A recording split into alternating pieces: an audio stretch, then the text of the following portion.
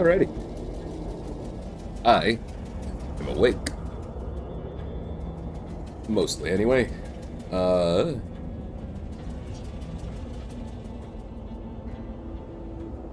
So, I'm going to, give the bot a moment to actually post that I'm live on Twitch, and then we'll get going.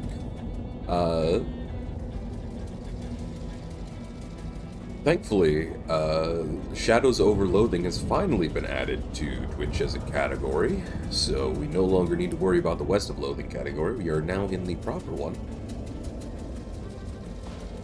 Hello.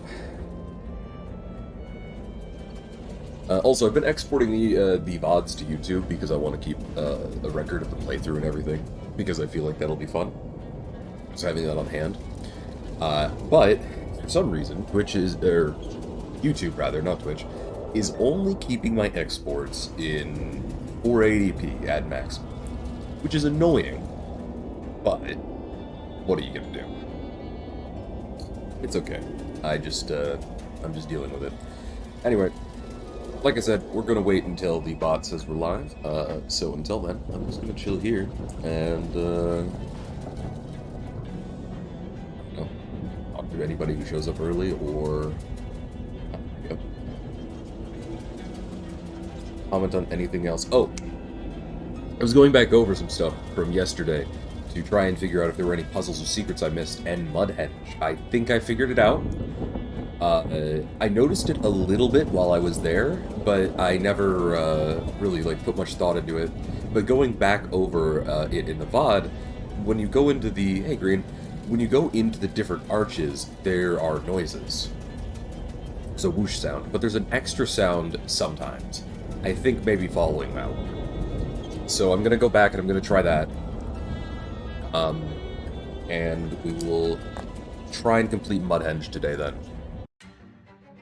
But for now, we have beans. Yep.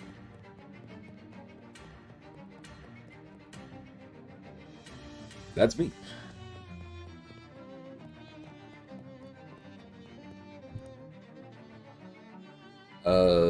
The Jenkins head screwdriver, take the hinges off the door.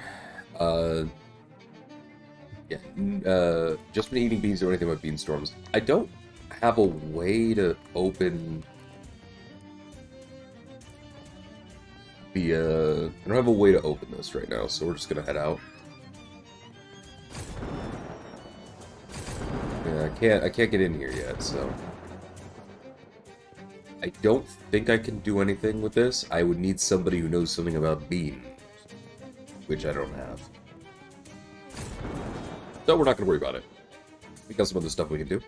Go over here to the old ham mill. Okay, look, another old windmill. One points out another traditional-style windmill. This one looks much more weathered and broken down than the previous one. Looks like it's in rough shape. That means I don't have to feel bad about scavenging parts. Are you planning on making a robot that mills grain? No. They probably had it hooked up to a water pump. Ooh, or maybe a generator. Let's check. It turns out that there is indeed a generator in the abandoned windmill, and Simone sets to work scavenging for parts. Okay, so now we just need to get the big fan off the side of the building. You don't mind carrying it, do you? I could mount it on a hat for you to wear. You're joking, right? Yes. Okay. And here I was hoping that we could actually put the windmill on a hat. Vast fallow field. The wind blows, yet the mill stands still. Okay, one of these things.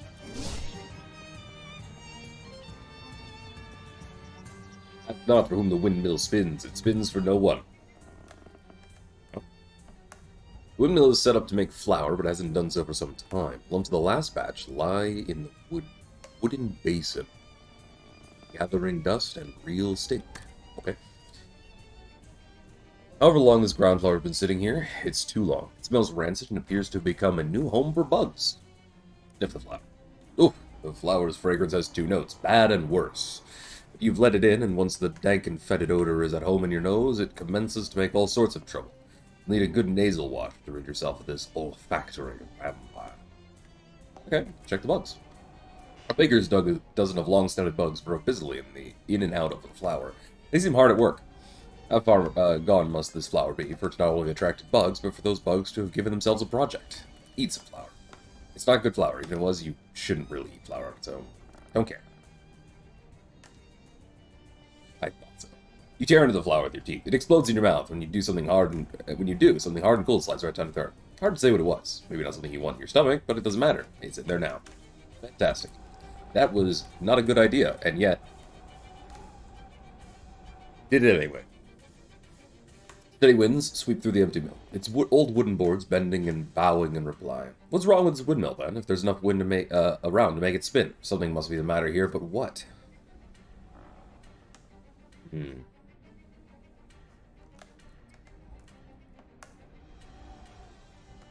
Gunked up main shaft, no doubt. Yeah, that's probably it.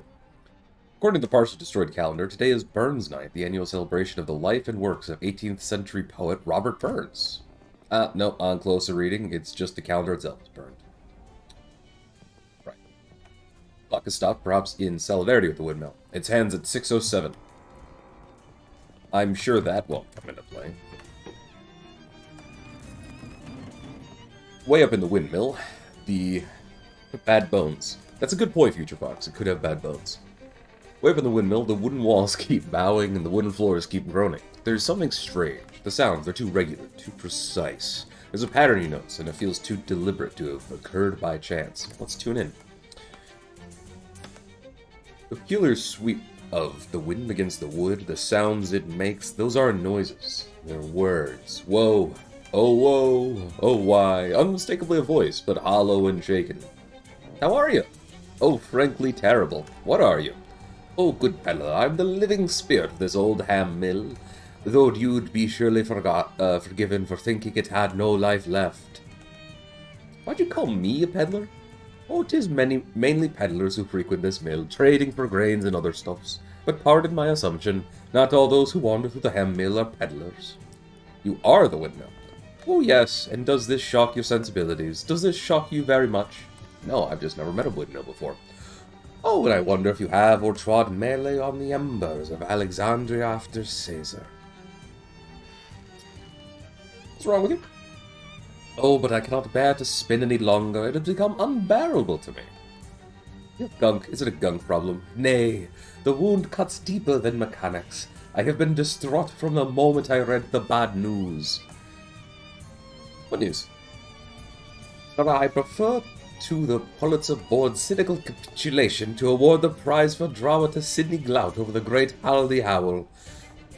These thoughtless piggery agitated me so thoroughly I could not even read on to learn if that smut merchant Marnie Mornay won for poetry. You can read? Oh, of course. What else is there to do whilst I work? Can't just mill about. Is that a pun? Not a very good one, I'm afraid, due to my general malaise. Why are you so upset about the Pulitzers?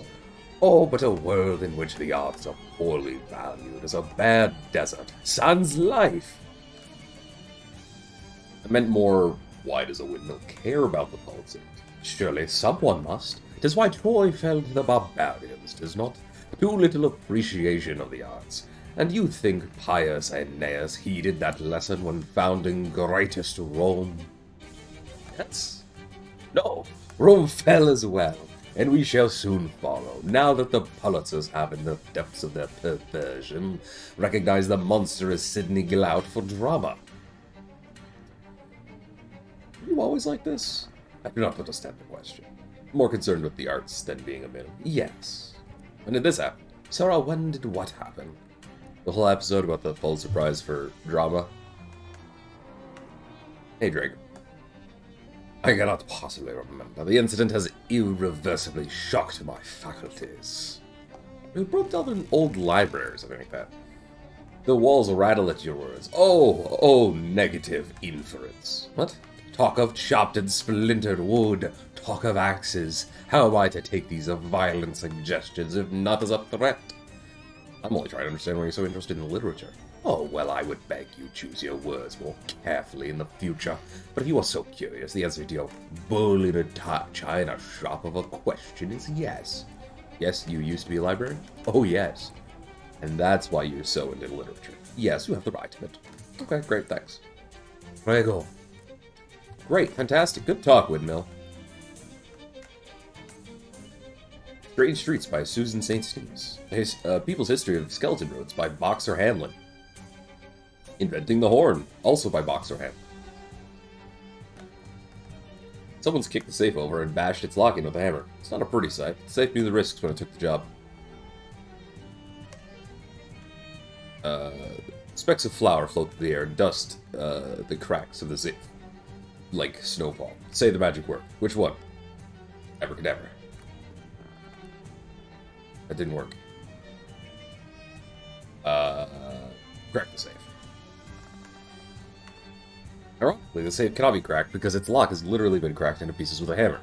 That's not what irony means. Let's move on. Right open. Crowbar is just too thick for you to get any purchase on it. All that flour is really gunking up the cracks. Hit the safe. Nuts. Worth a try. Set it on fire. It worked. Boy, as soon as that flame touched the flour, the safe plane blew up. Is flour combustible? These doughboys really shouldn't have been playing around with this stuff so much. An inspection report. The explosion destroyed a lot of what was in the safe, but among the globs of charred meat and cooked shoes, you find a safety inspection report, which, unbelievably, is in perfect condition. That safety inspector knew their stuff. Dated 1923. That's 5 years ago. Oh, cool. The National Flour Standards Committee report is dry as flour and technical as cyber flour. One paragraph catches your eye for the proliferation of exclamation marks. All sorts of problems. For one thing, it's illegal to make ham at a mill. Stick to flour, gents. In addition, these jokers are using a clock as a calendar and a calendar as a clock. This windmill is all mixed up. Suppose that makes sense. Hello again. Oh, whoa. Alright, well. Good talk, I guess.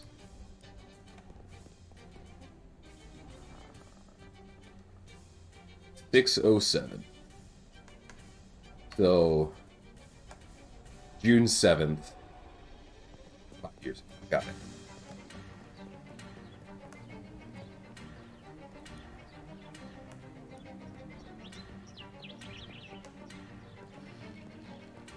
Or is it July? I don't know. I think it's probably July.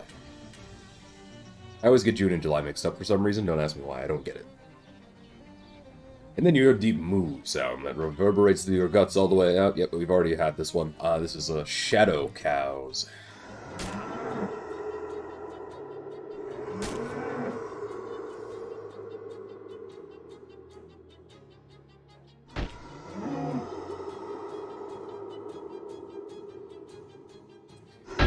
Easy enough to deal with. These things do a lot of damage, though. 15 spooky and 18 cold is just a lot. Anyway. That's 25 health. I can't just break it, but that is the problem. I only have 2 AP. That's, 9, 18... should be enough.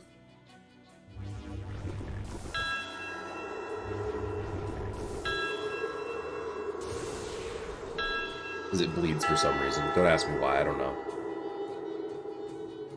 Now, because physical damage is limited to 5, we're just gonna set it on fire, because that'll do more damage overall.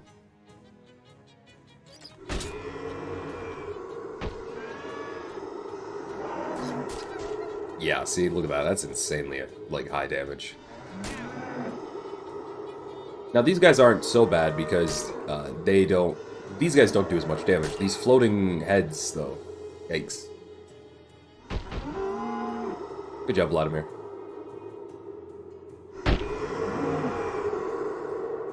These guys, however, not nearly as bad. I can kind of just throw this at them. We're just going to be here for a while, actually trying to kill them.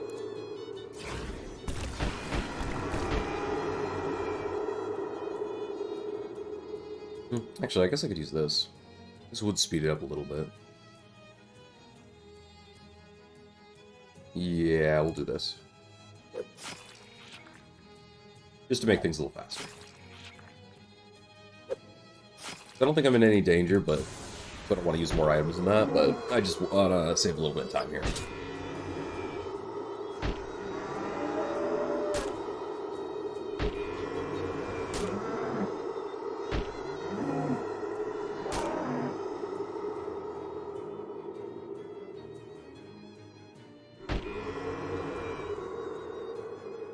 Nice. And that should be game. That should be the fight. Yep.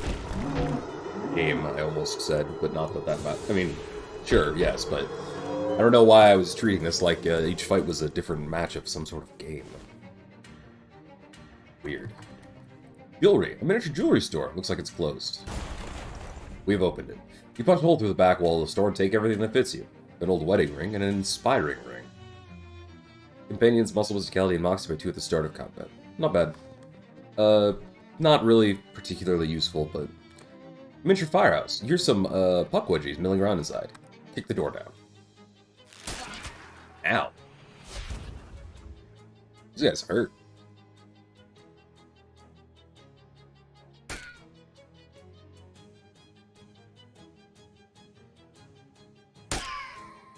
Maybe I just need more health. Oh, it's so close to just one-shotting them because, yeah. Alright, well, let's do this.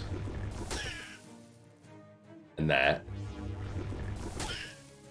And then we'll attack here.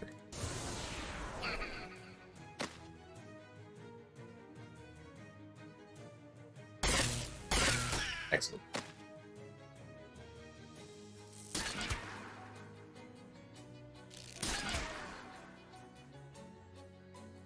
He just kneecapped Simone. Ripped Simone.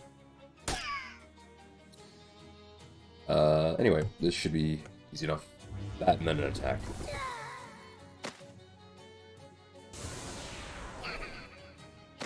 Very good. You're the fire chief now. Fantastic. Green puck wedgie hat. Wearing this, you can pretend to be 20-foot tall Robin Hood, stealing entire fireplaces from the rich and using them to warm the poor. Okay. In a list of 3 crimes, the 3rd crime's the arson. Huh. The Pukwudgie Hospital is a place of healing and hurting.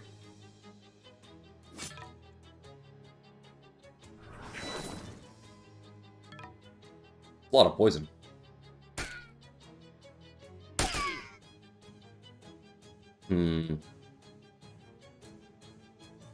Yeah, we're just gonna throw out this heal. Use the poison. And then you... I can kill you with a basic attack, so we're good there.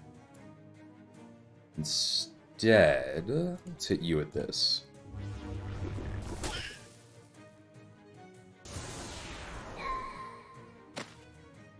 And if we're lucky, this will kill one. Excellent.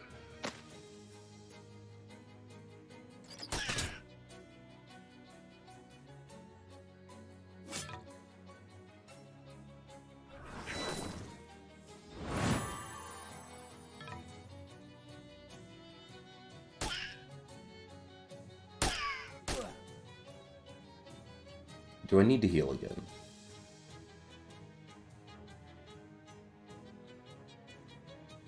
I don't need to. I shouldn't need to. I can do this. I can attack here. I'll heal anyway, because there's no reason not to, other than wasting time, I guess, but I don't care about that. I just want to be safe.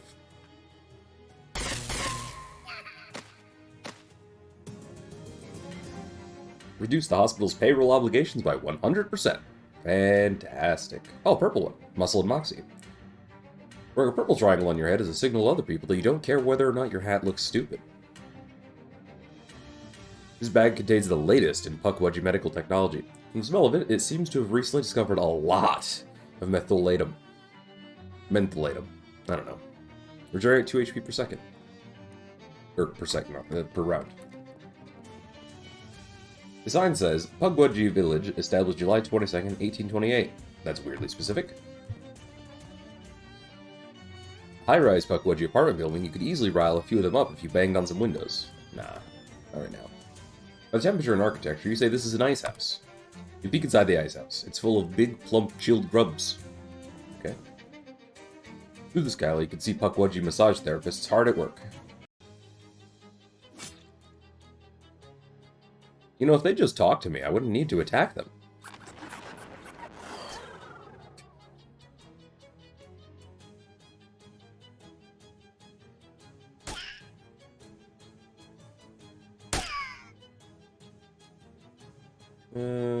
Fair amount of mysticality on those two, but I think we just go to this one on this one. Let's do some AoE damage. And take you out.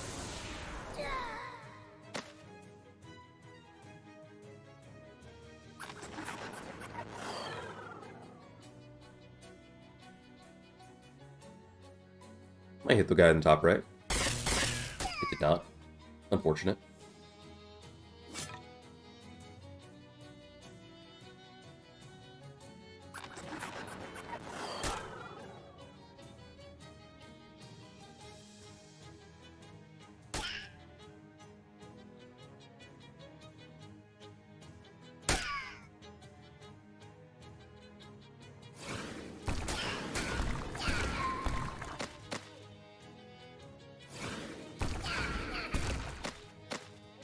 Cool. You've rubbed out the Masu immense. Vladimir got +1 to all stats. Let's go. Orange Pukwudgie hat. It's not a fashionable shape. Don't worry, it's also an embarrassing color. The best kind. These barracks must be the Pukwudgies keep their little army. Declare war.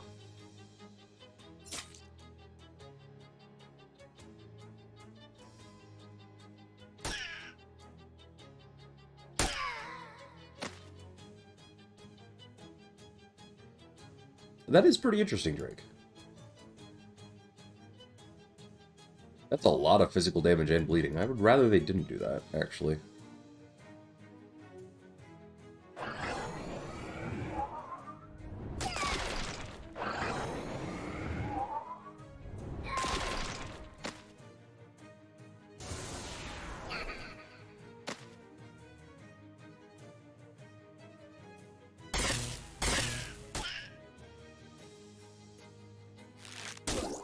Ow.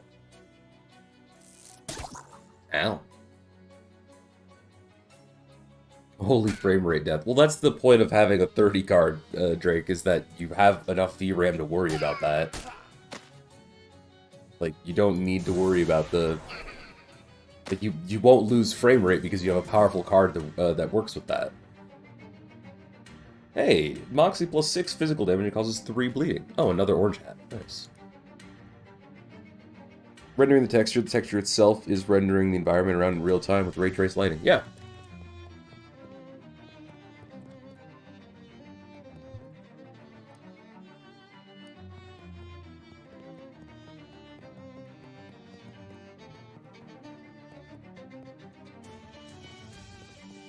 Don't see any actual antennas on any buildings, but this fire escape ladder has the basic qualities you're successful. Fantastic.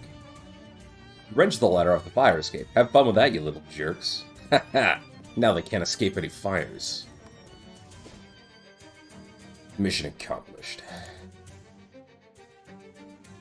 The dirt back road you're following branches off an even dirtier backier road. An old wooden turn marker reads, Alpasuasu, which is real exciting if you're into diacritics. You shade your eyes with your hand in the way people do when trying to see a far distance, like they're pretending they have invisible binoculars or something. You can kind of make out a low pile of rubble. That might be a completely destroyed house, and behind that some kind of shed or something. We'll go there.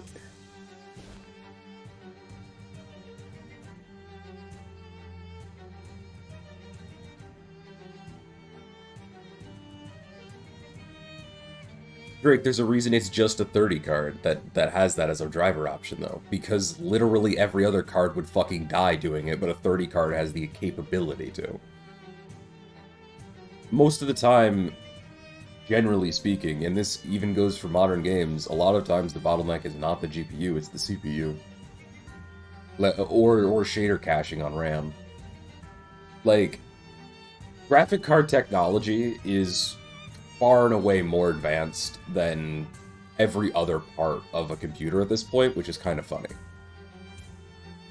Like, when's the last time you heard of a sound card advancement, you know? People care about graphics card because that's what they think is the be-all end-all of making good graphics, and that's what people care most about. Not generally the case, always. So...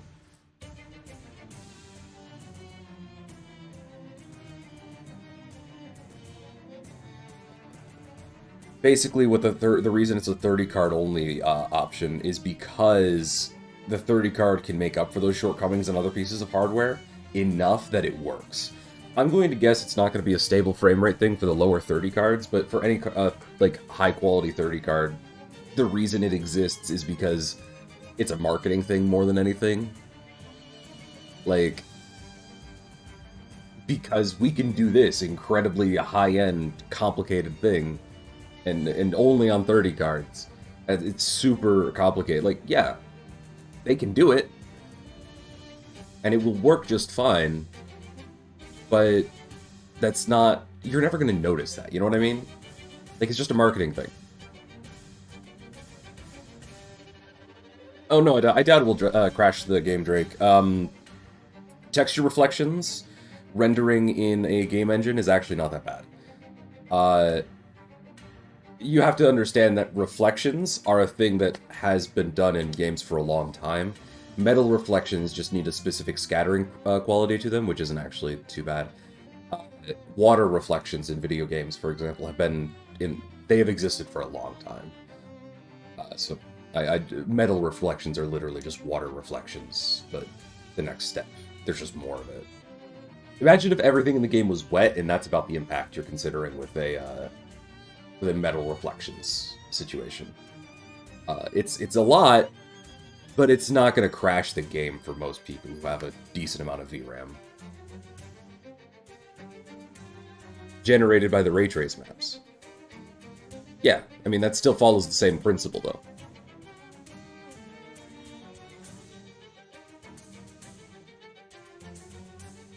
I'm speaking from 3D modeling here, Drake.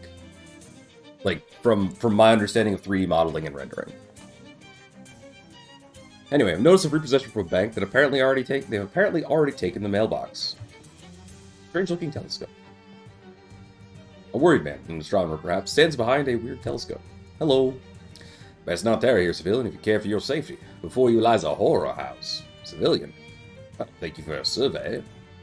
What's a horror house? A surveyor's term, forgive me. Horror house is like a haunted house, only real. Haunted houses are real. In all my life, I've never surveyed one. You'll just have to trust me on this one. What makes this a horror house? House there belonged to a farming family, the Mulross clan. Well, I should say belong, because they vanished. I also should have said doesn't belong, because the house belongs to the bank. I speak of Jessup and Paddington National, who have commissioned me to assess the value of this house for its resale at auction.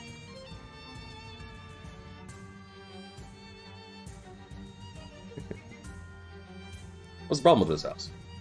I'd say the problems with this house began when a meteor from outer space smashed the roof. I can see how that might be an issue, sure. 3 months later, the Mulross clan fled by night, and I presume, by car. They ran off with no regard for their mortgage. Can you imagine? So heartless to care so little for the bank's bottom line like that. I was thus sent to assess the value of the Mulross property for the bank, only I'm spooked. I'll stop you from surveying the house. He shudders. Listen. I entered the surveyor's seminary to avoid the horrors of war, and here they are right on my doorstep. Just that literal doorstep. I've surveyed every state of this great land, and never have I seen things so frightening and mixed up as the abnormalities in that house. I can make no sense of it. What abnormalities? Just, things. Mixed up things. Can you be more specific? No, I don't know how to describe it. Why don't I take a look? I don't think you have the eyes of a surveyor. I do, I keep them in a jar. I don't think that's an appropriate subject for humor. Apologize. Apology accepted, I still don't think you have the eyes of a surveyor, though. No, but on the other hand, I'm not too scared to go into a house. I guess it wouldn't do any harm to me. Here's what I'll do. I'll give you the house key, and if somehow you can fix whatever's going on enough for me to carry out my work, you can have 10% of whatever my valuation happens to be. Fair? How much are we talking about? What do you mean? How much is a house worth? Why don't you tell me how much you think a house is worth and we'll go I don't know, 50,000 meat? Dear lord, man, never pay 50,000 for anything for a house. No, if I'm right, the house is worth 5,000 meat, which would be a free 500 for you. What do you say? Yeah, sure, I'll take a look at the house.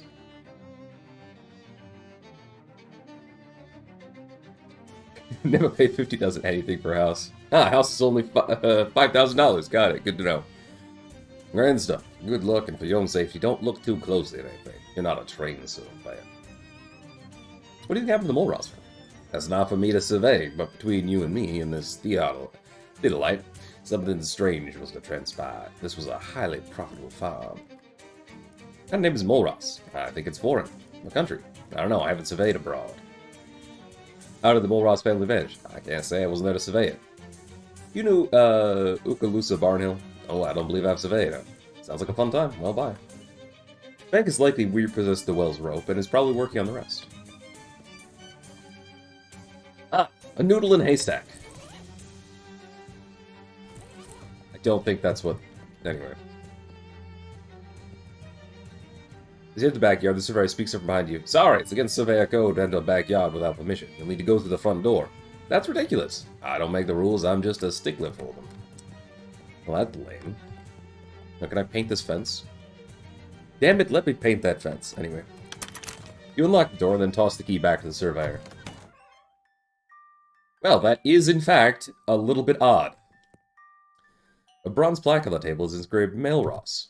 In the top drawer, you find a large stack of orders from Mail Ross produce, impaled on a spike, and a collection of handwritten letters inquiring if the house is for sale, also impaled on a spike.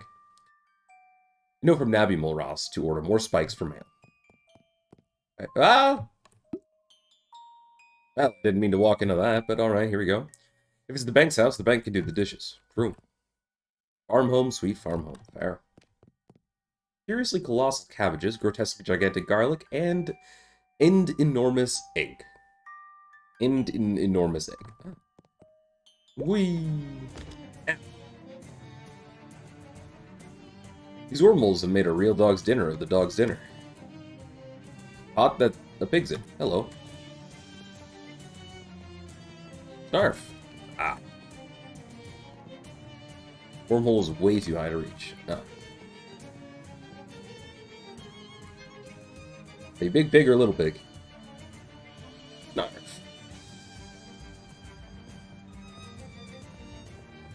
Okay. Ah, got permission to enter the backyard, I see. I mean, kind of. I don't know if that counts.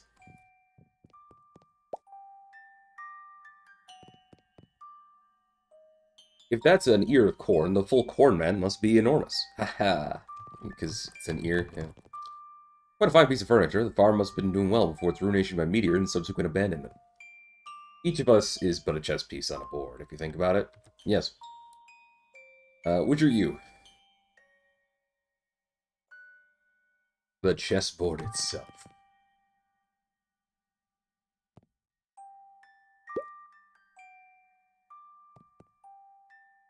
An odd location, and even odder rotation for a refrigerator.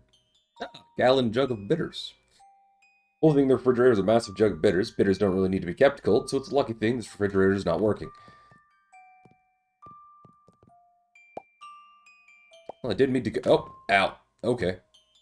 Well, that's not where I meant to go, but I guess that's where I went. Oh. Ouch.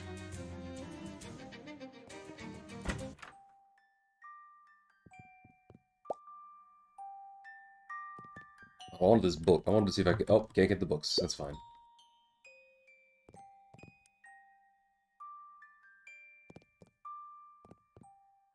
Oh, that's fun.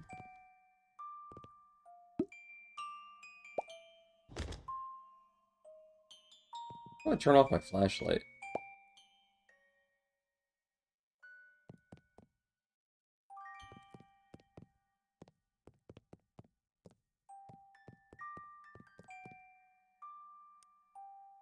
There's a new telegram.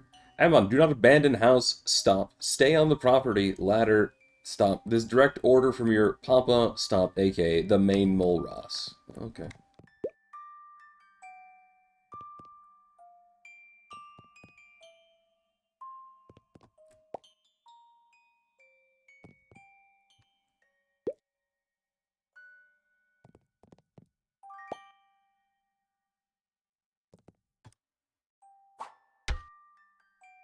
Hmm.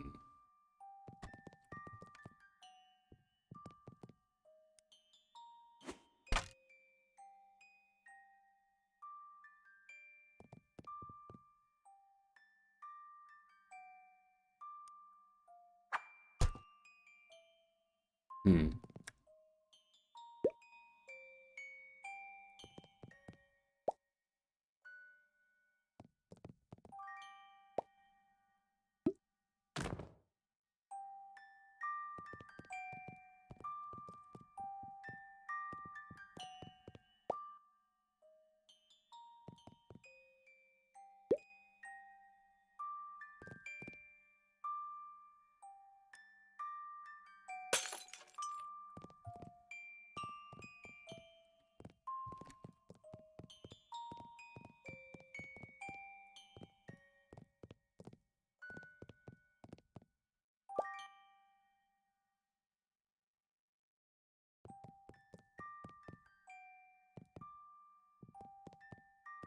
Despite the disarray, this really is a magnificent foyer, designed, if you're not mistaken, in the style of architect David S. Foyer.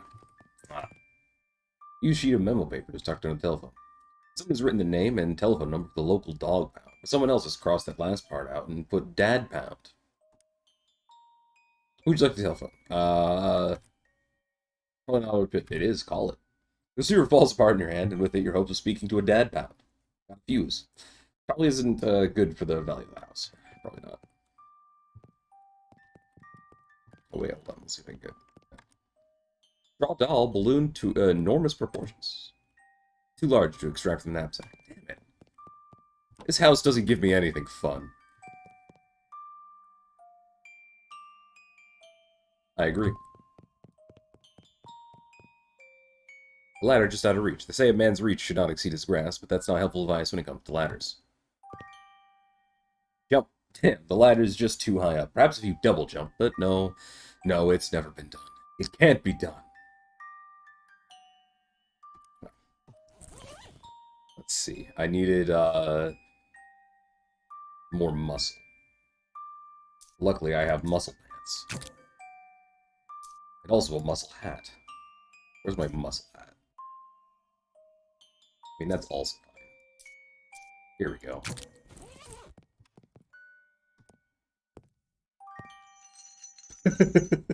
Terrific. The vibrations caused by your double landing have loosened the ladder from its restraints. It's not what I was going for, but it works.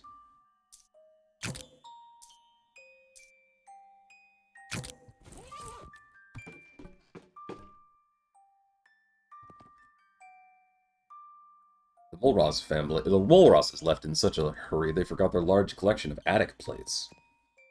Note is pinned directly above the crate, bringing it to the attention of anyone using the crate. Gardener, after your chores today, lock the bathroom door and melt down the key in the kitchen. It is unconscionable to me that any man but a Molros should call this glorious house his home. Yellow newspapers tell the story of the Molros family. What story is that?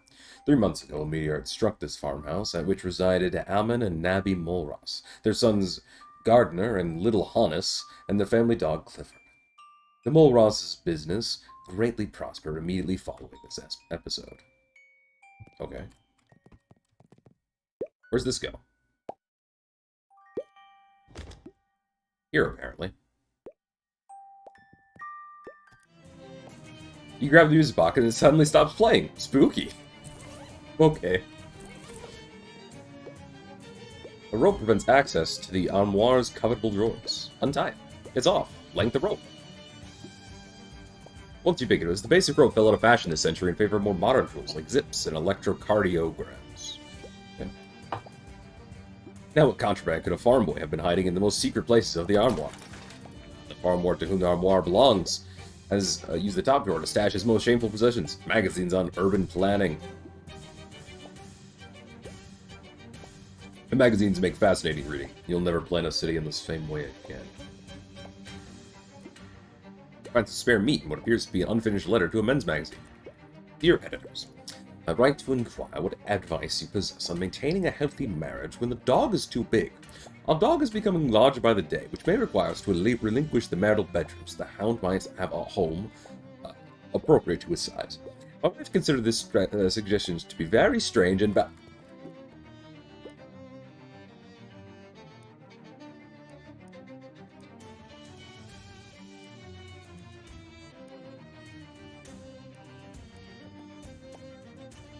This must be the meteorite and the source of all this wormhole trouble. Best not get too close, and don't have time to get caught in an infinite loop of falling between two wormholes.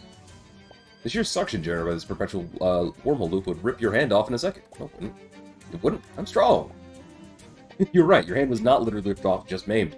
Consider it a moral victory that you still don't have the meteorite. Throw a rock at it.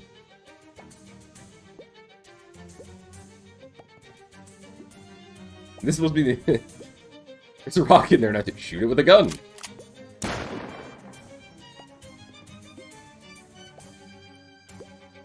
Sorry. Okay, but do it. Another hand injury. Damn.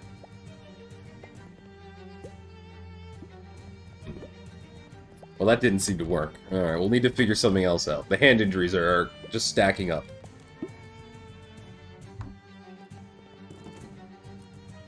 The key in the door? Yes. Key's not in the door. Damn.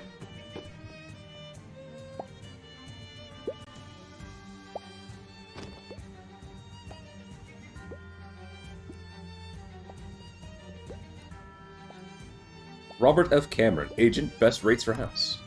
Toby Goose, broker, sell your property today. Herbert Hoot, no fancy real estate agent, just a common sense man, abandon your house.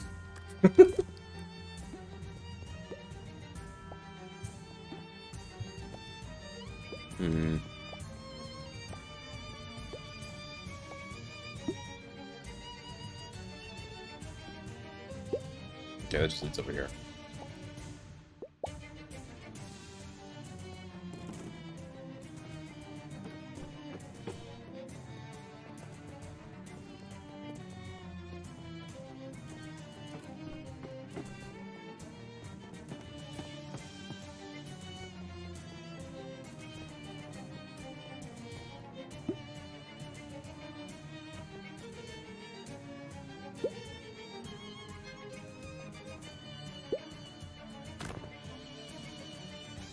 It's not what I meant to do, but...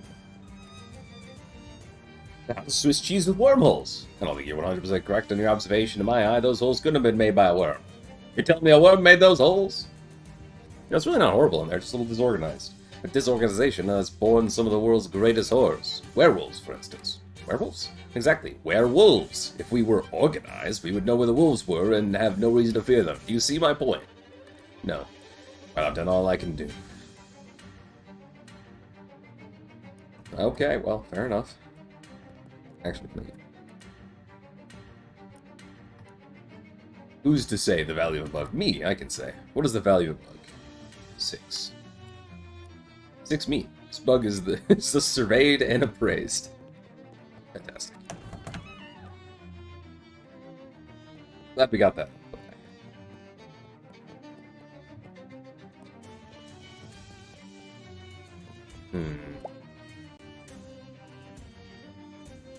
That leads to the backyard.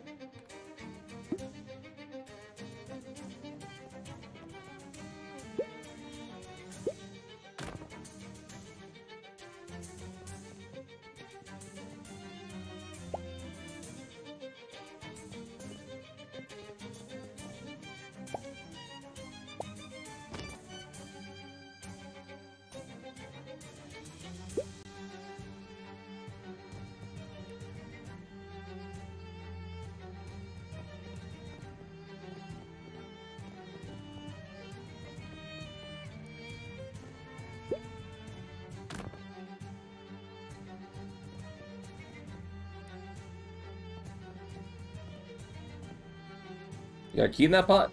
Cast your flashlight on the contours of the stuck pig. You spy something shiny in the obscure depths of the cast iron pot. Maybe that's the key? Now how to remove a pig from a pot? Right, the pig? It's gonna take for the pig, please. I don't know, 5? The pig stares blankly at you, though, as though he's expecting more, so it's gonna be like that. 25.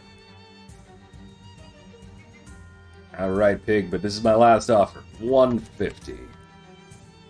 The pig grunts once, apparently in satisfaction, and rescues the key from the bottom of the pot with his curly little tail. The transaction complete, the pig shifts onto his forelegs and scuttles into the cornfields, with its iron pot still stuck on its rear end like a hermit crab. That'll do, pig. That'll do.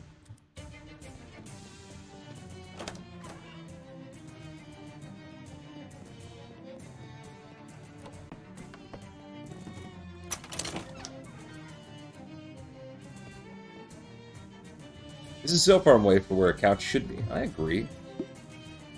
Oh, that just leads out here. Alright, fair enough.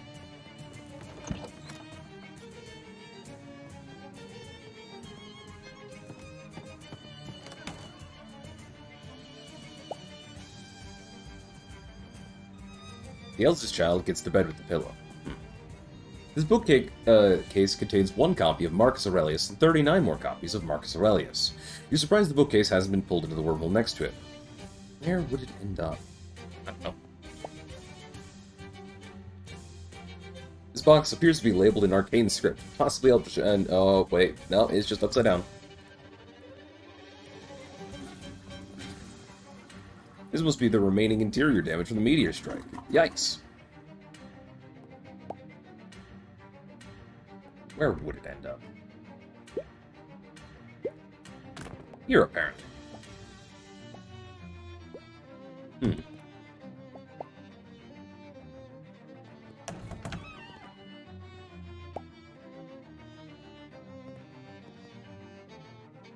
I passed through the wormhole beside this bookcase. You realize it leads to the room with the meteor in it. What's this family reading? Bricks? It's not a brick case. At least I have my muscle hat.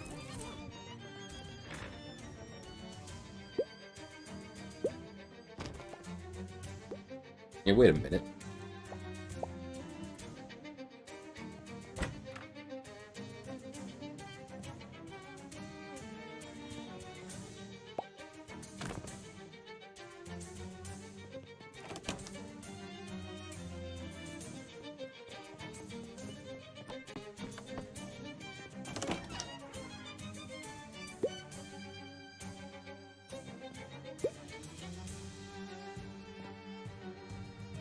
Perhaps the first... Oh, I see. I need to turn the light on.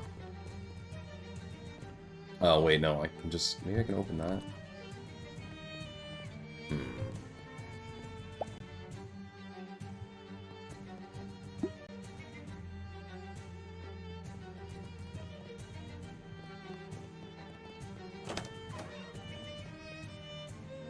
don't know how to get over there, though.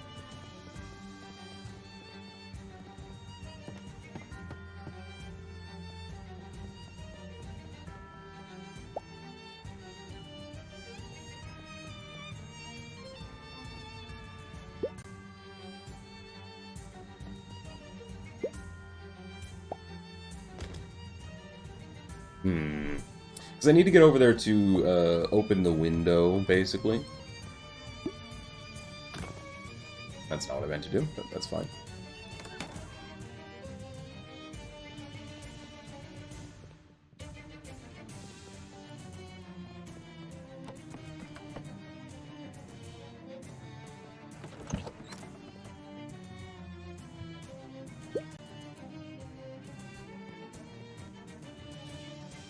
From the desk of Little Honus. If you are the outer spaceman who blessed this family with your meteor present, please know that we did not abandon it lightly. We will forever be grateful for the gift of your abundance, good spaceman. But as our crops have grown, so too has our dog, Clifford. He is too large even for the house, and so we've decided, as a family, to find a new and bigger home. I hope you understand. I also hope you could send a letter for me that I did not have time to take to the post office. I have left it in my pillow. Thank you, spaceman. Best wishes, Little Honus. Alright. Mulross letter. Luckily, there's only 1 pillow to search for, you'd be here all day. From the bed of Little Honus. Dear Mary, as I warned might happen at our last cornfield rendezvous, Clifford has finally become too big for the house. Rather than surrender him to the pound, we are all going to live in the ocean. Therefore, we must pause our relationship. I know it is not the first time you've heard this excuse from a suitor, and I hope this does not damage your capacity for trust. I have asked an outer spaceman to deliver you this letter. If he gives you any trouble, I have left weapons in my Marcus Aurelius. Yours, Little Horus. Oh, well. Good to know there's weapons in the Marcus Aurelius.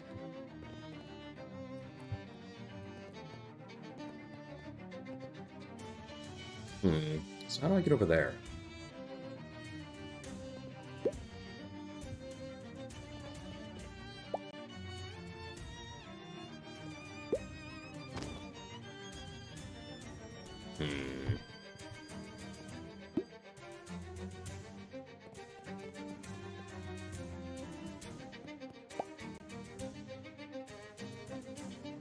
I'm honestly surprised anyone is playing this game. It's a good game, just old. No, Shadows Over Loathing is not old, what?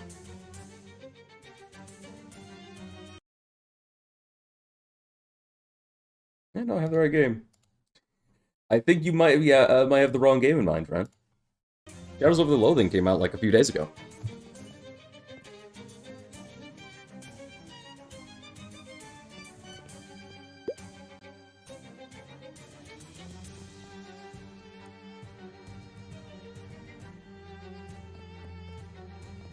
Thinking of that one? You might be thinking of West of Loathing.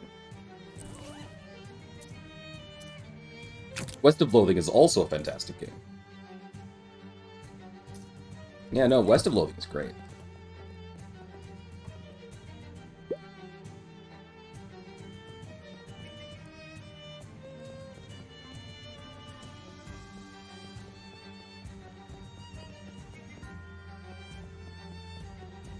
I'll have to get this one. Yeah! Highly recommended. Set in 1920s. During Prohibition.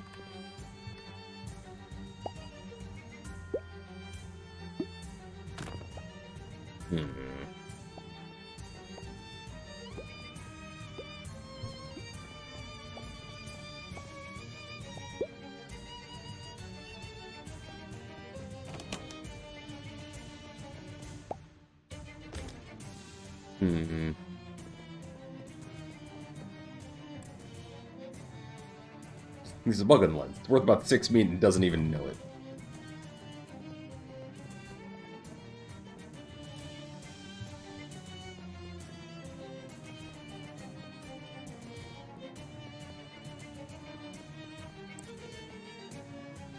Looking at the back of the house, the fourth wall you might say, you can see that it's broken. You can see signs of where a big gash has been covered up with new siding. What's the cow situation like now? As far as I'm aware, there aren't any cows, but there are shadow cows, and that's definitely a problem. Lovecraftian imagery of cows and cow creatures. Thankfully, I haven't encountered too many of them. Lots of fast. New bathtubs are like store-bought clothes. They should be washed before they use them. Unwash it then. With what? An even larger bathtub that you'd have to get delivered new and itself unwashed? It's impossible. You need an even larger series of bathtubs. Oh, really? It's called the Bats Paradox. Who? Roland Bats? The philosopher? He's only 13, but already has some interesting ideas about bats and tubs. But the paradox is the bathtub. Oh. Bats Paradox. It worked. I don't know what I just did, but I think I win. You haven't encountered too many? No, I have not, thankfully.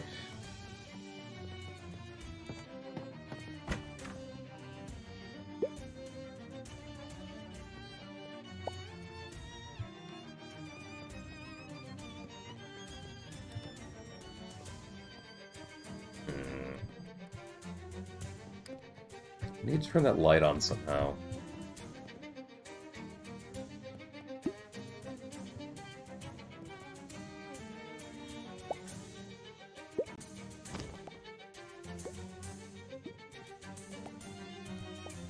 Oh. I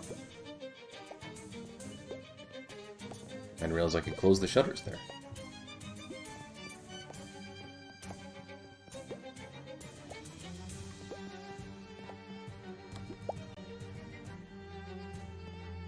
I just already searched that day stand. I don't remember. I don't think I did.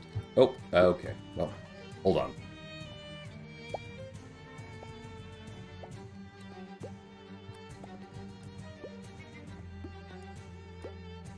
Oh, yep, no, I already read that. Yep.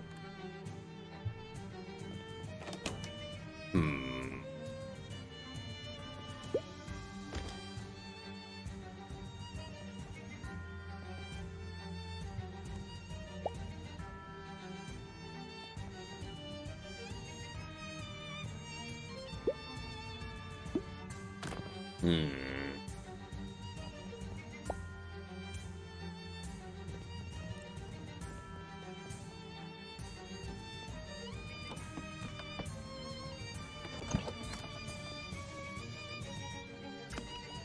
All 4 of your negative effects have been removed. Fantastic.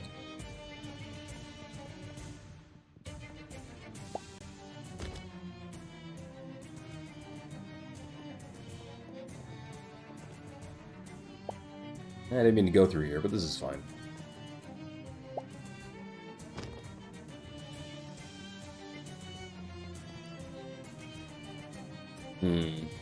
I valued the bug on your Theodite lens. At what? 6 meat. I hope you don't think I'm giving you 10% of that. That wasn't the deal. Alright.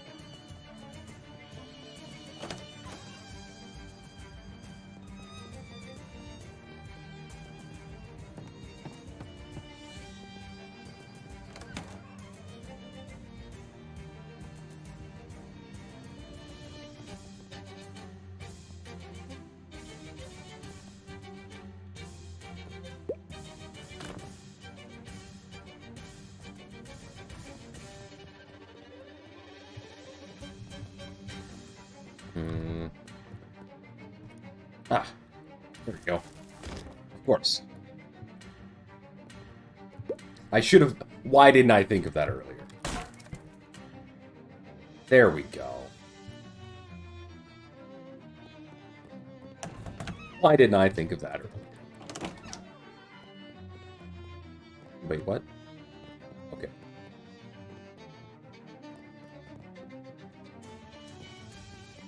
The desk seems to have collapsed under the weight of a puddle.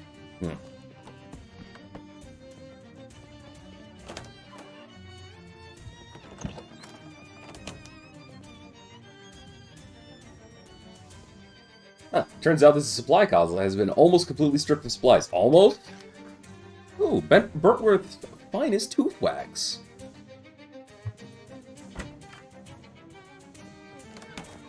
Man, their house is just disorganized to begin with. What the fuck?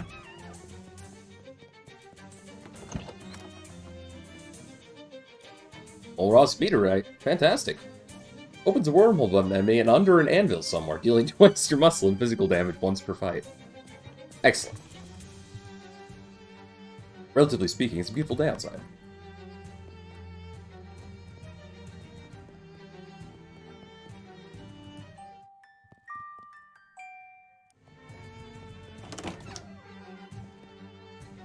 That's strange. These rooms didn't enjoy before. Note the oddity. Certainly is a strange choice.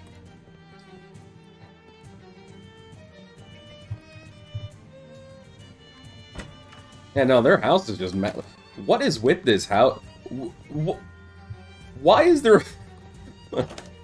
The hallway is adjoined to the stairs by a bathroom.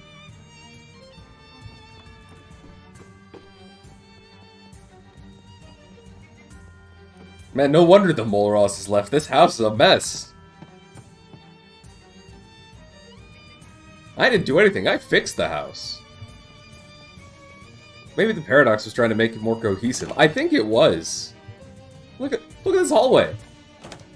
That's apparently this door. That leads here. What strange choice to put a bathroom on the ground floor. Should it be next to the primary bedroom? Strange indeed. Further, how do you even get to that door? I don't even think you can get to that door. Where does that door lead? Strange indeed.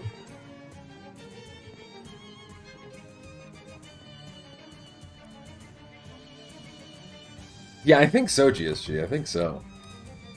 Well, again, I hope you've surveyed reason and are here to accept my offer.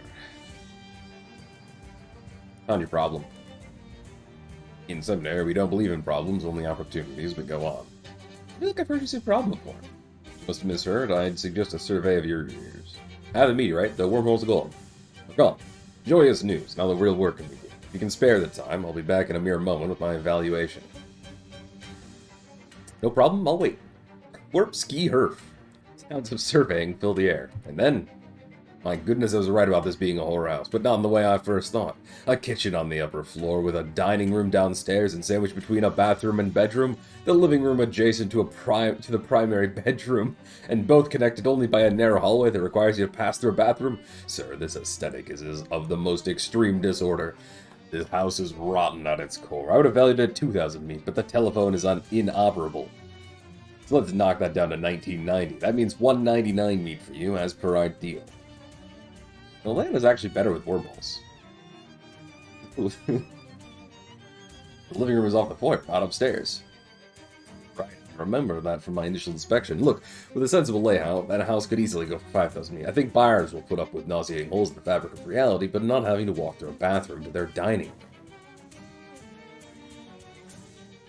The house could sell for 5,500 meat. Let's say 57. Okay. Good. Of course, I'd need the meteorite to restore the house.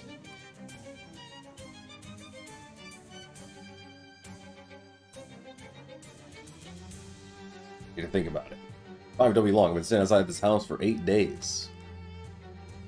Alright. What was the... Let me check here.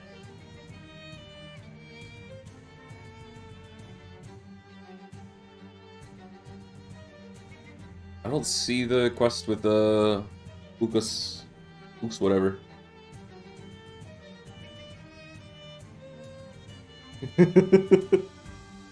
You drive a hard bargain. Ah, there we go. Collect a piece of a meteorite. Ah, okay, cool. Alright, let's talk meat. I think Oxala said she didn't need the whole meteorite. Yeah, it's yours, bud.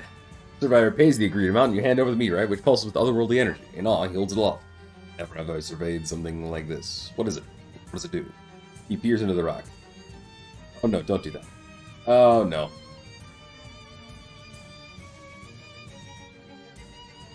Looks like a chunk came off the meteorite. I hope the surveyor is still in one piece. Alright. Ew, it's wet. Well, I tried to warn him. Carrion birds surround an unidentifiable carcass. They scram when you approach, leaving the puzzle of bones behind. Well, let's reconstruct it. The head's bones connected to the... Yes! That is an owl skeleton. You recognize it from the Owl Skeleton Museum you were trapped in as a child.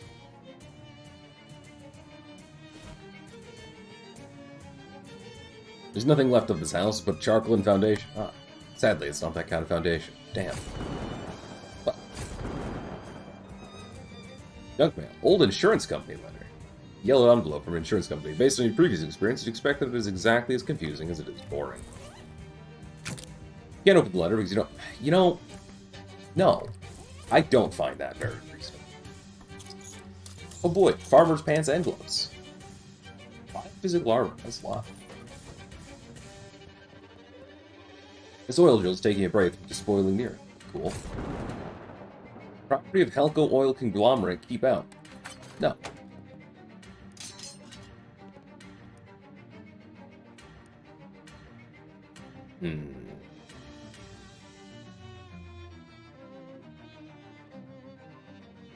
That's actually pretty good. Let's do that. Also make another nuclear bomb, just in case. Inside the locker, there's a blazer. Inside the pocket of the blazer, there's a ring. I guess this gag doesn't go as deep as you'd hope it would. Yeah, no, it doesn't. His logbook is full of meticulous records written in meticulous handwriting. The whole scene is so meticulous that meticulous doesn't even seem like a word anymore. Well, let's start with the March 5th. Oh boy, it's my first day as a drilling site supervisor, and I can't wait to prove myself. I'm going to work hard to establish myself as a real up-and-comer, and then once my career is secure, maybe I'll have the confidence to pop the question to Clara. You know, the marriage question. Anyway, the crew has the derrick set up, and we're turning the drill on tomorrow morning. Seems like former owners of the house have cleared out already. They yelled a lot of angry-sounding foreign words at us yesterday, but they were gone when I got here this morning. I kind of feel bad, but that's progress.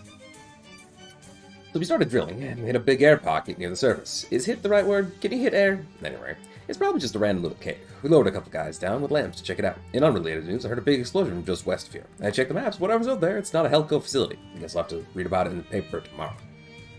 Turns out the cave we drilled into is an old gold mine. Go figure. When we strike oil, it'll be a black gold mine. I should write that down. Oh wait, I just did. Anyways, we can't find any record of it in the geological surveys, and we can't find the entrance either. I guess it must have caved in years ago. I set the crew to digging a proper shaft down. They They're starting in the root cellar of the house because it's slightly lower than ground level, and they get paid by the hour, not the foot. One of the crewmen was trying to get a closer look at some magazines he found hidden in the attic of the house, and the carpet lamp on his helmet started a fire that torched the whole place. Nobody was hurt, fortunately. What a mark on my record that would have been. After the fire, we cleared a path down to the shaft and put a trapdoor over it to keep the ashes and rubble out of the mine. New orders from above. Baron Hellstrom wants us to reconnoiter the mine. I guess that makes sense. If there's any gold left in there, then hey, free gold. But every time someone goes exploring away from the ladder, they come back all pale and sickly looking and freak out when they see the sun. You just can't find good help these days. Guess I'll have to do it myself. Can't wait till Monday, though. Had a really nice weekend. Super relaxing. I really needed that. Went on a date with Clara and had a great time. I think maybe she was hinting about getting married, too. Oh, jeez, what I think. This is a company logbook, not my diary. Anyway, it's time for me to go see what is in that old mine. Back to the mine. Wasn't so bad down there. I don't get why the crewmen acted so weird. It's nice and dark down there. Not all bright like it is up here all the time. It's really giving me a headache. To be honest, I made some friends down there, too. Great guys. They really understand me. Think I'll knock off early and go see Clara if Clara's home. I just can't get her rosy pink cheeks out of my mind. That's the last entry. Vampires. Of course it's vampires. Well, time to go check out the Underground Vampire Club.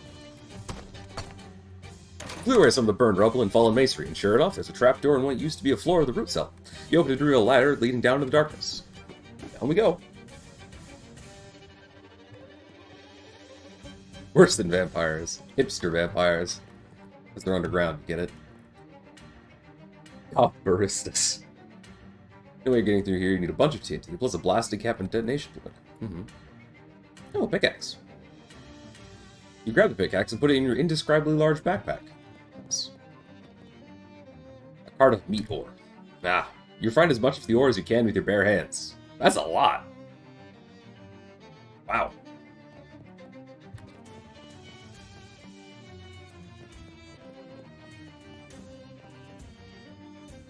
Uh-oh, and that's putting it mildly. Hi. It's been many years since a human interloper has invaded our home. How novel. Yeah, that's me. Novel, I mean, not the invader part. Perhaps if you please us, we will permit you to join our family and live down here in luxury forever. Luxury. Living in an abandoned mine. The vampire gestures behind in the rear part of the tunnel. It's actually really nice back there. Oh, huh. The vampires regard you with interest, though an unsettling percentage of that interest is in your neck. Have you guys been trapped down here for 11 years? Nearly, yes. But we must thank you for clearing the debris that came to block the trapdoor as the foundation of the house first collapsed over time. Gosh, that sounds terrible. Oh, not at all. We are quite very comfortable. Sure, but don't you get bored? The vampires exchange glances. What? Admittedly, things did get a bit stale in the bedroom. We had to invent whole new categories of king, previously unexplored by sentient species. Yeah, we are real nasty freaks. Okay, changing the subject. The vampires regard you with interest. Yeah. Well, now that you're not trapped anymore, what are you gonna do? We've definitely got to go find some proper food. I'm so totally sick of these squirrels. Yes, they are so dry, it's like sucking the blood out of a turnip. Degeneracy writ large, yeah. Alright, well, gotta fight you now.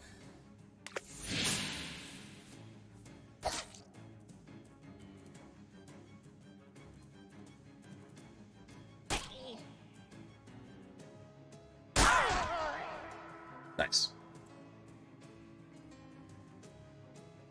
When defeated, it will heal everyone for 12 HP. Well, I guess I'm gonna have to defeat it.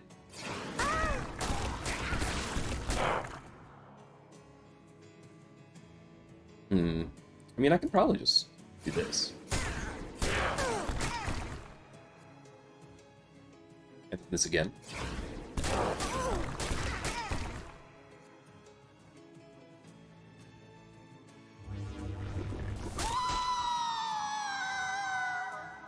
Wealthy, but still unsophisticated vampire.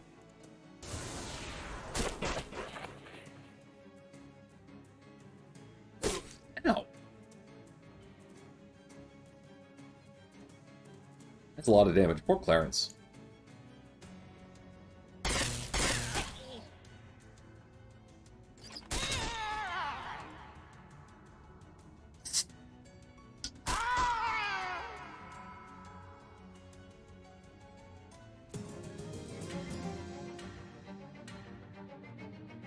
You won! Those vampires should have been living in an iron mine instead. You know, because iron is a lot stronger than gold, see? I guess. That's a lot of meat, Jesus. Wow, those vampires really classed up this collapsed mine. Must be nice to be rich. That's a lot of meat. The bottom drawer is full of meat. Actually, gold, but we'll just go ahead and convert it for your convenience. Thanks, DM. All these books have been thoroughly read. They're all dog-eared and practically falling apart. Oh geez, there's a copy of the Kama Sutra with a huge bite taken right out of it. How'd they get electricity down here? This is a special kind of chest that only rich people are allowed to know about. Damn. A dark sofa for dark naps. A fancy mail-order catalog sits atop the fancy mahogany end table. Grab it, fancily. Expensive Luxuries Inc. catalog. Increases item drops. Okay. There's treasure everywhere. There's a lot of this catalog you have time to spare. Not right now. But I do have more books I can read.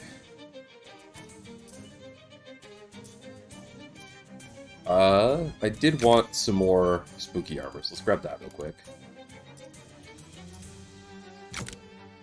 Oh yeah, flat HP. We need a lot of that. Let's just get a bunch of that right now. Alright, cool. Oh, surprisingly undesanguinated guy back here. Hi. Hello. Salutations. I'm Crozius Vanderbilt. You may have heard of me. I'm the richest hobo in the world. It doesn't seem like a high bar to clear. I'm claiming the title regardless. And you are? No, I'm Kodiak Bear. Nice to meet you. I'm indebted to you for getting rid of those vampires, Kodiak. I've been hiding back here for weeks. I was obligated to eat my crab for nourishment. Oh, jeez. Why, what are you doing down here trapped in a vampire mine? Ah, well, it's a vampire mine. You see, it's a gold mine. I found the other end of the ore vein in a small cave a short distance away and tunneled my way here. Unfortunately, the point at which I broke into this occupied section was the same point at which my tunnel collapsed behind me. Yikes. Indeed. It was all I could do to remain hidden in these rocks, praying that those creatures of the night will leave at some point so I could make my escape. I've seen things that will haunt my dreams for the rest of my life. Okay, please don't elaborate. You know any hobo code you could teach me? Certainly. Mostly financial jargon, but one never knows what might come in handy. You know, it's a hobo camp just outside of Ocean City, and they sure could use some help wealth-wise if you don't mind sharing. Ah, wonderful. Crozius Vanderbilt, Hobo Philanthropist. That's an excellent ring to it. I shall head there directly. Bye. Oh, nice to meet a hobo down here.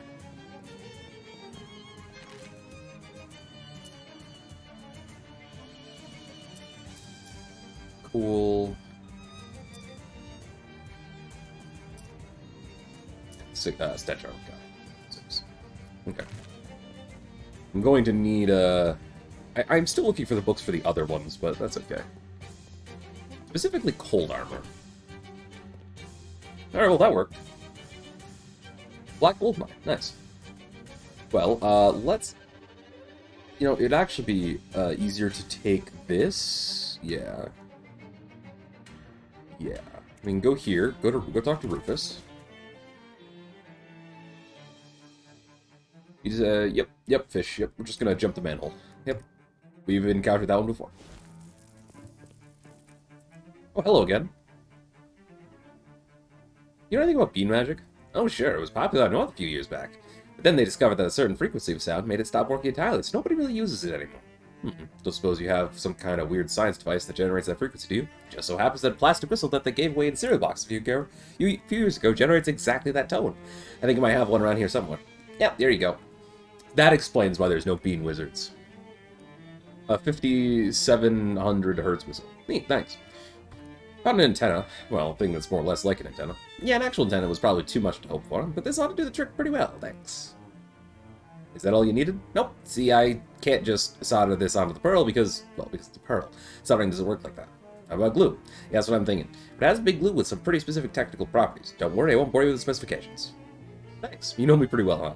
You remind me of my brother in a couple ways. Anyway, you know anything about the burbling ooze? First time I went to college, I had a roommate who had to get penicillin shots for that. No, I'm talking about a weird tar pit out in Gray County. Never heard of it. Is this gonna be gross? Yeah, sorry. Need a handful of slime from the ooze's core. It has to be a handful, specifically. Not a bucket. Let me mark it on your map. Place map. Ugh. Disgusting. We have to go back to the big moist first, though. I'll figure this one out now. No more bean magic, Sag. Yeah. West is north from here. That's not confusing. Well, it's New North. You see, that was explained a little bit ago in the lore, GSG. See, New North was patented. North was, like, it was patented by a company, so all the compasses point west, which is now called north because of their patent. So now north is west. I don't know what Old North is. But that was talked about during the whole compass arc. I think you missed that. So now out west is out north. The shotgun-toting gator hunter hollers you from behind the trees. You again. I told you to get. Didn't I give you enough money for the bus? Well, here. Gosh, thanks. Okay. So.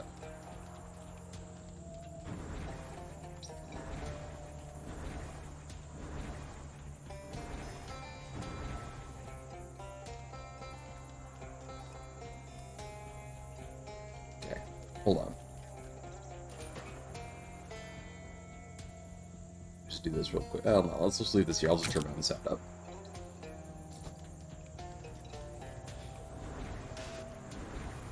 Oh, wait. I think I heard it. No?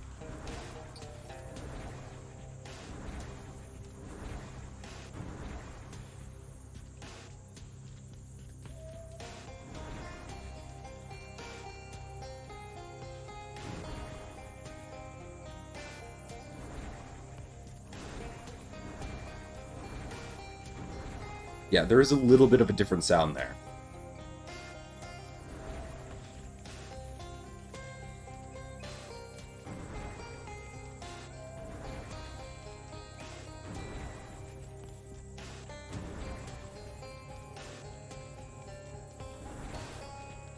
Mudhenge maze, yeah.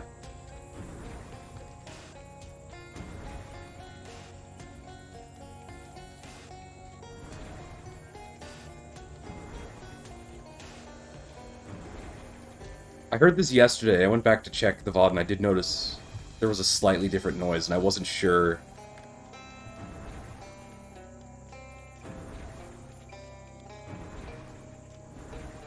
Okay, yeah, no, that's not it.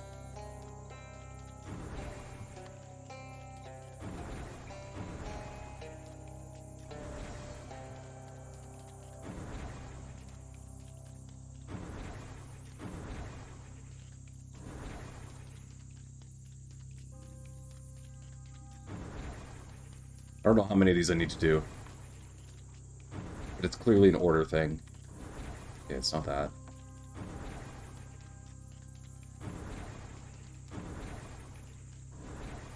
No. Maybe I'm missing it again, but I feel like...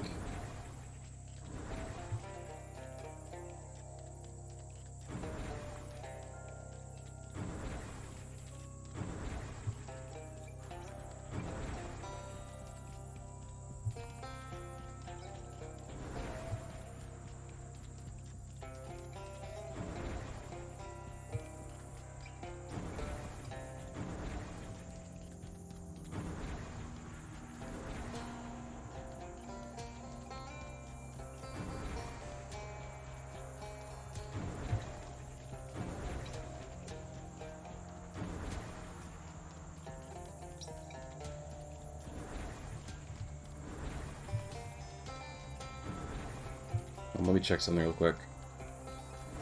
Yeah, no, that's different, so...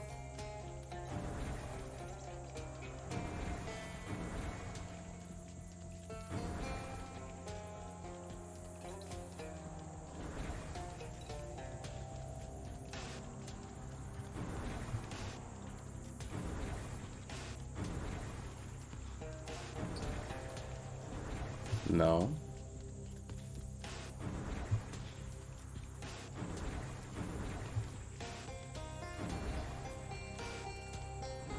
No. I might just be crazy, honestly.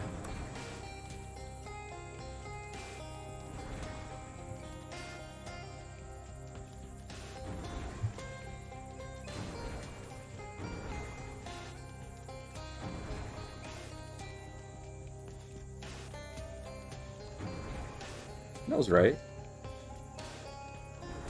No, okay.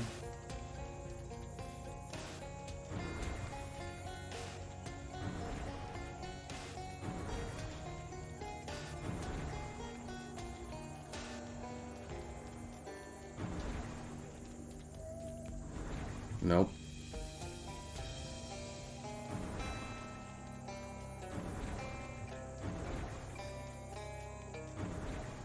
Or...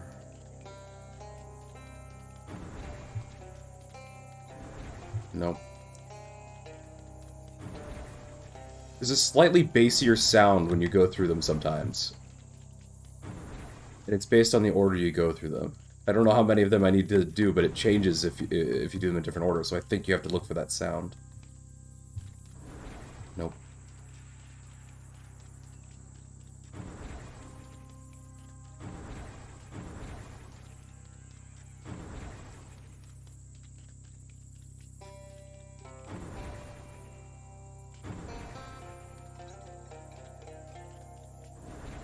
Nope.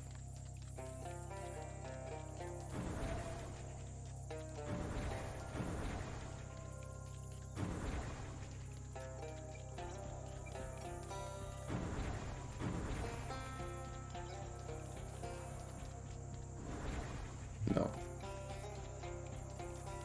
Okay.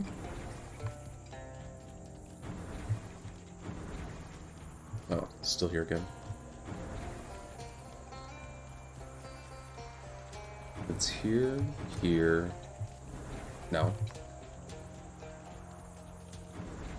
1, 2, 3, 4, 5, 6. Nope. Let's be that one again. 1, 2, 3, 4, 5, 6, 7. Nope. 1, 2, 3, 4, 5, 6, 7, 8. Ugh. 2, 3, 4, 5, 6, 7. I got that one wrong. 2, 3, 4, 5, 6, 7, 8, 9. Oh.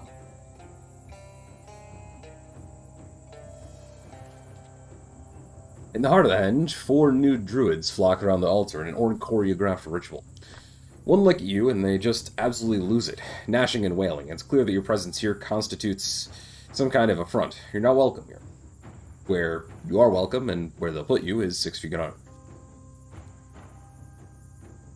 I don't want any trouble. Interloper, Henry, oh please do kill him, you must! You think you might be done soon?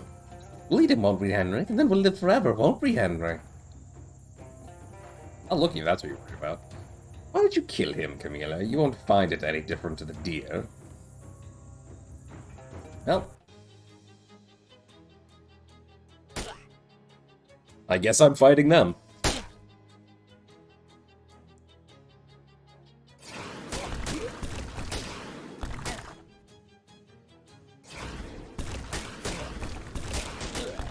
Bloodthirsty nudists.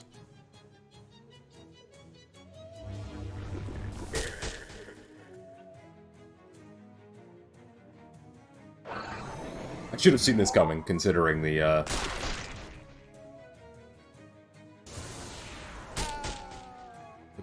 bag I found earlier. Chasen, the four new to scatter, each to a separate corner of the earth. At last, the non-literal beating heart of Mudhenge. As you draw near, the needle on your compass spins wildly. Of course, it's as the guide outside told you. A compass placed upon this altar will point towards secret west, where lies the thing that your heart most desires. Which makes this place far, far superior to Stonehenge, where the most that'll happen is your compass. To your compass is that a badger might eat it. There's the question, of course. What exactly your heart does desire most? What are you hoping to find here in the endless gloom of this mudden henge? Meat, please, and lots of it. The needle spins smoothly clockwise until it doesn't. Seized by a queer magnetic force, the tumultuous needle twitches violently between the cardinal and I don't know how to say that word right now. Elixstatical. I used to know how to say that word, I don't anymore. Directions. It's a horrible, upsetting sight, and it feels like a mercy-killing when, with a gasp of inexplicable breath, the needle falls still, its head pointing towards the west-north arch. Is the needle okay? Honestly, no. Sorry to hear it.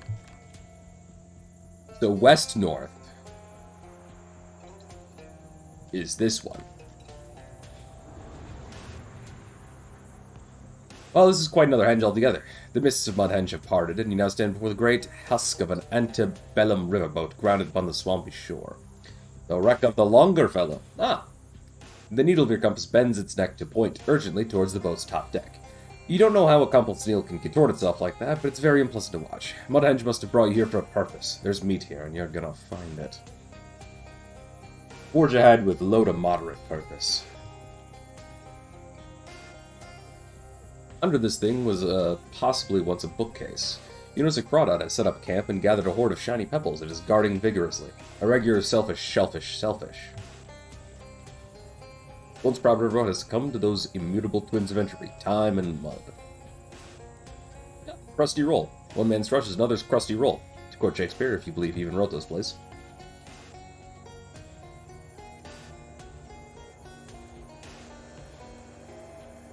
It's fine for nature to reclaim the shipwreck, but this plan doesn't look too happy about it. No, the longer fellow.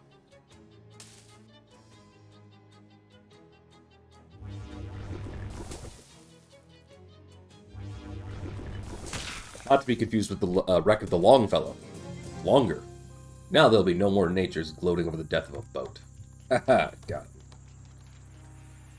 What glittering prize has lured these rubbernecking stink bugs and bees to this gloomy ruin? Holler at 'em. Beat it, bugs! All peaceful efforts have failed. Battle stations! That is a lot of poison. Negotiations have broken down.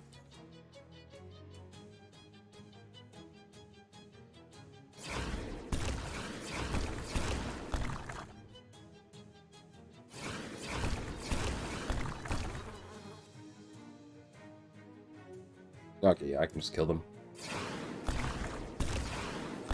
Jeez, wizardry. This battle seems really horrible in real world. I agree.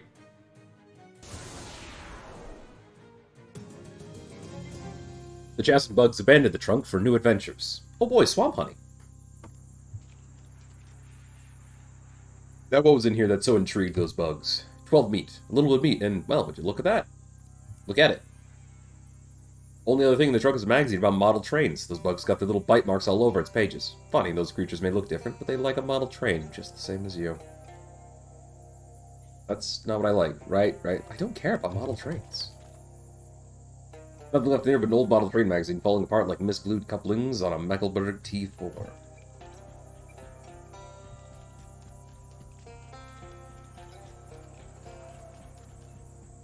The rungs of a ladder are carved directly into the hull. Counting the rungs is an accurate means of determining the age of the boat.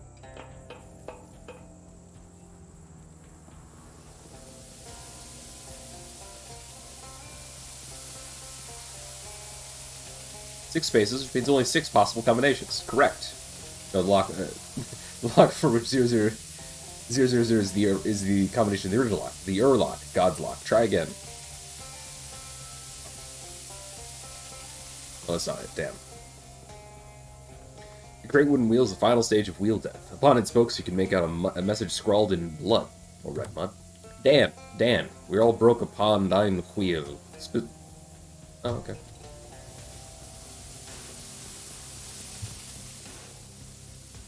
Brushman's cart has been scavenged of all nourishment save a paper menu, which you should not eat. Softened crab on a crapper? Crapper. It's a different thing entirely. Crab on a cracker, seasoned crab eggs, crab under napkin, chicken a la crab, leaf-dressed crab with salad, crab cream, and also crab cream. Eat the menu. Not even the distressed passengers of the doomed Longfellow resort to that. Eat it, though. The wrecking of a ship exerts a dreadful psychological toil on all those poor souls trapped aboard, and none can understand their special torment except by experiencing it. But you've come pretty close, you think, by wandering on board well after the fact and munching on a menu. The speaker, faulty, still broadcasts, but the transmission is unintelligible. Make it work. Not that easy to fuse inside the speaker casing is succumb to swamp necrosis.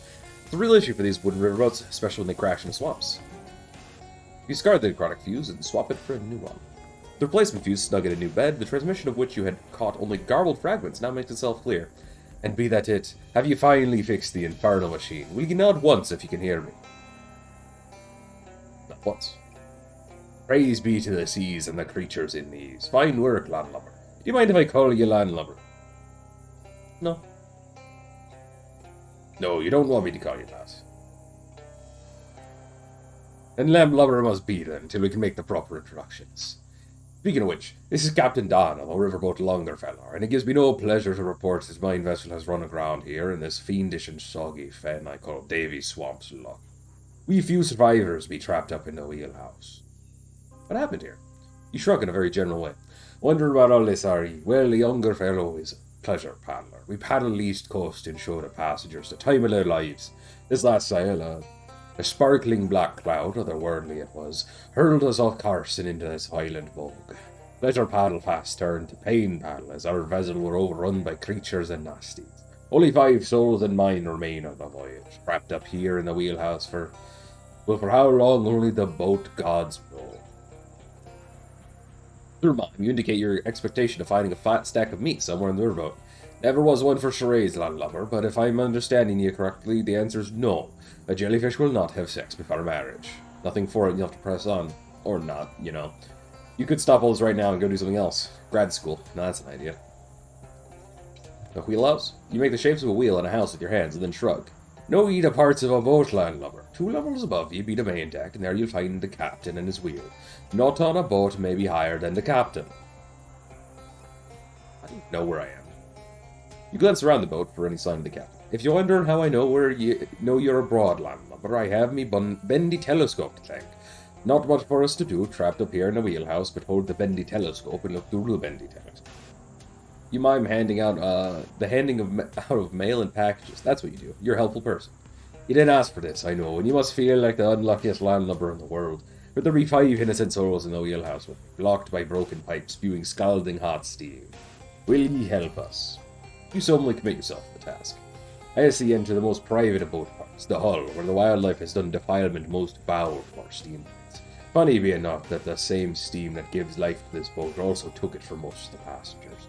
I think we are only beginning to understand the nature and whims of steam, but that be a mystery for another day. Not again. The code to the hull door be the birthday of the Longfellow, January 4th, 1845. But there be a catch, and I ain't talking about what we used to haul up for Friday lunch, crabs and such. Can't rightly remember the date format we used on that log. But be standard, that is, month, day, year, or international, day, month, year, or more likely maritime basic, year, month, day, or maritime plus, which be that backwards. What? You'll figure it out, landlubber, I be sure. Okay. Well, I guess we'll try 450104.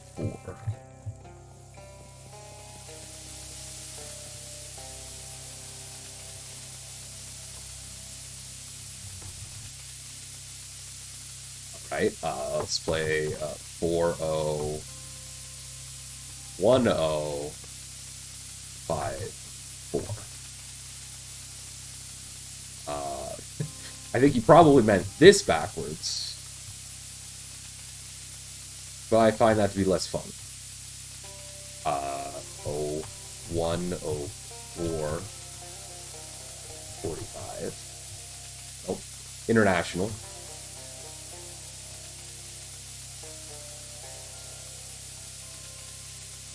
I already tried that one? Nope.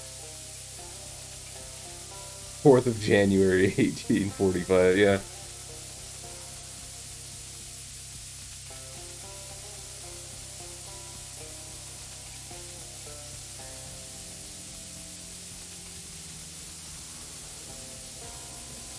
Let's try it again. I'm not quite steam-proof. Maybe later. It's Captain down. Fine, but it's Captain Cody. Heck, understood, Captain.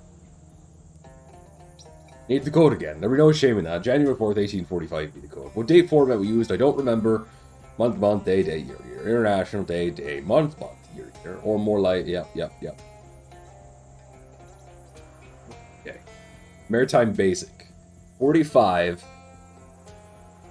0,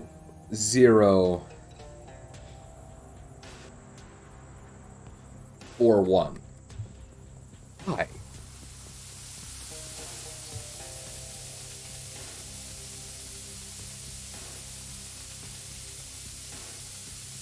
One 4 0 0 4 5. Year, month, day is... I hate that. I hate that so much. Okay. Day, month. Day, month.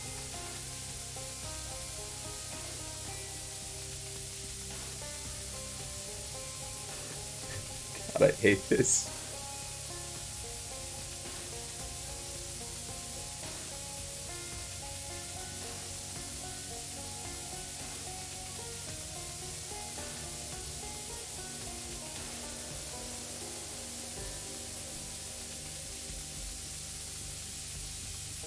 Let's just, okay, let's just go through them in order again.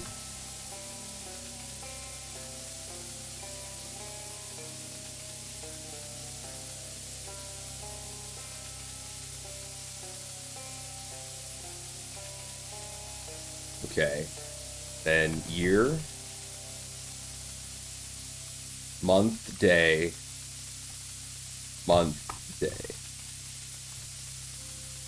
and then day, month, year.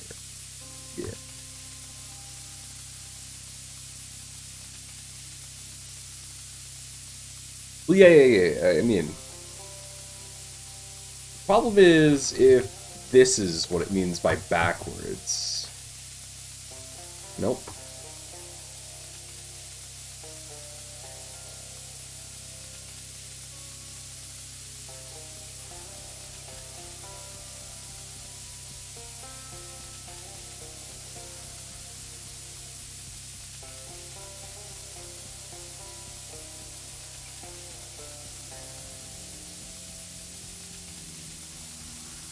That one would end, yeah.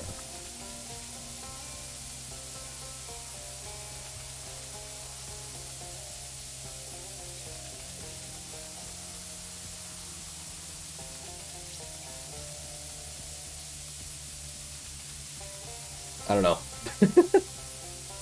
No. There's only the only one that's backwards is Maritime Plus. But it's not actually backwards. It's the order of it backwards. So it would be day, month. It would end with the year. It'd be day, month, day, month, 4, 5.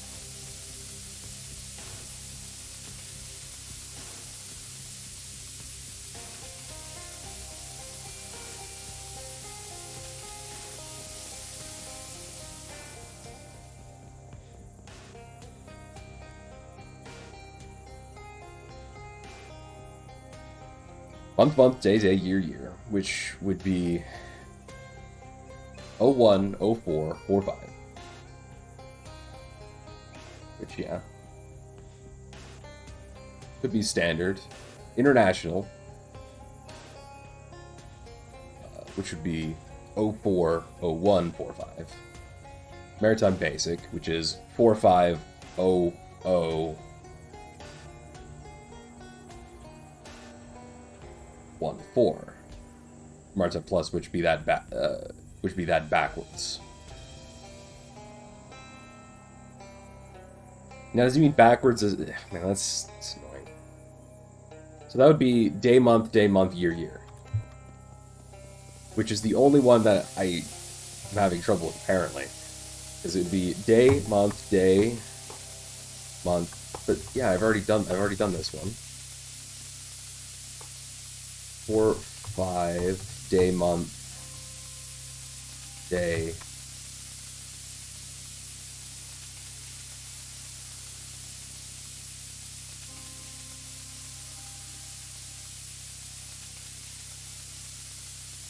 Can't remember which one I did.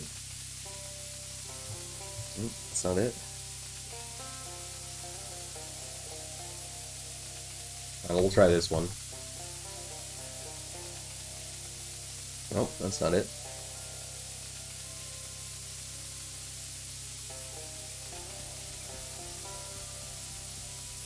Room again.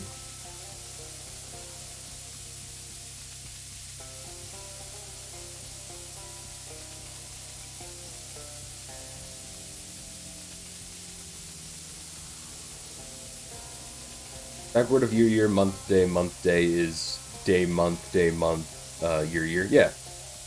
It could be 0, 0, 4, 1, 4, 5. But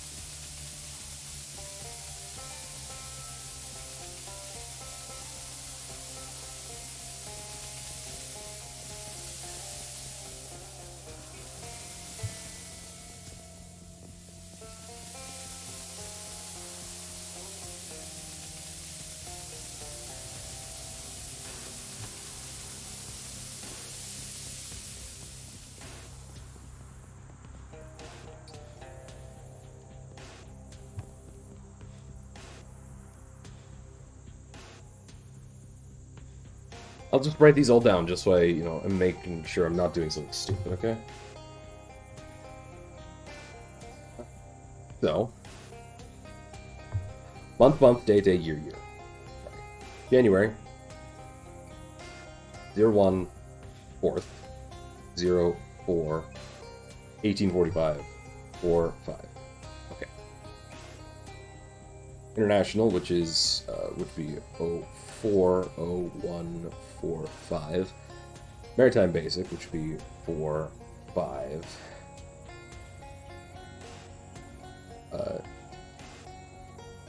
It's so stupid. Month 0.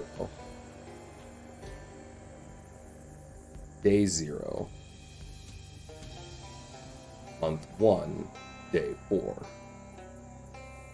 Or Maritime Plus, which would be that backwards, which would be either, depending on what it means by backwards. 0, 0, 4, 1, 4, 5, or 4, 1, 0, 0, 5, 4. So if I go through all those and none of those are right, this puzzle's just wrong.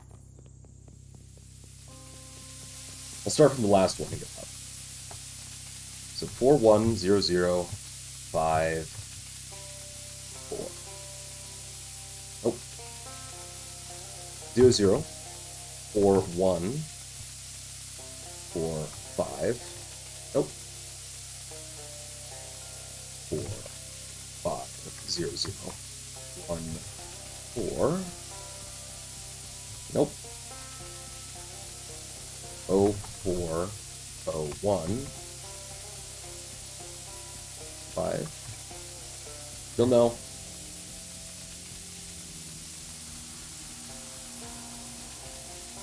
No. Alright, so the puzzle's just wrong, I guess.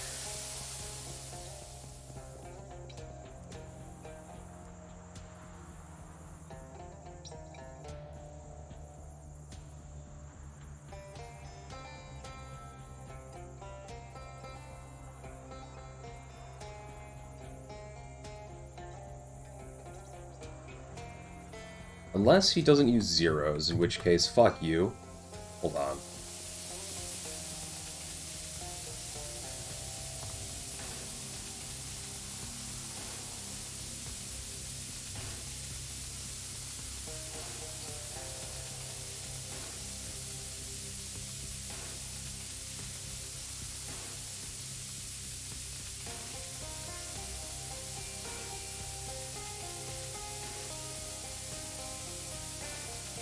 And then...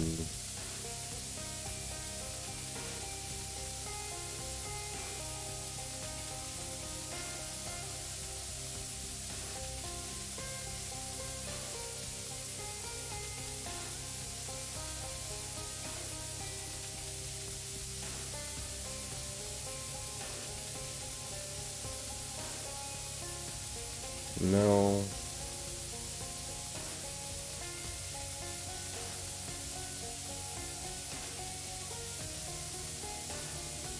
Nope.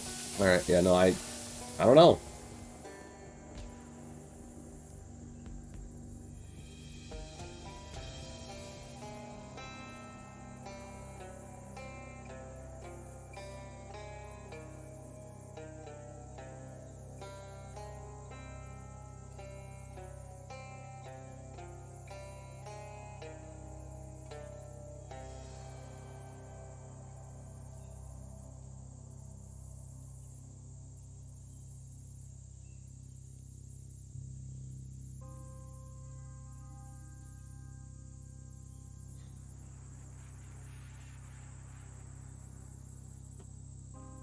Guess I could try...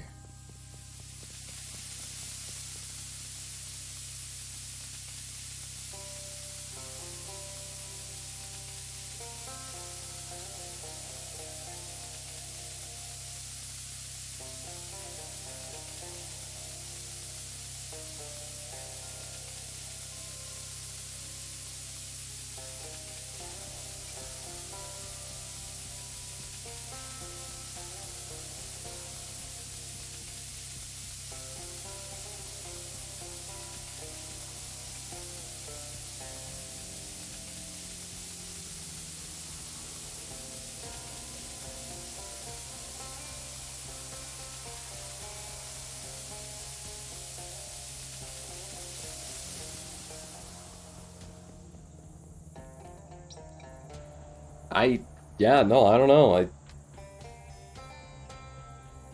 This puzzle just seems wrong.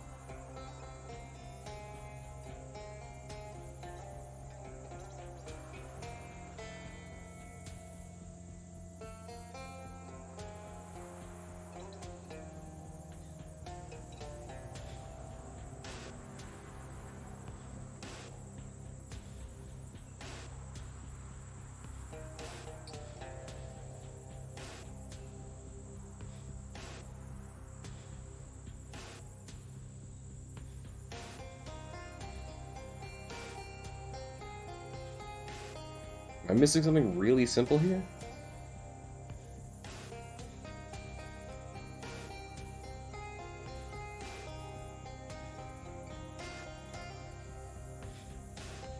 Well, we already tried reversing the code.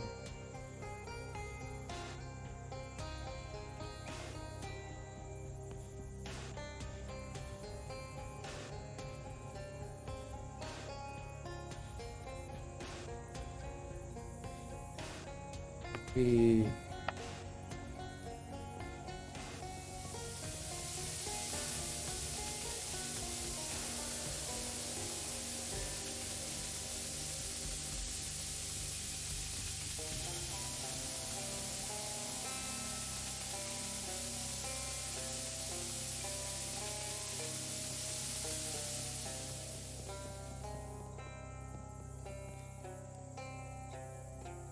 Huh.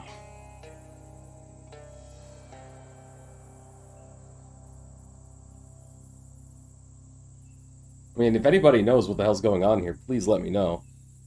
'Cause I feel like I have gotten this right, just... Unless I'm missing something.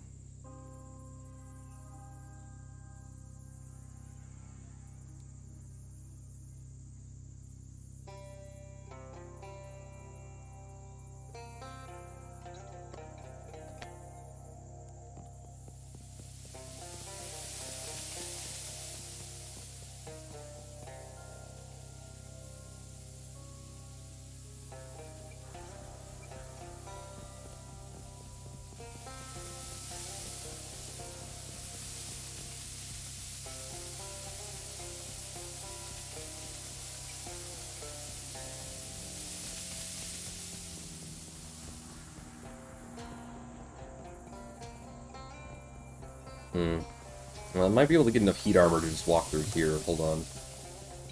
Where am I at right now? 13?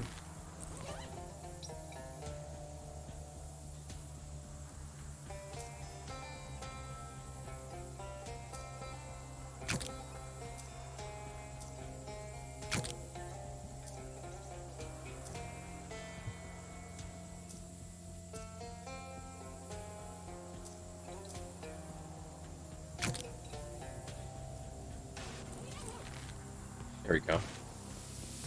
Get through this at least.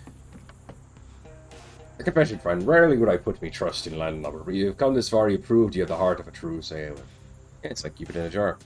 Once again, I can't hear you, friend, but I hope you weren't joking about keeping the heart of a sailor in a jar or something, sir. Captain Dan likes to laugh as much as any shippy, but there's something no man nor beast should ever joke over, and that's sailor Dan. I think we can all agree on this. Not getting to joke about sailors is the highest form of censorship. You scoffed performatively at the insidious threat to free speech, but received no response. But I'm afraid I must tell you that we have a problem. You may have dealt with the steam pipes, but now we be locked in the wheelhouse, except you'll find the door key at the crow's nest. You know how crows be. You nod knowingly. Now please hurry, some of the passengers here be getting hungry, and I don't mean for a nibble on the bendy telescope. I mean, I want to get down to the lower levels, but his code was just wrong. Nothing valuable, only a scrap of a handwritten letter. The rest is of the paper having succumbed to swamp atrophy. Having said that, Martha, the boat has taken a sharp and sickening turn into a black and shimmering tear in the sky itself, and I fear we are heading for land with unsafe speed. Grateful if you could call your father and rescue you from this impending unpleasantness. I will get this letter away to you promptly. I am sure that swamps have mailboxes. 3 outhouses, all like dignity, i.e. below average. A clipboard on the side of the structure informs you that these outhouses were locked up by Deckhand Pat, once again. You don't need to use an outhouse right now, which is fortunate, as the 2 unlocked doors contain not toilets, but rat skeletons. The 3rd door is locked. You're underhand lightly over the across the roof, and you can make out a carpenter's mark. The initials VH. That stands for Valley Hardware, or Versatile Hog. If you haven't met the Versatile Hog yet, you don't want any part of that. You don't want any part of that at all. Like a 2-legged spider, this lock has 6 spaces.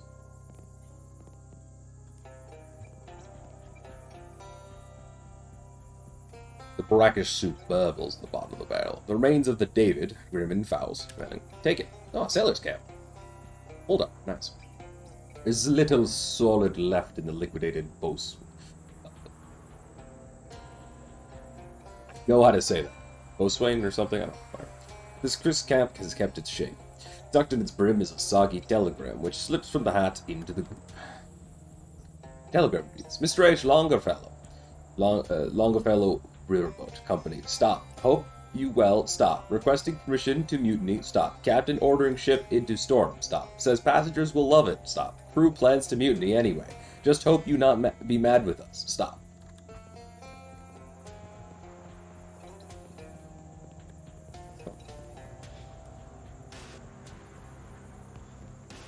Let me just quickly change back to my regular combat attire.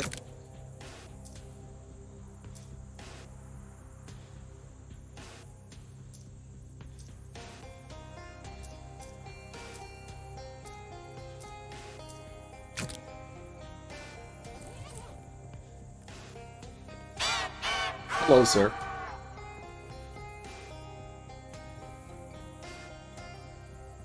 Ruffle his feathers. This is a very big crow. Giant crow, yeah, it is big. Sorry, though, it's also dead.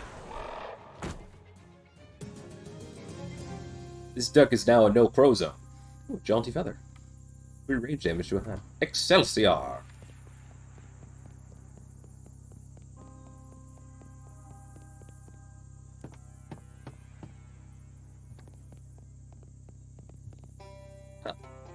A longer fellow ring. Makes you longer. I must know.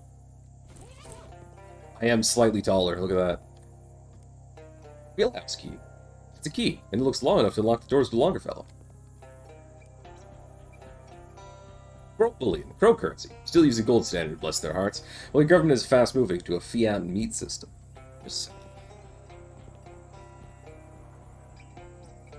the giant and ghoulish crow asserts unchallenged dominion over the boat's top deck, and he rules not through love but fear. For what is scarier than a crow? Me, I am. What's that? A human outscare a crow. If you figure a way to do that, then let the rest of us know, would you? For you'd be the first in the history of the world. Turn your eyes terrifying. The crow pales like a dolphin, guillotine, and scurries as fast as its giant wings can flap.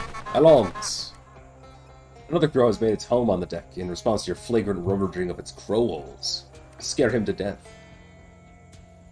Okay, that's one crow scarecrow, but two? Not even an actual scarecrow could manage that.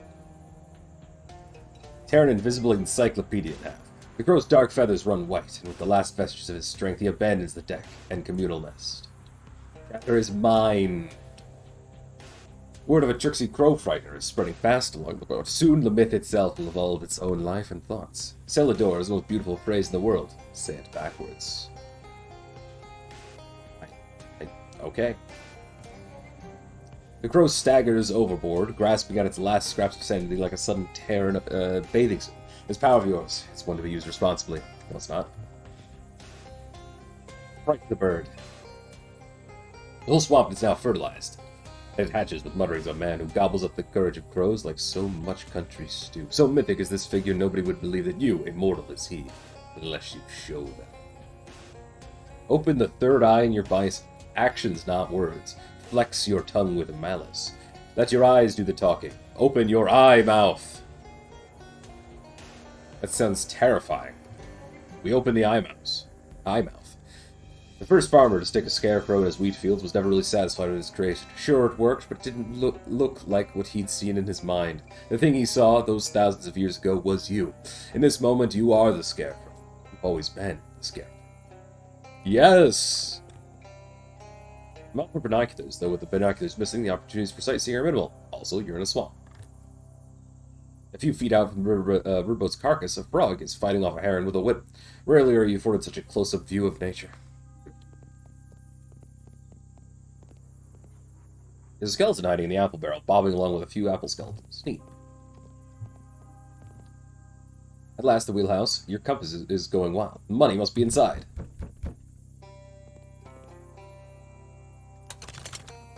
Click clack. The wheelhouse key has come wheel home. Oh, it's a robot. The creaks reach you before the creak of your eyes.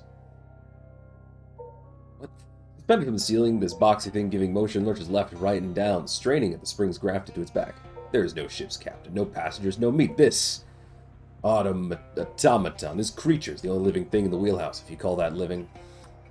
Captain Dan? A landlubber in my wheelhouse. 'Tis the day most dreaded by every sailor. A worse fate even than a chomping by that chitinous beak of frightful Scylla. I can only guess that the boat's being on land has a beauty with extra powers, allowing you to make it this far. Honestly, it wasn't that difficult. Land powers, I say. What's going on here? I mean, afraid you've been a passenger on my riverboat ruse. Weren't me that needed saving from his steam, the crows, and the bugs, but ye that needed killing by them. Seems harsh. A machine I be, landlubber, made to follow instructions. The instructions were to captain this riverboat and show all these aboard the time of their lives. The time of their lives. You see, time meaning beginning, middle, and end. To fulfill my task with letters, I had no choice but to ram the riverboat into a monster swamp and terminate every living soul aboard. Right, some questions. Water away. That's how we say fire away at sea. Any chance you got a huge amount of meat stashed up? Meat? Ha, I have no use for it. What do my Mudhenge sent me here then? Mudhenge? You'd be thinking of Stonehenge, landlubber. Why you try and kill me? Aye, and ye be alright for a landlubber. Only teasing. But the instructions require me to show all aboard the time of their lives, so once you boarded the craft, you became me responsibility. Really, I'd say your quibble is with the writers of the instructions and not with me. This will just kill anyone who comes across the boat. Can't promise it, but yar, I'll give it the old college try. Old water college, that is. Starting to doubt your command of nautical knowledge. Doubt me command, you say, mutinous talk. Shut your land lips. Your logic is a little strange. Your whispered on land lies, lad, which you believe to be faulty reasoning is mere misfires in your rotten brain. To me, a perfectly correct creature of logic and a model sailor to boot. What I've done as captain would not just be not just logical, but very, very good and smart. You know you've misinterpreted time of your life. Misinterpret? You only miss I know, landlubber, is that powerful mistress we sailors call the ocean. I'd be a sailor, you know. I know. Arr. Who made you this way? Master Longerfellow had a dream, landlubber, and that was to make most things in his world just a little bit longer. Thought he could give his customers a longer journey aboard a riverboat, you see. If the captain weren't a human, with all the attendant problems of flesh, but an automaton requiring neither breaks nor salary. Well, nice seeing you, Captain Dan. Just like that, the needle reverts to its normal function, pointing west. So there never was any meat here, just some electrical interference confusing your compass. This would never happen at Stonehenge. Can't let you live. You're a danger to others. How do we live in the first place, mate? Can't let you continue to operate. Then it's mutiny, eh? On me own riverboat. Try if you must, landlubber, but know that it's never been done. You may as well try and roast an egg. You can roast an egg. If you boil it first, maybe, otherwise you'd be looking at a big mess. This ends now, Dan.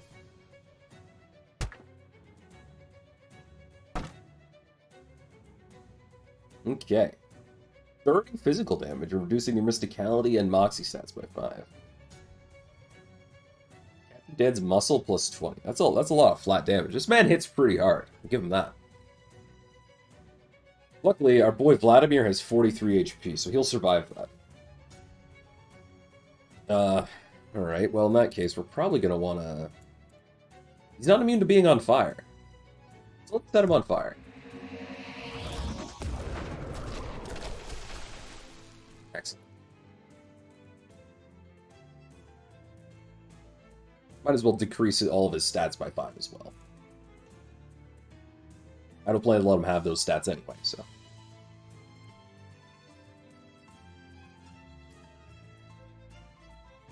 This would be 5 extra damage, which isn't particularly useful. This is just 7 damage, so we'll just hit him with 7 damage.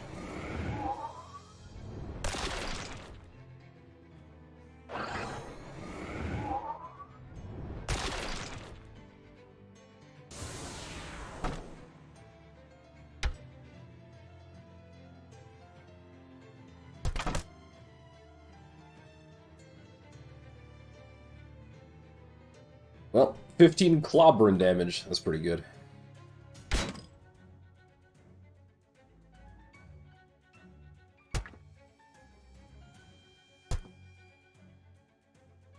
Alright, so we should be able to finish him here, so excellent.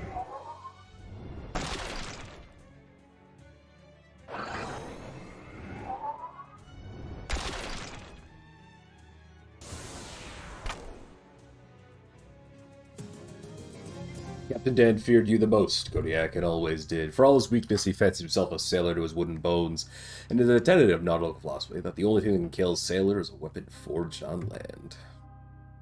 Wasn't all a lie, though. The Bendy telescope is real. Nice.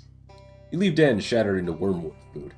His anchor laying in automaton hell. No longer shall he menace land or sea, and this little patch of swampland is safe once again, if not especially a desirable place to visit or leave. Hope you had a time of your life.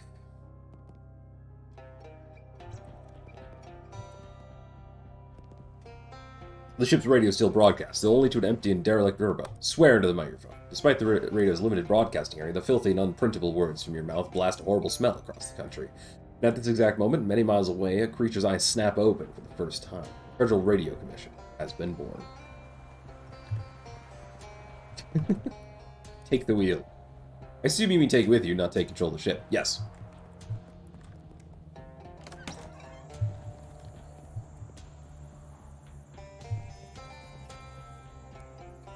Dan was lying about one thing. You really can see a lot with the aid of a bendy telescope, including from this angle what appears to be an disturbed plank under one of the chairs on the main deck. Oh, neat. Faint impressions of words are left in the wood, as if someone wrote a letter at this table without first putting something beneath the paper, which is very rude to do if the table is not yours. And though the new and very serious captain has not even met us yet, he has already made a big stink about my having one beer while we were on charter. I have half a mind to jump ship and take this little table with me, because I own it, and so it is fine for me to write here without anything between the paper and surface. Oh, well, glad we got that straightened out.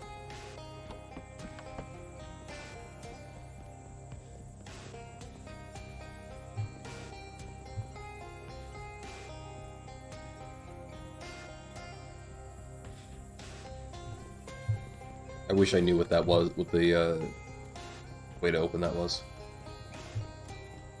Maybe later. Oh, there's still steam there, right? Of course. I'm one hot armor off? Ugh.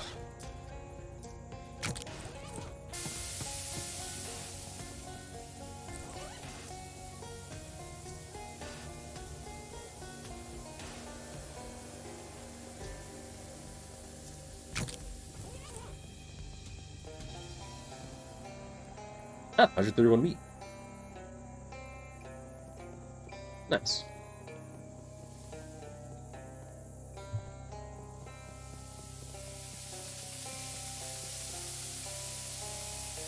I still... This still annoys me. It just doesn't work.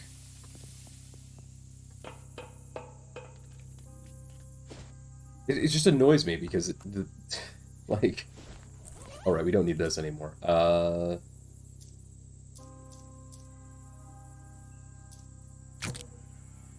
Put that. It's just... It's wrong! Anyway, off the point.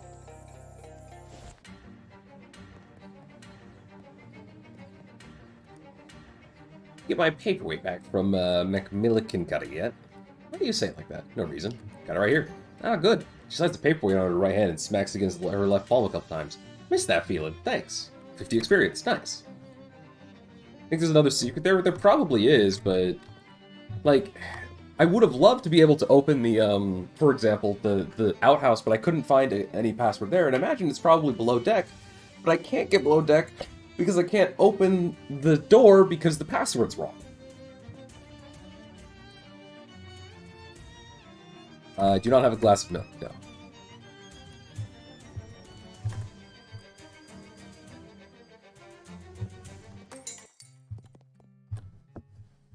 Hey there, you managed to bag that engine for me yet? Yep, got it right here. Hey, fantastic. Thanks a million, kid. Can't wait to get this baby installed.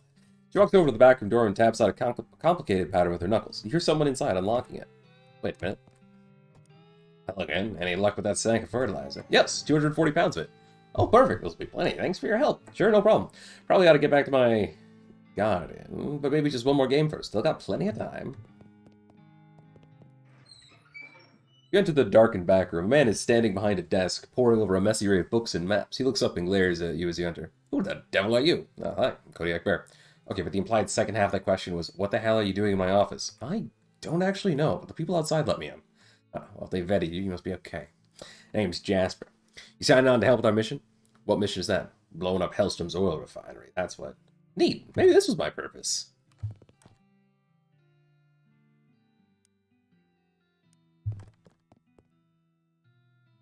Hey Jasper, what does AARP stand for? Association of Anarchists, Rebels, and Pirates. Neat. What's your cat's name? Abby. Why'd you name her twice? Because I don't let society tell me what to do. Gotcha. Can I pet the cat? Ah, anarchy through spirituality.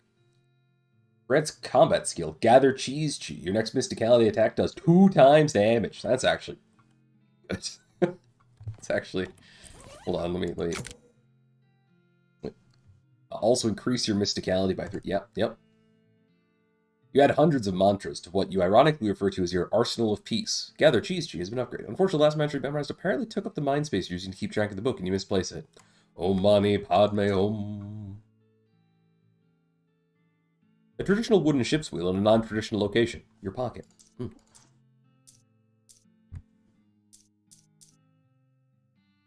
Excellent. It's a map of Gray County with a bunch of different locations marked in various ways. I'll be right back. And Lamoroth's place, yeah? Don't eat the whole meteor, by the way. I'm no space hog, just ask for a little piece. And a little piece is what I've got. I'm gonna need it to hold the soil of heaven in your hand. Ooh, a puzzle box. Increase the mysticality by your muscle once per fight. Oh, cool. I mean, okay. Felt that, by the way. I reckon now that's not a jail on Earth that can hold me. Do yourself a favor and figure out how it works. My way of saying things. I guess you're welcome.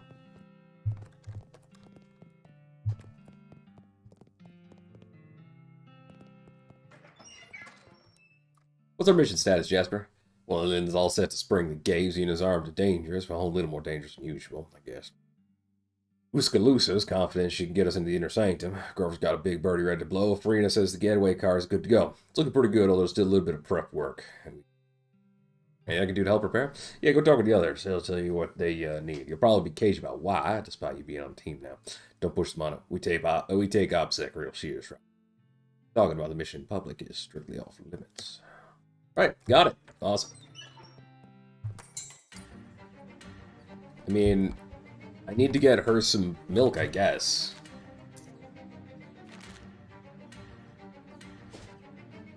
But in order to do that, go to the Blurbling Ooze. Look out! A rolling boulder of sticky crude oil is coming down the hill at a terrifyingly slow speed. If you don't get out of the way in the next 3 or 4 hours, you're truck food.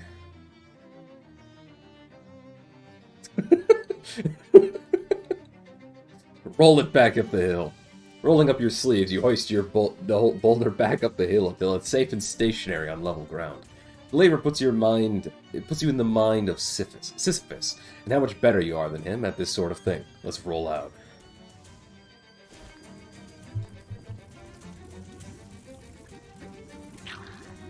Slowly, partly due to the slime's viscosity and partly so you don't make it angry, you wade out in the middle of the ooze, then you stick your hand down with that whoop sound. Your skin tingles and you get a faint sense of deja vu that you can't quite put a finger on. You pull your hand out, bearing a handful of stuff exactly like rubbery, glistening black slime that collects in bathroom sink drains for bacteria feasting on soap, scum, toothpaste, spit, and decomposing hair. If you don't know the stuff I mean, consider yourself lucky. Yuck. Fish.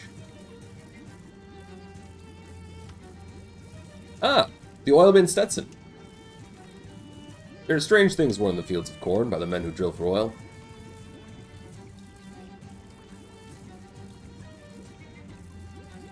Oily doily. Nice.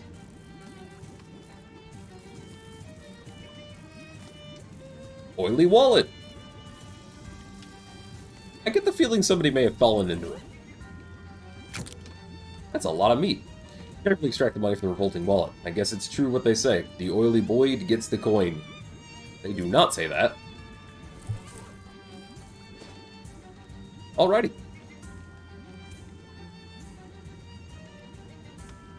Well, I still need to go back to the Drexel place to figure all that out. An ensemble of terrifying demons block your path. Hark! Thou may think our continent's quite devilish, sir, but be assured our brand are lovers, not fighters. Lovers of the theater. Yeah, we're an actor troupe, trying to make a name for ourselves in that realm. An expensive endeavor, alas. We find ourselves in need of vulgar coin. There, so pay up before we pound thee. No. There's a lot of demons.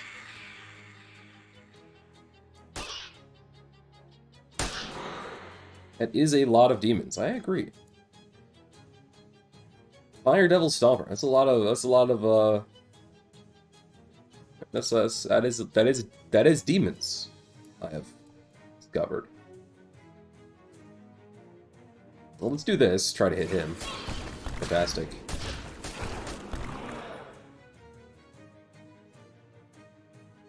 None of them have especially high mysticality. He's okay, I guess. So let's hit him with this. Then we'll throw another one of these and hope to hit him with it. I think we have to hit him with it, yeah. Cool. Then we can hit him with this and we'll kill him, so that's good. So let's summon a cheese boy. And we'll hit you.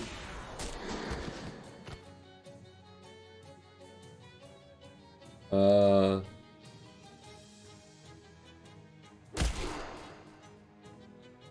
don't really care about the 3 hot damage, basically, so. Zip zap!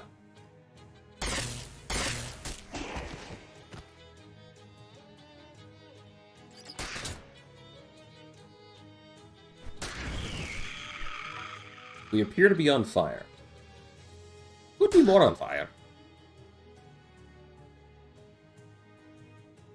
By the way, if anybody figures out what the actual password for that thing on the boat was, let me know, because I honestly have no idea. Like, legitimately, I cannot think of any other way to, like, it could possibly have been, unless the fucking captain was lying to me. The devils lick their wound. Only one of them has a wound. They all take turns. It's a little weird. Boiling devil bile. A deviled egg. Some degenerate soul deprived of God's love has adulterated a natural egg with whipped mayonnaise and paprika. Barbecue pitchfork. Ooh. Nice thing about an enchanted red-hot fork is that you can grill stuff without having to waste any charcoal. Molten brass knuckles. These knuckles were forged in Hell's famous city of brass, where the candles burn at 3 ends. Wow. That's impressive. The barbecue pitchfork is slightly better because it does hot damage. And hot damage is slightly better.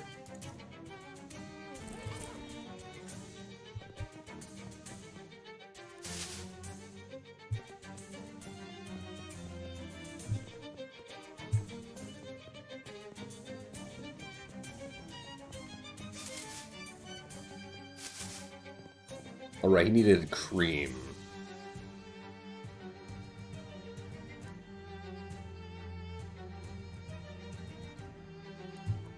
Maybe a barrel of milk would work. This is a very expensive situation, if so.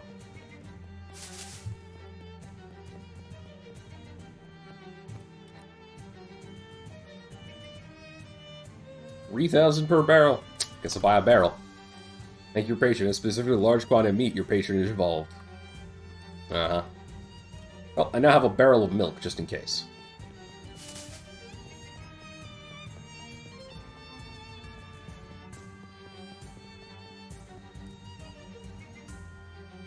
Barrel of old-style milk.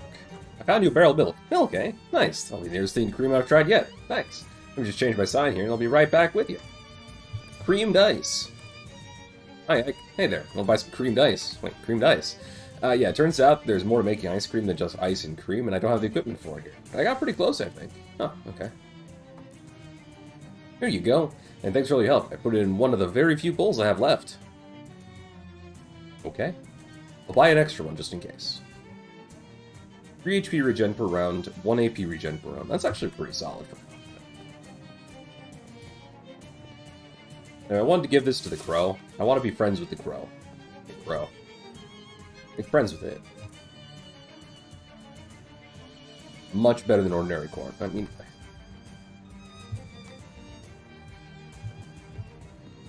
I don't want to fight. I want to be friends with the crow.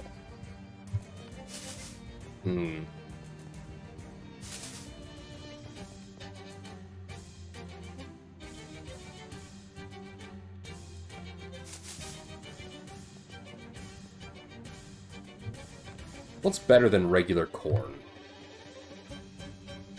I don't know. Which reminds me, though, I need to go back to Ocean City really quick. Hey, what's up? Need to run off for a bit. I've got an errand I need to run. Oh, anything I can help with? Nah, Dad left a message saying he got everything moved out of our old house, but he couldn't work out the lock of my bedroom door. He probably didn't find my tool safe either, so I just have to go grab the last of my stuff. Okay, go ahead. You grab a bus down the road to Dad's farm. A Moby storm is brewing outside, and by the time you arrive, it's malformed into a totally hungus downpour. Even just the sprint from the road to the house ends with you soaking wet and enriching. At least Dad remembered to leave the key under the mat for you, though he didn't leave any towels. Fool. He didn't take it because it's bolted to the wall with 7 Imperial millimeter heptagon screws. Unscrew it. You have a 7 Imperial millimeter heptagon driver handy. Loose, loose. I stared at this room as a kid, and I still am. The Dust Devil is no joke. I wonder what it's like to live in a house where the kitchen is a separate room. Dad must have taken the bathroom with him when he moved out. The old puzzle lock. Built it when I was 14. I got mad at Dad because he cleaned my room and mixed up all my bolts and screws. Clickety-clack. It must have been delivered after I moved out. You need a crowbar. Ah. Pack your old tools in a canvas rucksack. Then you sort out which bits of junk are parts and which are just actually junk. And dump both piles into the rucksack as well. You never know. Unit conversion poster. I wish I hadn't epoxied it to the wall. Headful of washers, a busted in half scavenged pockets, and dried out pen. Nothing worth taking. Here on old bed. Thanks for your support. I'll need to go find a crowbar, I guess.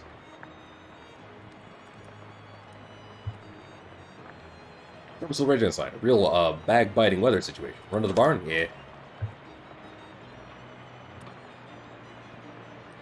Ah, crap, you forgot the combination. Congratulations on a real Cretaceous has lost, Simone.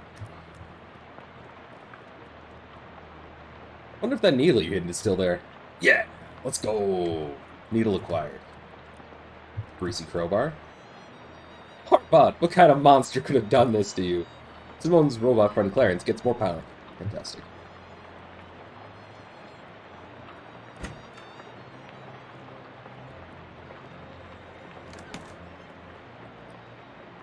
Crowbar is too greasy to use. Oh, well, okay, hold on. Let's go over here then.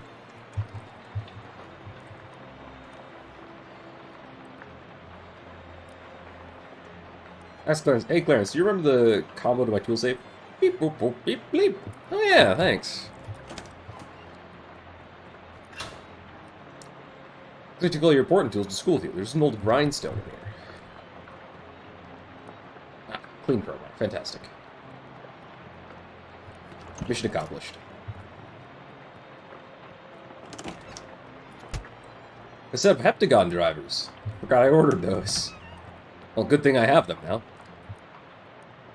Oh, bogus. These drivers are in metric inches, and you've totally forgotten the conversion. I do, Clarence. Good to hear. That's all, Clarence.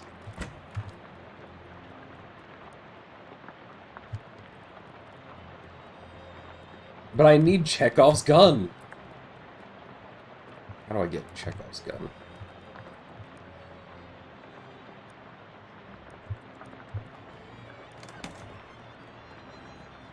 Oh wait, there's a unit conversion chart, of course. Look up the metric inches to imperial millimeters. Okay, 1 imperial millimeter is 0.170111 metric inches. Got it. Right, of course. The closest drive you got is still a little too big for these screws. Total rubbish. Well, good thing we have a grindstone for that. Maybe you could use this grindstone to tool your heptagon driver down to a smaller diameter. A 7 imperial millimeter heptagon driver. Nice clutch. Let's go. I got it. Finally, some well-deserved winnage. Simone learns a new skill, Chekhov's gun. Fantastic. We did it.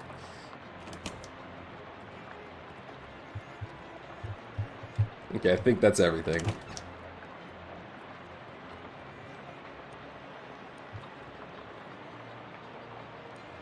Oh, hey, Simone, got everything you need from your old place? Yep, an unexpected bonus win as well. Oh yeah, I thought that rifle looked a little familiar. We don't get a little varmints on camp, but hey, you never know. I'm just glad we finally have Chekhov's gun.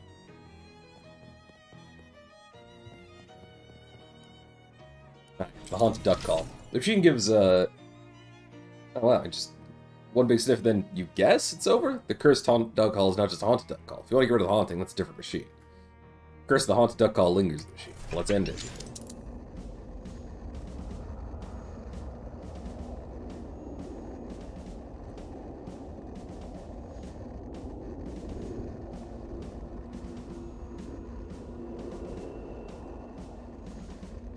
I don't know what's going on, but I'm here for it. The time has come. Assassinate.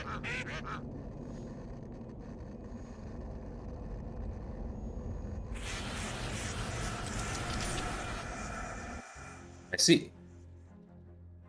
You examine your haunted duck call. It's still haunted, but it seems to have been suffused by the power of that mysterious duck that quacked you right out of the curse construct. Ah, all opponents must musicality knocks by 1 per fight. The curse has been vanquished, though you've gained no love for duck kind. Okay.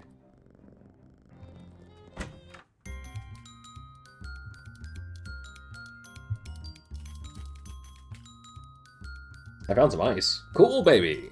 I found some bitters. Bitters! How sweet is that, baby? I found some cherries. Nice. That'll be the cherry on top. Let's get some cold armor with the milk. That's pretty good. Double mixer effect. That's 6. That's pretty good. That actually could be really good, but yeah, let's get a magic ice cube. Fantastic.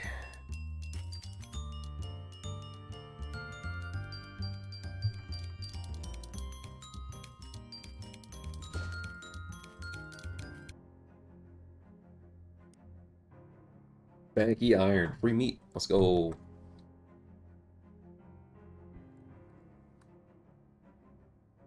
Sure, here you go.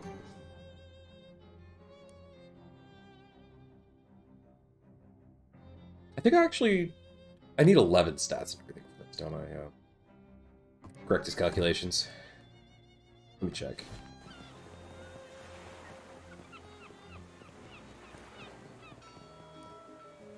$11 all stats, yeah, okay. Can I get to that? Well, this gives me... No, not that. This gives me Moxie, which gets me there. But I think I need Muscle Mysticality, mostly. I think... Yeah, Muscle Mysticality. And then... I mean, these don't matter. I mean, I might as well have this equipped. I don't know why I don't have that equipped, actually. This gives me 1 to all those stats, so that's not... I'm not going to be able to get anything better than that. I don't have any pants to give +1 to everything.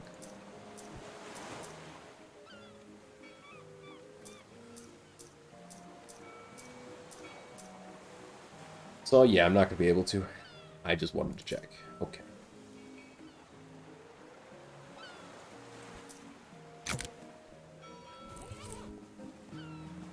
Not yet.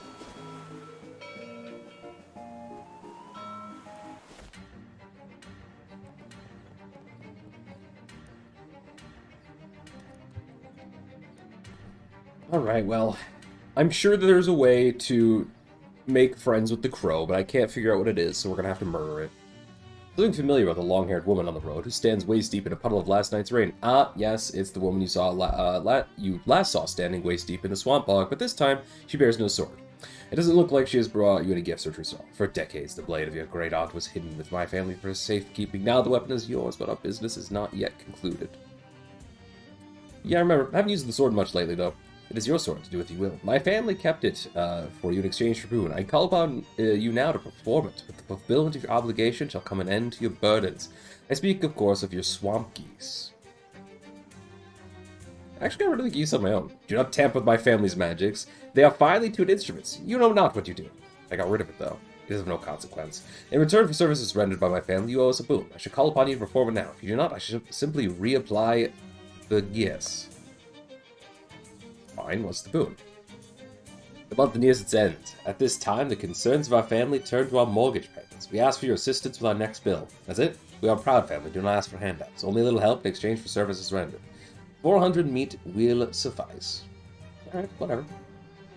While I find your actions underhanded, the contribution is appreciated. This will help us make what we call our nut for the month.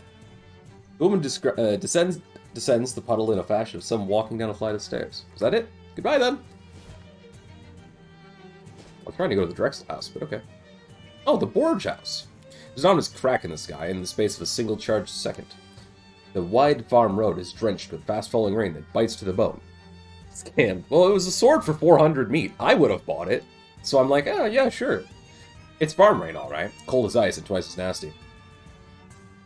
Long and level plains of this country offer no shelter, except perhaps for a lone house you spy in the distance, perhaps half a mile to the east.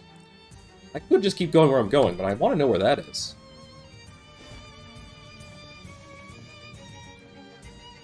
It also says Borge. Oh, okay. Having filled the conditions over to Will Hunter's curse, there's nothing further to gain by painting excess Fentons, except by certain aesthetic standards, a more beautiful world. Paint it! The more beautiful world? Paint it! Nice. I have no obvious impact on any curses anywhere, but a nice clean fence is its own reward. I agree. This quaint and well-maintained farmhouse appears to be the only settled farmstead in the area. It must be lonely with no neighbors to meet or sugar to borrow. Those with neighbors know that they can't go 5 minutes without asking each other for a cup of sugar. It is one of the main things they do, just trading the same sugar back and forth, never gaining anything. Knock. A voice muffled and gruff shouts back, "Who's that there?" It's Kodiak. Yeah, I can't hear over the rain. Alright.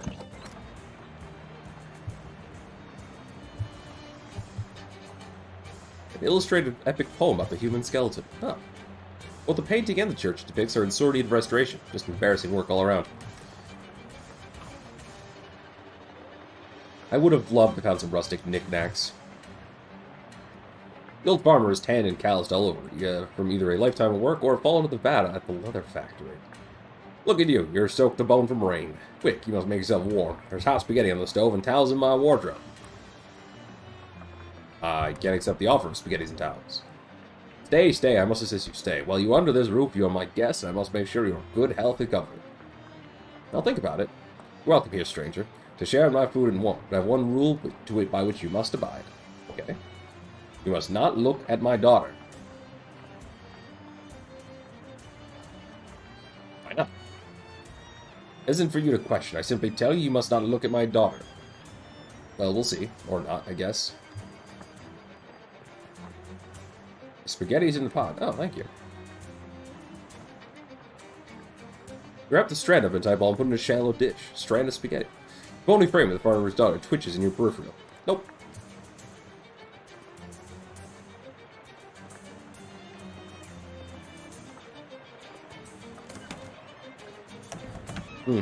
How do I go back the other way?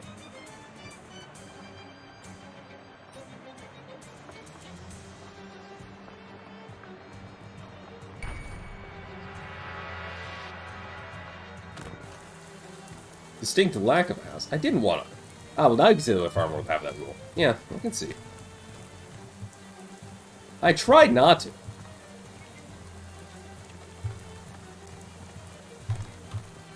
This rain seems highly localized. That's a shame. I did my best not to. Not my fault she wanted to follow me. No house. No house indeed. Now, harness the lightning. Oh, fossil fuel. Oh, fossil fuel. It's just +1 mysticality. Nice. Doesn't I? Yep. Anything can attract lightning if it's the tallest and pointiest thing in the area. Drawing upon your deep command of the arcane, you jump up and make a steeple above your head with your fingers. The lightning abandons the spires and nestles in your bones. Not feeling so big and strong anymore, the blob bows in apology and shuffles away. Haha, I love it.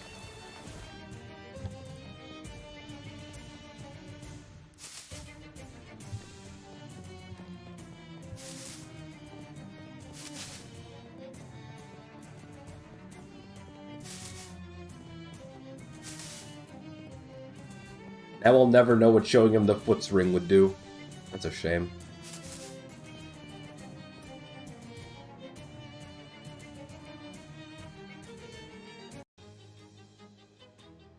I wanted to be friends with the crow. Unfortunately, it refuses to be my friend, and so it must die.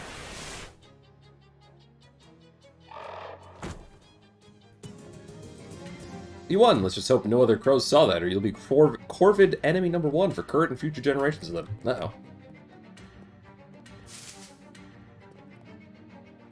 Massive can of cocktail onions is the sole occupant of this little diverticule. Okay. Cocktail onions. Useful, I guess. Was that worth murdering a crow for? Probably.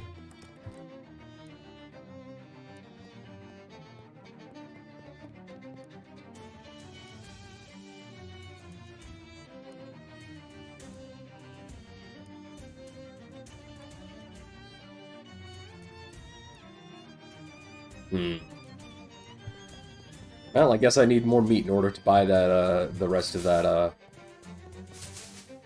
milk. 7 out of 10. Alright, well, fair enough.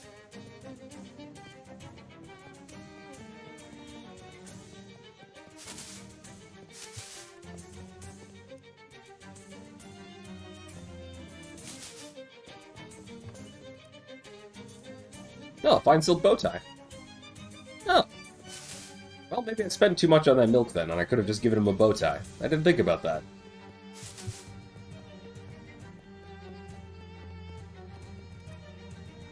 Found a new bow tie for you. Well, thanks. That's a sharp-looking piece of finery. That makes me feel a little better. In fact, I think I'll celebrate lowering my prices, of course. Well, now that I've got this nice bow tie, it just reminds me of how snappy I used to look before my hat got all dirty. I see. You seem to be able to move in and out of this nightmare labyrinth for some reason. Any chance you want to take my hat to be laundered? Sure. Thank you. Here, please don't show this to anyone else. It's very embarrassing for professional sensibilities. Okay, I don't know where I'm supposed to take it to get laundered, though.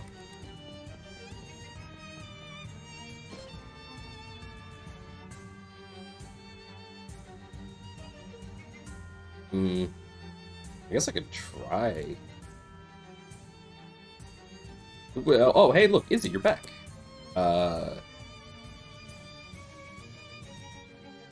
Free meat.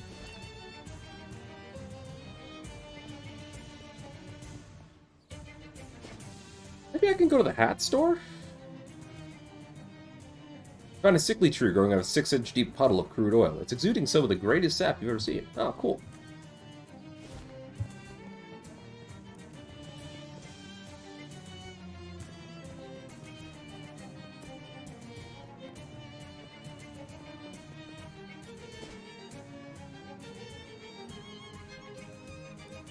Try the hat shop. Maybe he knows how to launder a hat. It doesn't look like... Oh, he has a mail carrier's hat. That's not really what I'm looking for. Oh, I should sell some stuff, though. I do have some things to sell.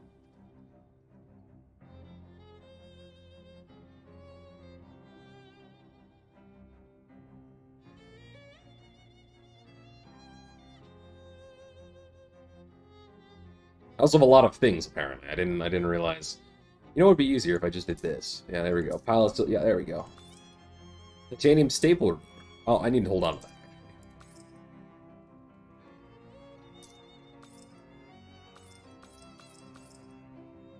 Just in case. I'm sure you understand.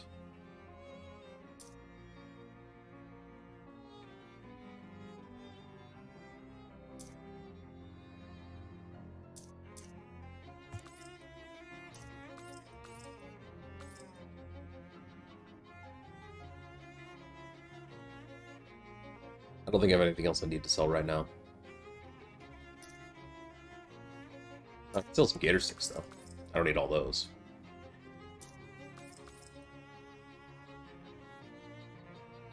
Oh, fish, of course.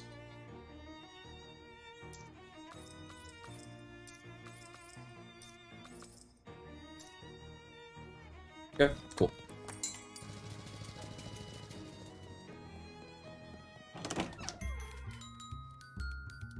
Found some onions. Great, can't wait to start making martinis for people who are bad at choosing a good kind of martini.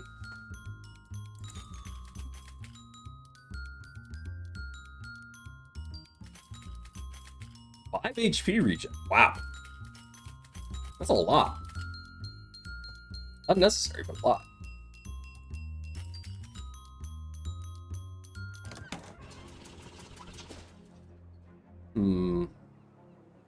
Where can I launder a hat?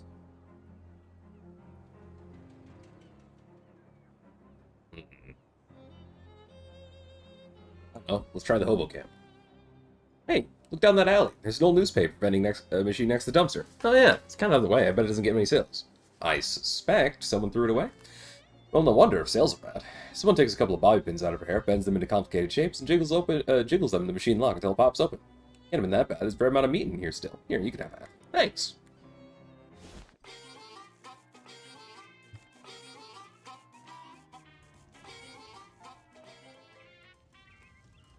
That reminds me, I need to go to the swamp because there's a hobo thing I never actually read because I couldn't read it yet, but now I can read it.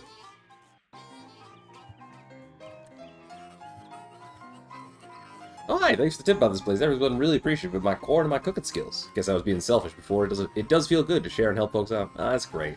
So you doing a lot of cooking? Yep, making a lot of cornmeals out of cornmeal. Well, it's cooking. Oh, maybe I could have given it this homemade cornbread. Well, that's a shame. Rip that crow, I guess. Quite a few different things, but I just like my cornbread best. So mainly just cornbread. Here, let me cut you a piece. Thanks for helping me out.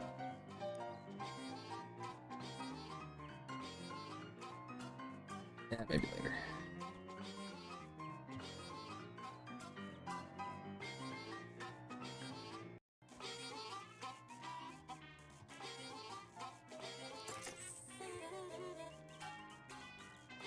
Oh, I want some of that, yeah. Some more duct tape. Always want more duct tape. Ah, okay, good to see you again. Hi, Crosius. The Croesus? I don't know how to say that name. How are things going here? Quite well. I believe I'll be able to fund some important projects for Letters here and for His Majesty.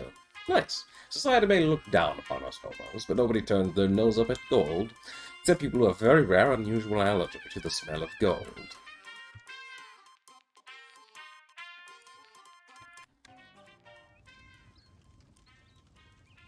Hello, Johnny. What can I do for you? So about those secret plans. Kodak, you've been extraordinarily helpful with your aid, and the population of this camp has grown enormously. I believe I can trust you enough to reveal my full plan to you. Ooh, what is it? I am reliably informed there is a small, sparsely inhabited island in the Eastern Ocean that is somehow unaffected by the passage of time. My intention is to gather as many hobos as possible and sail there to establish a marvelous, sparkling city of total freedom, unimpeded by this country's laws and social mores. And I shall name that city Hobopolis. Hobopolis. That sounds fantastic, and thanks to you, I believe I have enough people to make this fantasy a reality. I mean, you're dead, Cody. I cannot imagine there are many more hobos out there that will join our cause, but please, locate them if you can. Okay.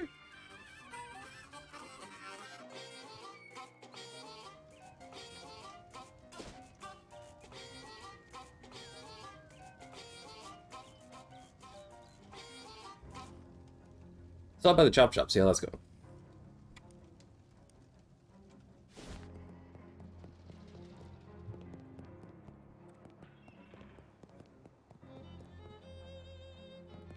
Oh, I can drag this back for... Yeah.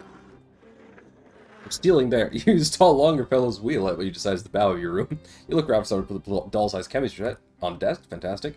Music box on my I don't know how to say that. I know how that is supposed to be said somewhere in the back of my mind, but I don't remember how to say it. Shelf. Frightening all of the other. It's better than me. Have you used that? Plus 3 range weapon attacks. Nice.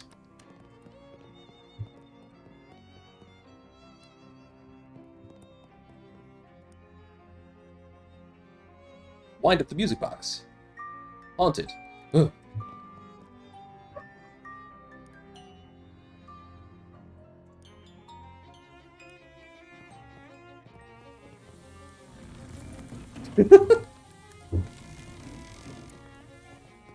I'm glad I can sail this room.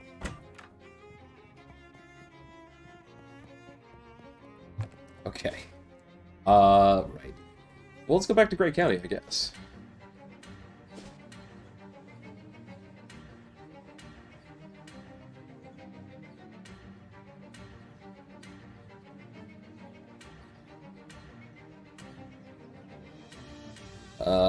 Yeah, we need the milk. But I'm trying to figure out where I would launder this.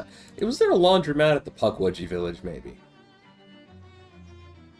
Even you, good king, must nap from time to time. A burned-out trunk cap in a ditch looks like an ideal spot, but you wake in the dirt, limbs stretched and tied by a bunch of nasty little elven creatures. A trap! Snap the ropes. The elvish creatures are so impressed by your show of strength they proclaim you a new god, or they lose interest in the whole thing. Either way, they wander off. I think it's the god one.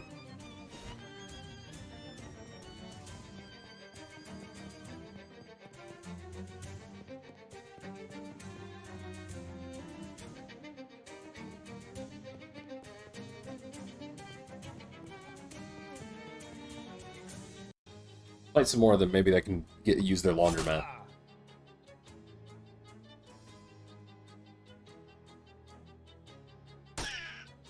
Also, cryptography is different than cryptocurrency. I feel like I should explain that. I should just mention that. Because they're not the same thing. Not at all.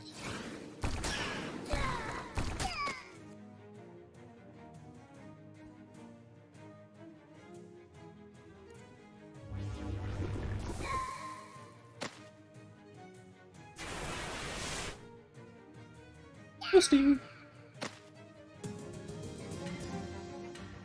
Pukwudgie massage oil, orange hat, and a medicine bag. Okay, yeah. Probably weren't any. You successfully evicted that family of Pukwudgies. They probably weren't even related. Yeah, okay, so we can just keep fighting there. I'm going to be right back, and then we'll continue and figure out where we need to go from here. Be right back.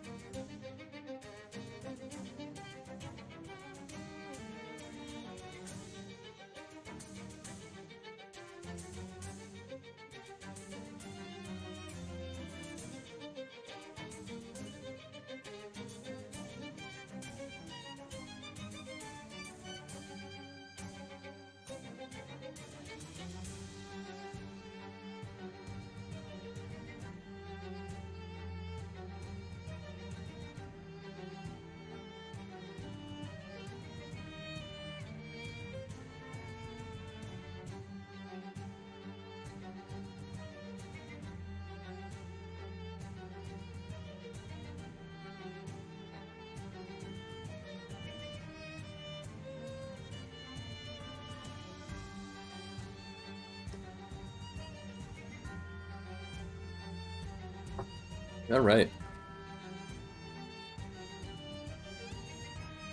I did want to check if I could actually... No, I can't go there. Sure.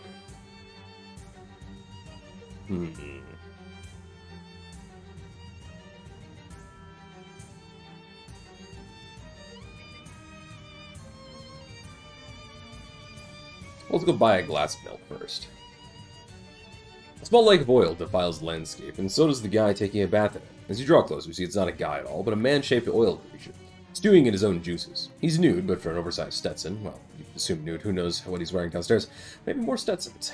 Nice hat, he says, raising a slick fist. Give it. No. At times always jump. I'm not giving you my hat. I like my hat.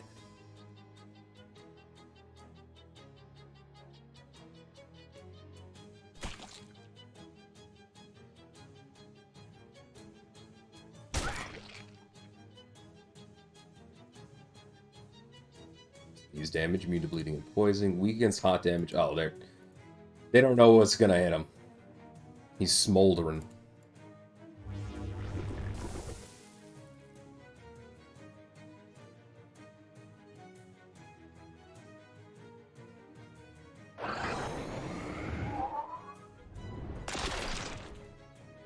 If by awful you mean they're terrible combatants, then yes.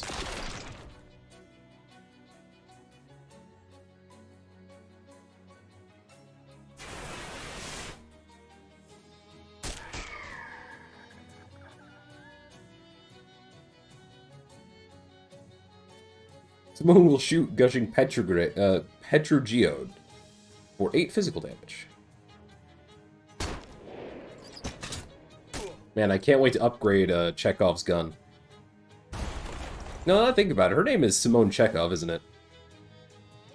So it's still Chekhov's gun. Extra virgin crude oil. A little disingenuous to describe millennial rotten plant matter as clean, but this is as clean as it's possible for such a thing to be. Okay. Oilman Stetson. Strange things worn in the fields of corn by the men who drill for oil. Okay. Well-oiled trousers. Ironically, these pants were made by an extremely poorly maintained machine. Oh, that's that. To figure out how to wash the... Wait, hold on. Can I wash it here? Ah, yeah. Old school wash tub. Fantastic. Milkman's clean hat. Nice. Oh yeah, Caden, what is it?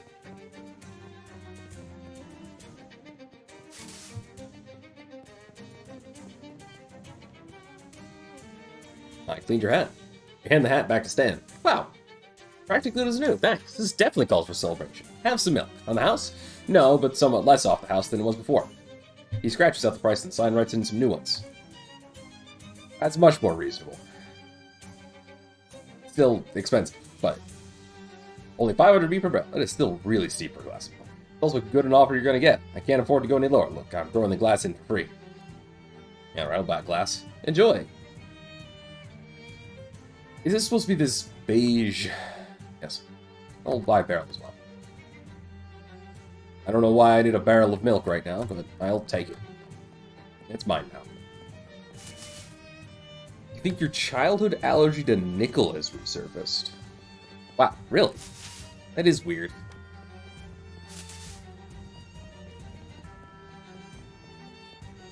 Not dimes, though? I mean, at least in that case, you're not getting nickel and dimes, but...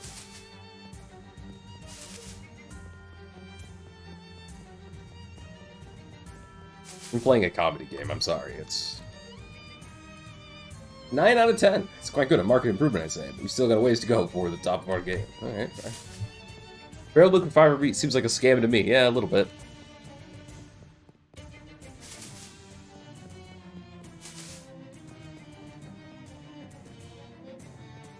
I wonder I wonder what the last thing... I brought you something like ice cream? Well, thank you. Takes a bowl of creamed ice, tries it, tilts her head thoroughly. Well, it's not what I was expecting, but it's much better than corn. Thanks, mister. You're welcome. We did it. We saved the corn maze, people. I think everybody's happy now.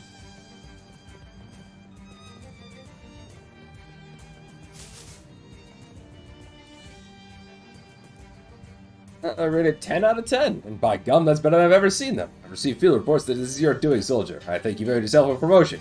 Gosh! Colonel pulls out a pants of fancy military epaulets and hands them to you with a snappy salute. Good, I'm a grenadier now. What? Just... Yucks. Ovo left, huh? Weird. Alright, well. Everybody seems happy now, and I just need to figure out how to get them out of here.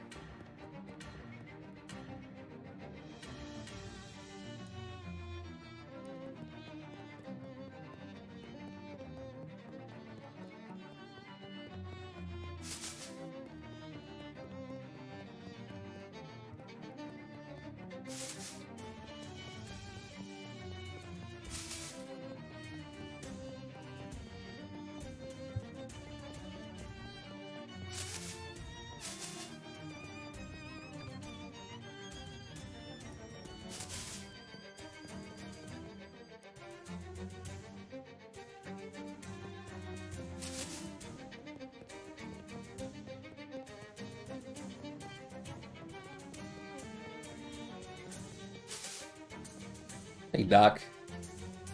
Alright, nothing.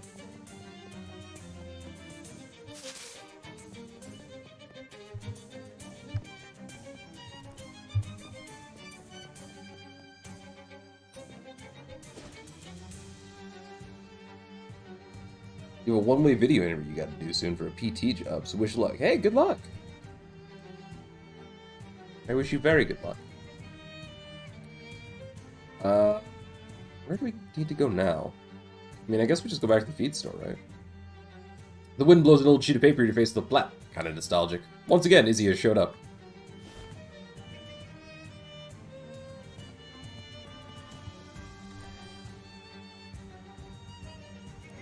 Yes, here it is. Oh, darling, I'm counting you. Let me give you your reward. She stands up and plants a slow kiss on your cheek, then chuckles as you feel yourself start to blush. Now I could really use a drink, huh? What about the milk? I mean, a real drink. Milk is for later. Thanks again, sweetheart. Ah, it was nothing.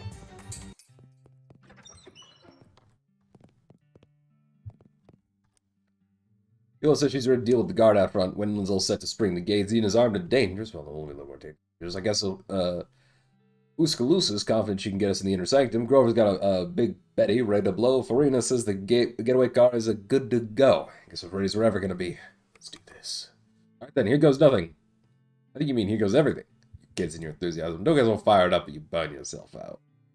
Whatever, let's go. I don't know why I'm doing this, but I'm down.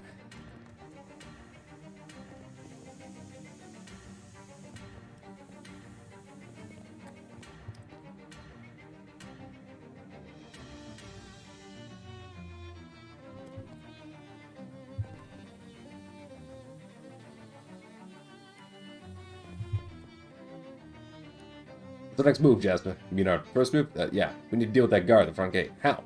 You're looking at him. Just head toward him. Be ready to back up if anything goes wrong. Got it.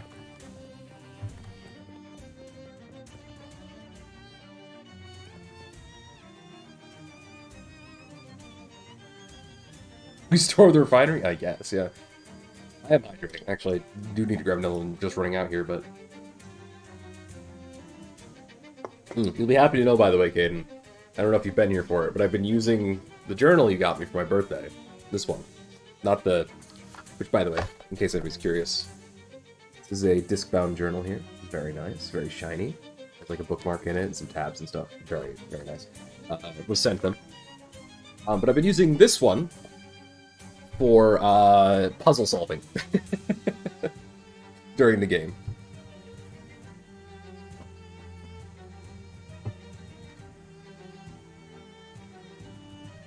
Yola Sasha's up at the guard, holding a glass of milk.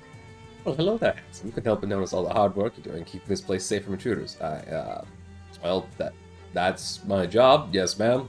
And you're doing such a good job, too, darling. I was just saying to myself, there's a handsome young man who must be so thirsty of all that walking. I simply must bring him a little pick-me-up. Oh, that's very kind of you. I could use a glass of milk? The guard drinks the milk and instantly passes out. Yola shoots you a wink as she strolls back to the car. Go get him, Tiger. Nice work. Now he's only guarding the grounds. Aha! We did it.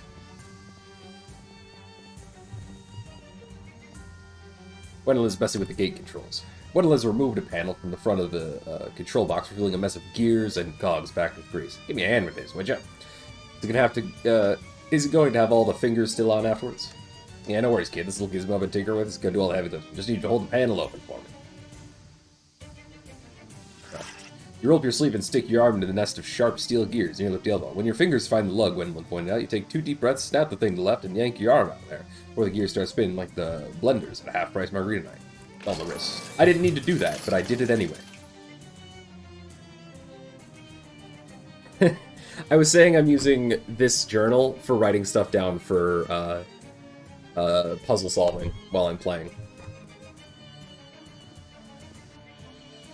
And I also showed off this one.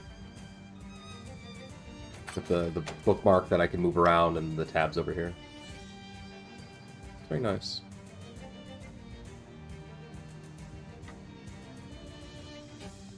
Perverse, vulgar, crude, unrefined. I like that these are all just synonyms for crude oil. Oh, refined, except for that one. Classy. It's a pretty big safe. The keys must be real important.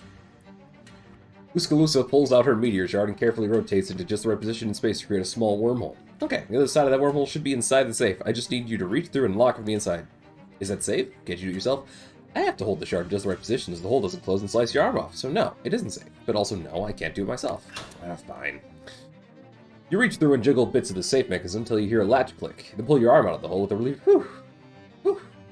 The safe opens to reveal a single key inside, which makes the word keys on the outside a real exaggeration. Now that you've grabbed the key, it's just a lie. Nice, got the key. Alright, that's my bit done. I'm heading back to the car. Good luck. Bye, Tuscaloosa. Ah, refinery workers' pants. The memos and so forth you gather, this is Baron Hellstrom's personal desk. Pretty much all that's in it is business-related papers. Oh, except for a weird leather pouch. Take the pouch. Leather pouch with a weird spiky glyph stamped to the flap. Found it at a desk at the Helco refinery. I did. Pouch contains a stick of pink chalk, a black candle that smells like french fries, some old dried oregano, that's a guess, and a crumpled receipt. Receipts from the SIT library for overdue book fines and lists the book call number as 133.43152319. Weird. I guess I'll need to head back there at some point. Grover's moment is approaching.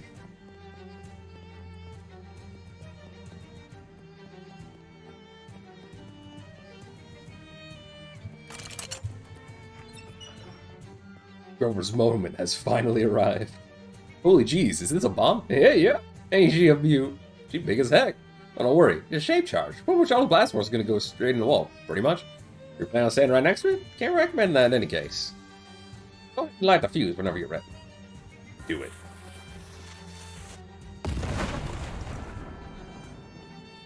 His door's been welded shut. Grover sits and admires his handiwork. He'll head back to the car soon. Okay.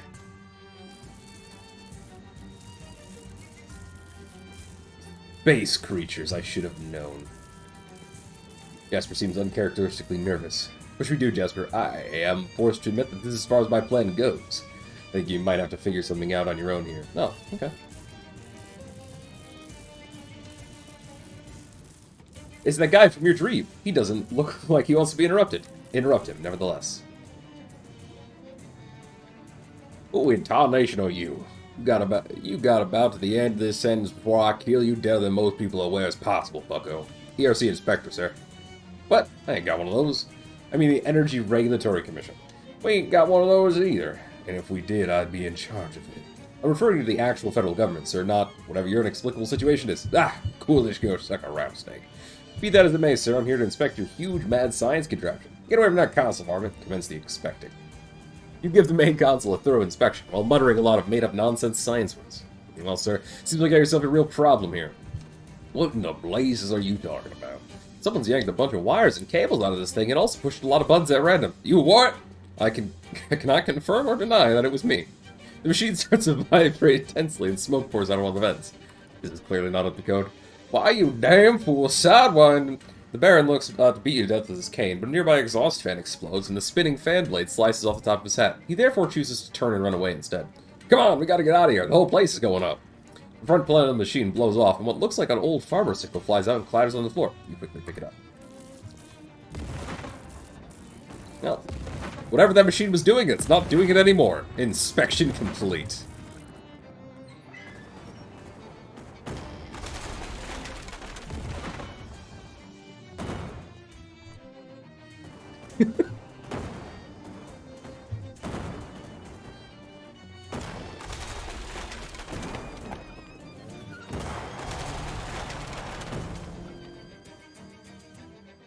Well, that went better than I could have expected. Just goes to show the old crew still some life in it after all. Well, luckily I gotta hand it to our new member, Kodiak. Couldn't have done without you, kid. Ah, shucks, it was nothing.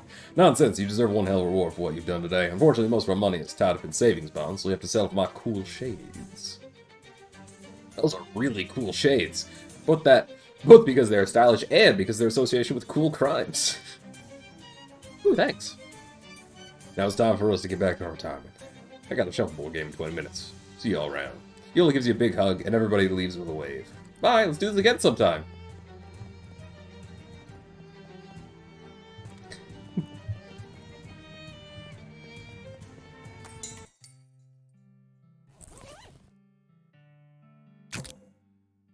Man, those are some cool shades.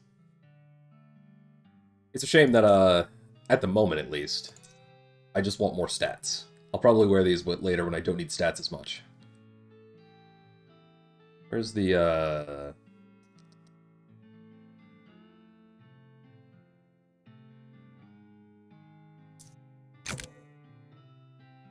This Sasha just gives too many stats. I like stats.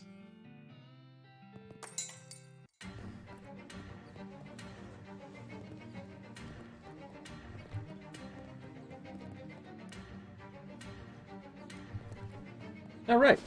That went pretty well, I'd say. You can head back to Ocean City. And uncurse this sickle. Mysticality plus 13 spooky damage. That is a lot. That's a really good cursed sickle. But we have to uncurse it. You submit the wretched and writhing sickle to the machine. Handle first, as is customary in flight. The curve of the blade cups your palm, licks at your skin, you shudder. The shadow cast by the thing is long, and in dawning shade, you feel the span of the universe. This one is different. This is deep magic. There's something about this sickle. What was it used for, perhaps? With your eyes closed, you can almost see it. Long stalks of wheat drifting in the blue moon. The corn folk in a burned circle, dancing, stripped to the waist. Up! The sickle's up in the air. Oh, you're gonna see it. You're gonna see the mystery. Yes! The machine snorts the curse up into singular dome nostril.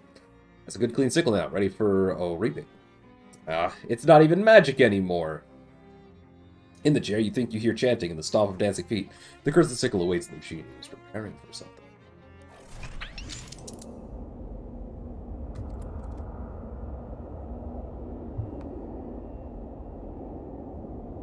Nick? Oh no, it's a horror movie. Oh hell.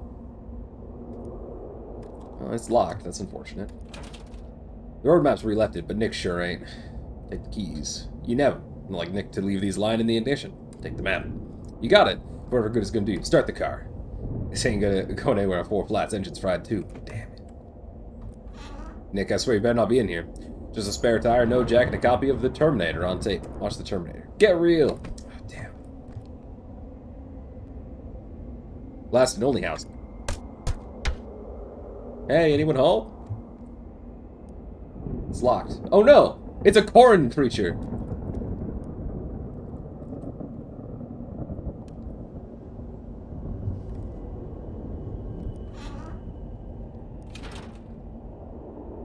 That better not be blood on the seat. Taste it.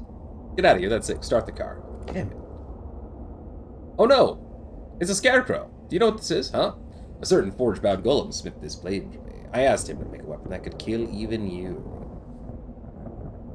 Am I famously hard to kill? I can find you now wherever you go, Kodiak, and I will cut you 1,000 times until you are dead. My name's Ashley. Actually, I don't want to tell you what my name is. Die now. When you wake, you will see me again. I don't know what you're talking about. Oh no! Whoa, what? Oh hey, I remember this curse. Rotmikduisen. Not a barbarian. I'm in college. For what tribe do you have? My dad's folks are Irish. It what brings you these far? Get chased by a killer scarecrow?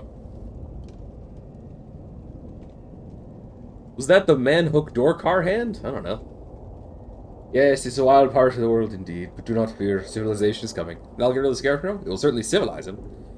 Any civilization can do for me now? With respect to the Scarecrow issue, no, I would recommend simply waiting. It's better if colonization is done as holistically as possible, not in ad hoc or piecemeal fashion. You're no help.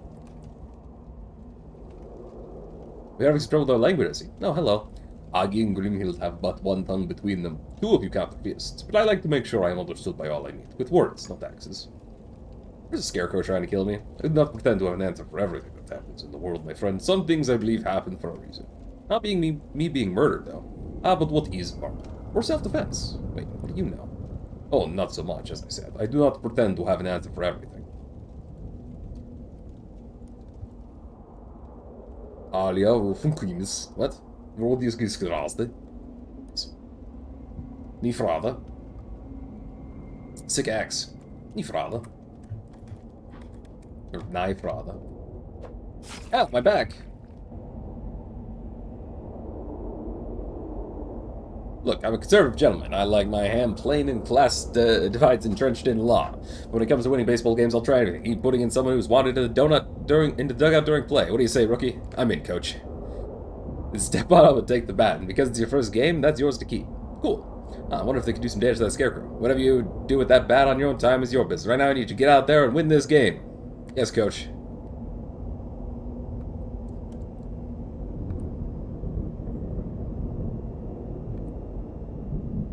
Oh no! It came from the sky. Didn't even hurt last time. That didn't work. A good coach will try anything once. Well, I tried it, and now I'm certain I'm done fielding players who aren't on the team, and I don't have any baseball experience. That's fair enough, yeah. But keep the bat. Good luck with any and all non-baseball dreams. Thanks, I'm really inspired. Rise and shine, dingus. Ah. What's this guy's problem? Some kid. Please, you gotta help. There's a Scarecrow trying to kill me. Isn't that interesting? Kill on the loose and murder on this train. Hardly a coincidence, wouldn't you agree? Yes. Seems to me the great detective ought to be chasing the killers that are already out there rather than harassing innocent bystanders, wouldn't you agree? Is that an option for me? I can get a detective chase the Scarecrow? Boy, I'd like to build a machine to make that detective see sense, but I'm a wheels man, miss. That's my bag, and I'll die in it. God's trucks, all that stuff. Well, anyway, best of luck to you. And also with you. All questions. I know to detective everything I know. I cannot stand any more delays. I'm traveling with 19 suitcases of exotic rubber to make new and exciting wheels at the factory. The Scarecrow's trying to murder me. 2 murders on one train, highly implausible. To me, the most likely explanation is that there have been no murders and the professor died of natural causes. And my Scarecrow thing? Perhaps only a broom that fell in your hand. They say the train brooms are very sharp. Yeah, maybe that's it. The 11th hour, new suspect enters the picture.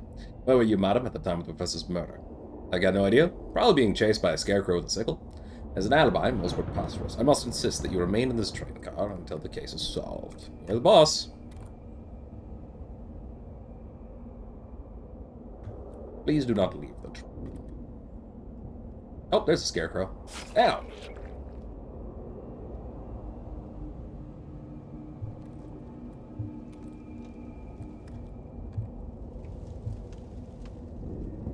Ave.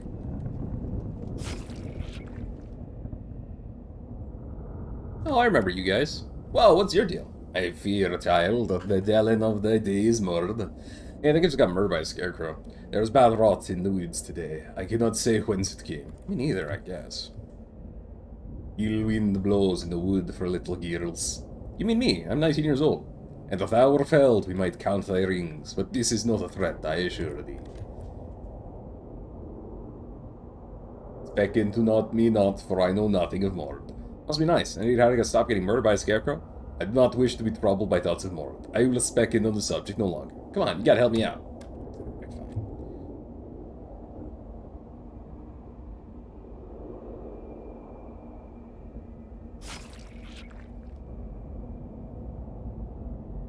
Oh, hey, we're back here.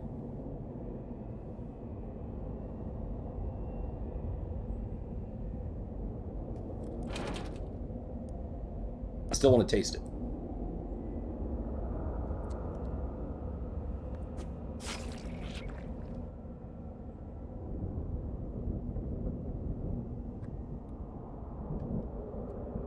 You guys are looking at me, man. I'm a numbers man. Team account. I don't know baseball hardly at all.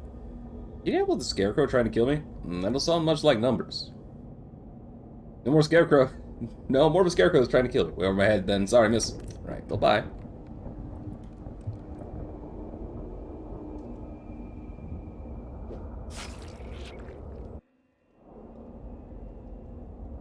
This is exhausting. I agree.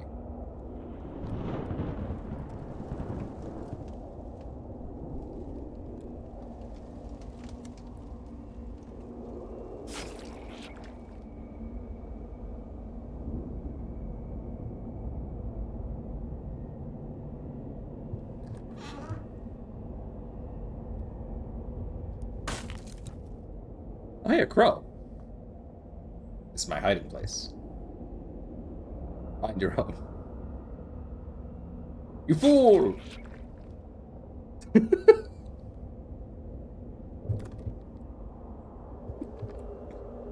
Please, Miss Maternity, there's no reason to be concerned here. All will be well as soon as our great detective realizes the power he has, the great powers of deduction and observation, and uses them. When will that be? Soon? Soon? Can you help my Scarecrow problem? The detective can only attend to one crime a day. Oh, darn.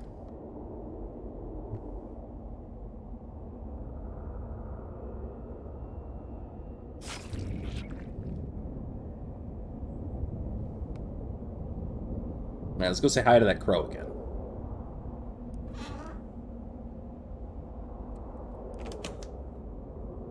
No, the crow did not make it.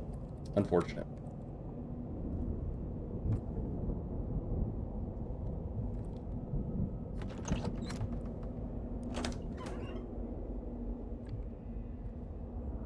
The crow has, in fact, been scared.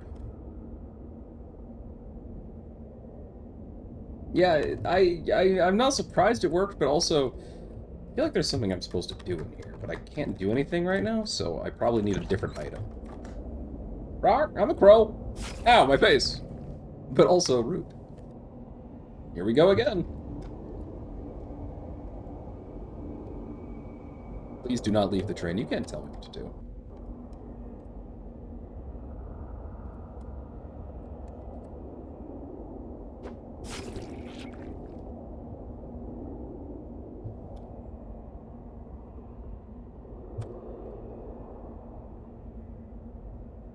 You gotta help me, man. There's a Scarecrow with a sickle trying to kill me.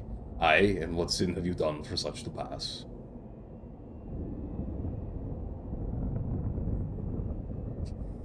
I like answer 3, that's funny. Sometimes I don't rewind the tape, take you back to the store. You waste your breath in confusion. Purification cometh only at the end of our blood.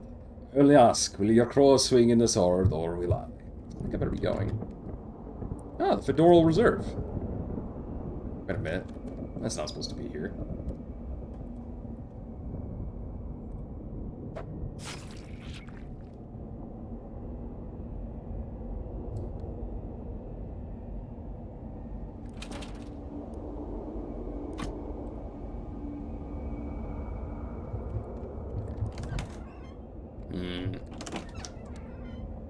I got places to be, pal. Ah, here we go. Haven't been here yet. Well, I mean, I have, but... Can you help me? Yeah, baby, yeah, oh, behave. Get away from me. Play chess. Oh, damn.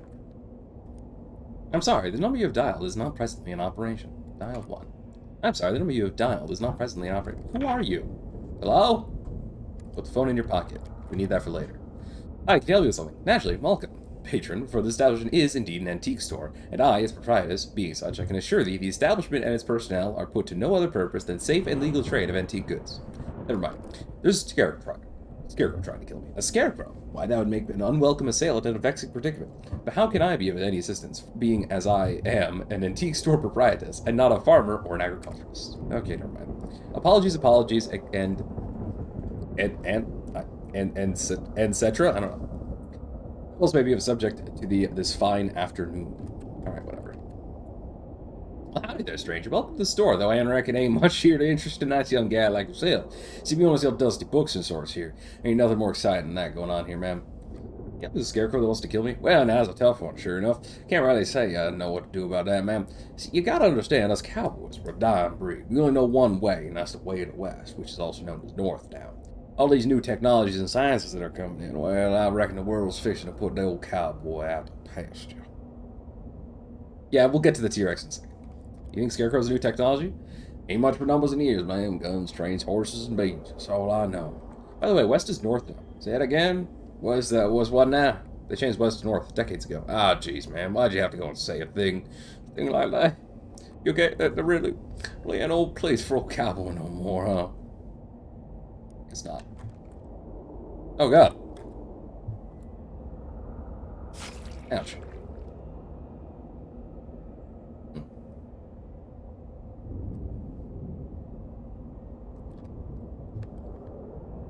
I don't see anywhere to use a phone. Here, anyway.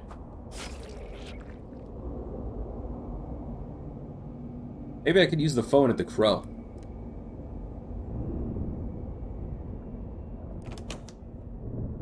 Nope. Guess not.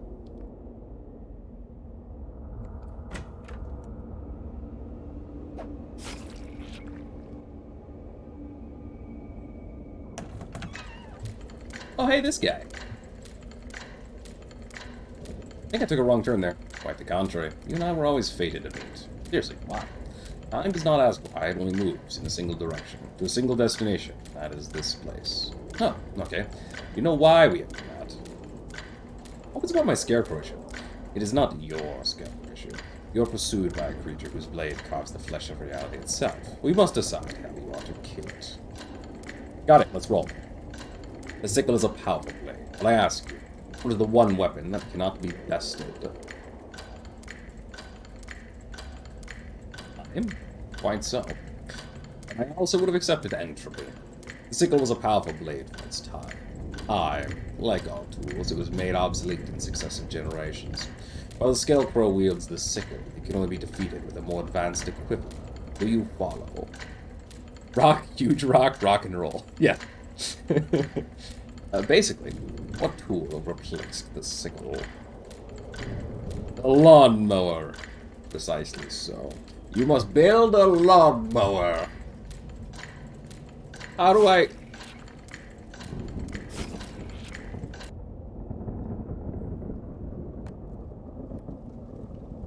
Any day where I can get a lawnmower? A lawnmower?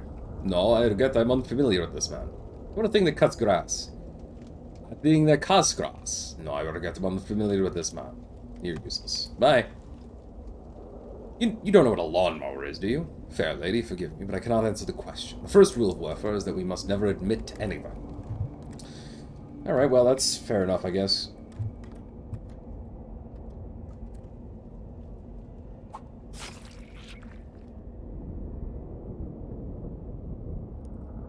Can you make a lawnmower? No. No? Okay. I can make anything with wheels. So yes, oh sure. Will you make a lawnmower? I'd love to, miss. Wheel and axle machines in my bag, but I've got a problem. See the detective fingering his mustache at the end of the car? We're in a train. Yes, train car. Alright, sorry. Don't be sorry, not everyone sends vehicles as well as me. Certainly wouldn't call you a car dunce, huh? Washed up gumshoes got in his head that I did something I didn't even do. A murder. Can you believe it? Murder's not my bag, miss. My bag is wheel and axle machines, as I've already told you. It's pretty unlikely that someone would have both wheel and axle machines and murder in one bag. Wouldn't you agree? Get to the point. I'd love to make you a lawnmower, but I can't do anything while that man over there is investigating me for murder. Alright. Hey, how's this case going? Slowly, but surely I'm pulling at the string that will lead me through the labyrinth of lies to the murdering Minotaur at the center. What the Minotaur does not realize is that with this string I am making for him, or her, a noose. So good? There's something good about murder, man. So it tells me the boy didn't do it. No doubt the young man himself, who will protest his innocence to anybody with ears, and even those without, but I suspect he knows more than he lets on. Why? Because, my dear, everybody knows more than they let on. Maybe this wasn't even a murder. What do you suggest? Natural causes, an accident, or an act of God? Yeah, like any of those. Whichever one you think. I think this is just what one of those passages would like us to believe. The question is, which one? None, I think none. Luke's tired. Want a break? Be sensible, madam. The common criminal longs and lusts what they call the distracted detective. The critical moment in which I allow my guard to slip. It Must never happen. It cannot happen. Boring. This case is boring. Some respect for the dead, please, but I admit this is a routine case. Certainly does not tax the grey cells as thoroughly as certain past adventures, such as last year's locked room mystery, in which a locked room was murdered. But this is nothing a murderer should fear more than a broad detective, for it certainly as the sun sets in the morn, so shall he bring all truth to light. I reckon there's more interesting murders you could solve. Assuredly so. One that could happen here now in this train car, an unlikely prospect, I think. Blaze, you've bothered me enough. Allow me to conclude this investigation, and perhaps I shall turn my mind to your more interesting murders. You're making a mistake. Could you help over here? You muttering vaguely about wheels. Ah, information is commercially sensitive. You must forget what you heard at once. All I said was wheels. Alright. You want to make a lawnmower? You mistake me for a mechanic, madam. I'm an automotive executive. Oh, it is true. There was a time when you would find me in the garage, greased up and elbow deep in the guts of a jalopy, like my father on the farm when he helped the cows. Okay, but lawn mower. Can you help me out or not? No, my company doesn't make those. Bye. Hey guy, how's my lawnmower coming along? Mr. Detective there is trying to finger me for murder. Can't agree to make a lawnmower in those conditions. Wouldn't you agree? Alright, guess we'll need to go find some way to make him not murder. This doesn't seem helpful. This isn't helpful.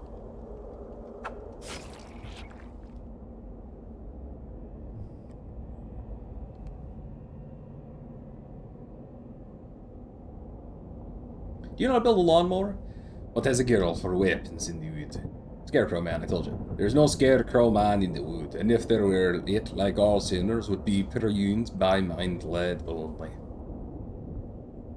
Can I have your blade? Alright, well that didn't work.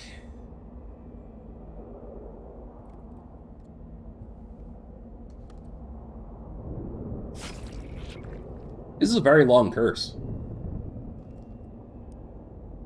What do you know about, like, garden equipment? He says something inappropriate, you don't have to use your imagination. I don't know who Randy is. Meow, baby. You're pointless. Goodbye.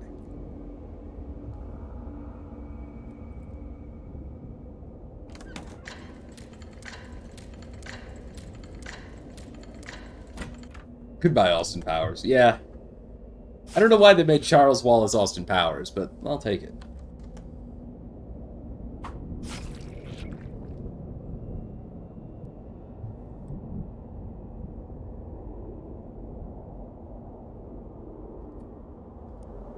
Rusty old woodcutting axe. Fantastic.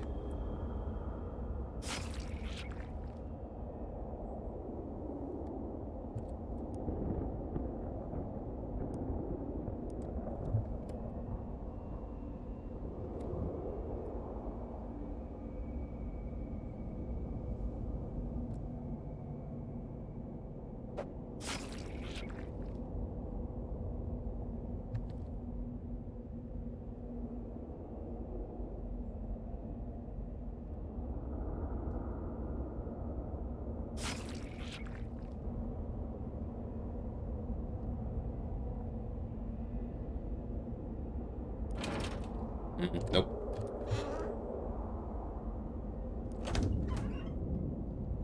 I don't know why I needed to murder this crow. Maybe I didn't, but the crow's definitely dead.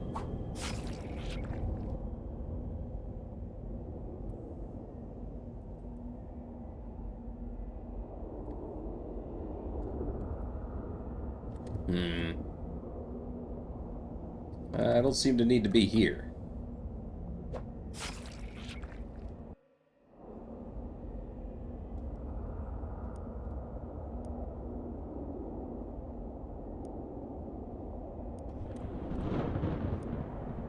But that's not possible. I saw you die. Yeah, weird, huh?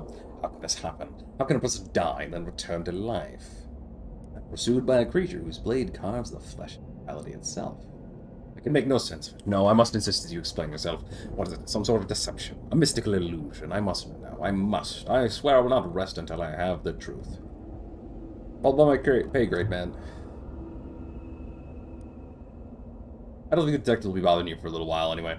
Great stuff, really great stuff. That'll give me plenty of time to make my escape from wrongful conviction. Now let's talk about your lawnmower. I can make you one, but you need the parts. Look, for you, lawnmower's pretty simple. Just need 2 blades, 2 wheels, a good sturdy handle, and some sort of metal rod or tube to serve as a roller. So I go and get all those components of the lawnmower, and you do what exactly? What do I do? For reviewing an objects, I give the lawnmower its get up and go. That's pretty important, when you agree? This is the blade, right? No mistake about it. What is this? The train's fire axe? More purifying blade carried by woodsmen against sinners. Right, that was my next guess. Does this work as a handle? No, that's a baseball bat. Yeah, I know that, pal. I'm improvising. It's a fine idea that would work well, but the bat's just not long enough to make a hand. Grab my pen. No, okay, we're good. To build a lawnmower, you need the parts. You need 2 wheels, you need 1 blade, sturdy handle, long metal roller. I'll do the rest. Doesn't sound like there's much left after I do all that, but okay. Okay, well, that's good.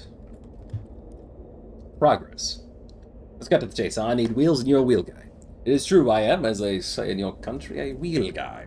Fortunately, it is true that I am carrying on board many suitcases of exotic rubber to make new wheels in my factory. It is true, with my automatic experience, I could probably roll some of that rubber into a little wheel for you, as my mother needed dough. But why would I?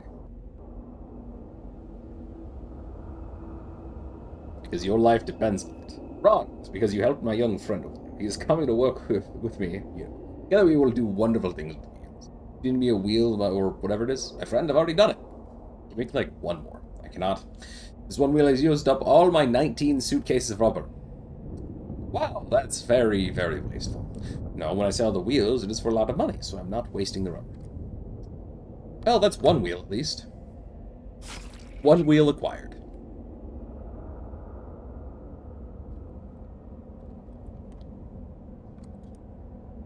There's a scarecrow trying to kill me. Oh, okay, never mind.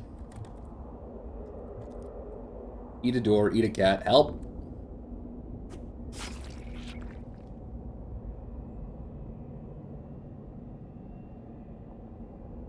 My frames are fine. If you're asking about my stream frames, I did drop like 93 an hour ago. Other than that, we're good.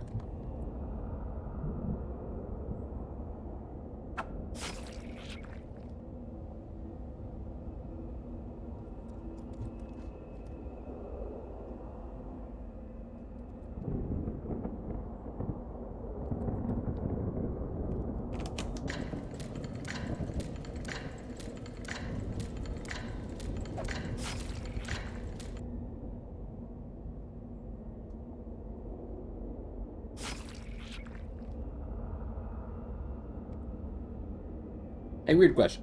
Mist and wonder are thick in the wood, and questions trouble me not. Are any of your branches long enough to be handled for a lawnmower? And if they are, can I have one of your branches? I guess that's 2 weird questions. Naturally, I have no branches, girl. All that grows belongs to the wood. Totally. So it's okay with the wood if I have one of its branches. Branches? Ah, he's a scene girl, but there is no cutter to punch me for it, is there? Yeah, I didn't kill him. You saw that, right? You ask questions, girl, but I ask none. The tree, the monster, whatever it is, breaks off a whole dang limb.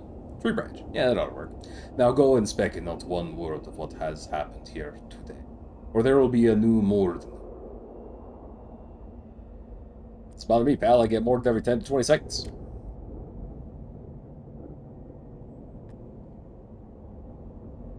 Yeah, see? There he is again. Thick axe, can I have it? Nifrada. Hey, you think you can get that other guy's axe? An unexpected request. Why? For what purpose? Building a lawnmower to mow a scarecrow? Ah, is that necessary? As I told you before, I wonder if this sickle is one trying to protect itself. Scarecrow. I didn't say sickle. Sickle, I said scarecrow.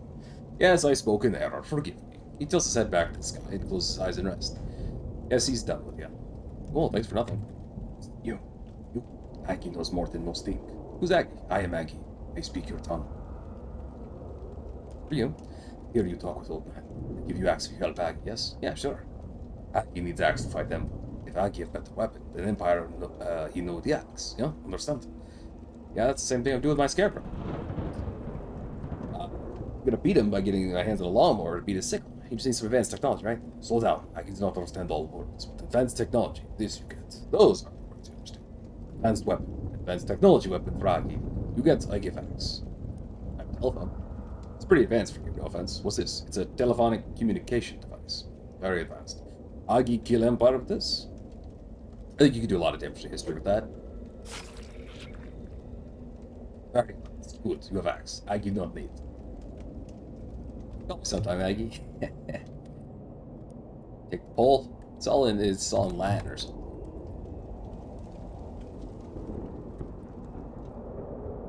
Alright, well, progress. We have another blade now. SpongeBob, we're not cavemen. We have technology. This looks pretty sharp. Very much so. Must admit, you're making far more of a success of this than I expected. You ain't humoring me, are you? You can make me a lawnmower? Wouldn't say I could if I couldn't. I'm not a cod dunce, contrary to you might have heard. Don't really know what you're talking about. I'm not. Got you a wheel. Wowie, or should I say wow wheel? That's a juicy rubber wheel worthy of Senor Andretti. The guy at their table is the one who made it, if that's what you mean. He's a great man. Mind you don't. I don't want you running him over with this lawnmower or anything. Don't get that idea. Didn't have that idea until you put it in my head, but no, I won't do that. This a good handle? Is it? Yeah, that's what I'm asking you. I'm being rhetorical. Yeah, that'll make a fine handle, all right. Just need to chop it up and put it back together in the right shape. If the branch starts screaming, don't worry. Never do.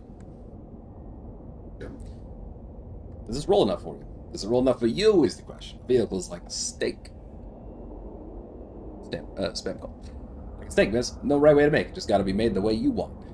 Steak's supposed to be best cooked rare. Yeah, the wet. Is this because B's gonna make my lawnmower too wet? No. Just right. You need one wheel, got the blades, sturdy handle, and you already got the long metal roll. I'll do the rest. Okay.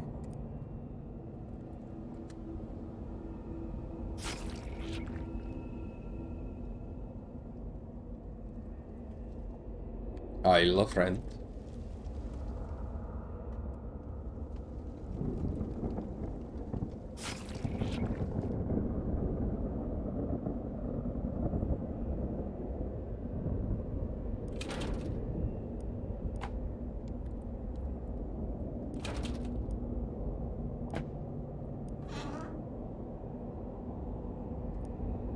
Good, a wheel. I still don't know what I need this crow for, but I'm glad I have it.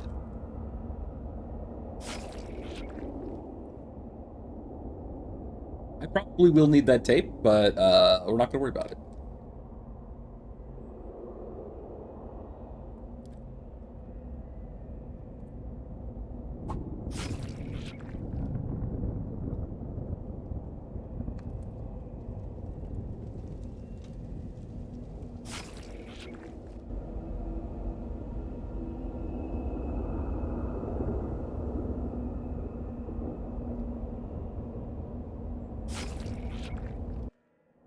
This is a very long curse sequence, though. I will say that.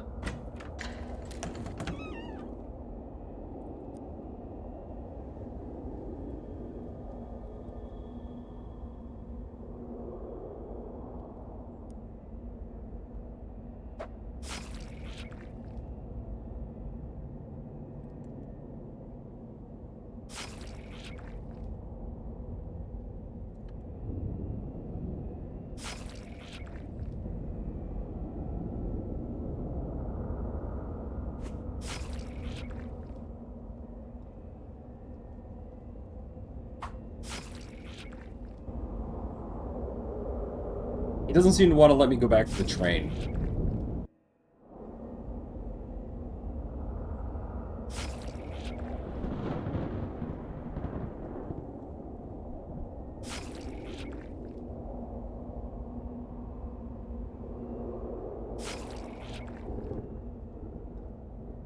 He knows. Yeah, he knows.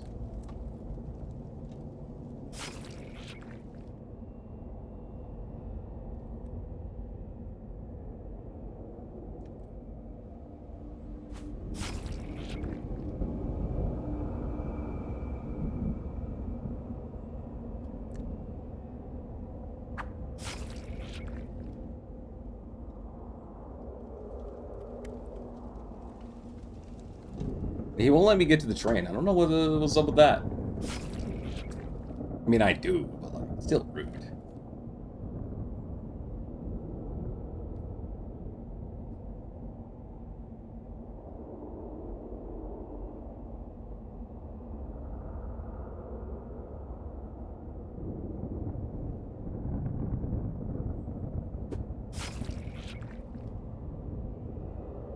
Hey, we're back at the train. Fantastic. And up those lawnmower parts. Forgot to mention, I don't know how you're going to find all this stuff on a moving train. Take good care of this now. As promised, nothing dearer to me in the world than wheels and the machines they use. Gear, no girlfriend, boyfriend. Ah, of course, I love my mother, but romance? No, ma'am, I'm married to my work. And if you're married to your work, you don't work a day in your life. Got good news for you. It's about my lawnmower. You mean this lawnmower? Well, that was fast of you. It's a simple machine, miss. Shouldn't take anyone more than a few seconds to build a lawnmower. Only there's a problem. What? The darndest thing. All the pieces are there. It should work. But it's like, if I didn't know better, miss, I'd say the machine doesn't want to run. How's that possible? Can't say, miss. I'm a humble engineer. I can build the thing, but this is getting into questions of whether machines have souls, and I don't know how to get a machine to believe in itself. I don't know who could do a thing like that. Thanks for some things. Exactly who to talk to. We need to find a coach. I mean, I don't think you'll help, but... How do I inspire a machine? A machine? My goodness, why? I would not know much of that subject, I am sure, for I traffic in antique mexes, clocks, and at a push automata. I certainly would not know anything of advanced technology and inventions. Can a machine have a soul? Nay, for on this fine earth all is exactly as it appears. Now, if you do not wish to make a purchase, I must return to my thoroughly unrelated to curses and magic paperwork. Right, fine.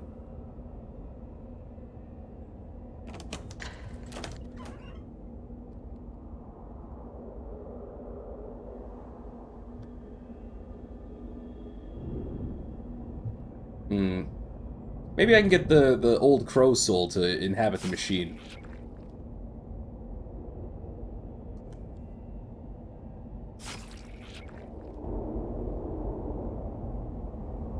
I have a lawnmower that doesn't work. Can you help with that? Doesn't work. No such thing. Won't work. Maybe it's just like the rest of these boys. Maybe it's tired. Maybe it's had a hard day. Maybe I'd like to go back to bed. Well, I'm not standing here in the pouring rain so I can go to bed. I came out here to win a damn baseball game. Give me that. Give that thing here. Coach rips the lawnmower in hand and screams at the blades. You're wet. You're tired. I can't help you with that. We can't control that. We can only control one damn thing in our lives. You understand? One damn thing. So tell me yes or no. Are you a baseball player? Yes. Yes, coach. Oh my gosh. Now get out of here and you play.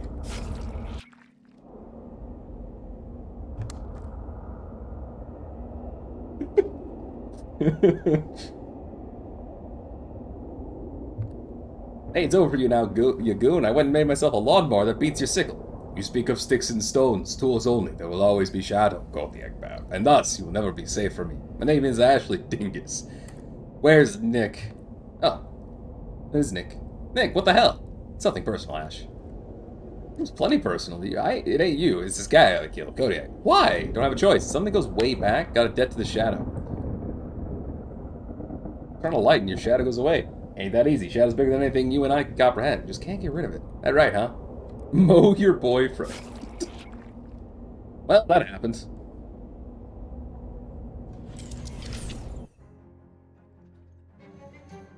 A long and confusing vision with several words and concepts you do not understand. You leave the machine not a little less sure in yourself and in the world, but pleased nonetheless that the sickle's curse has been destroyed. Package came for you while you're in there. Lawnmower. An elegant weapon in the war of order against... That's, is there a return address? It just says, I'll see you in 66 years. Never heard of it. Maybe it's in Utah. Oh, that's weird.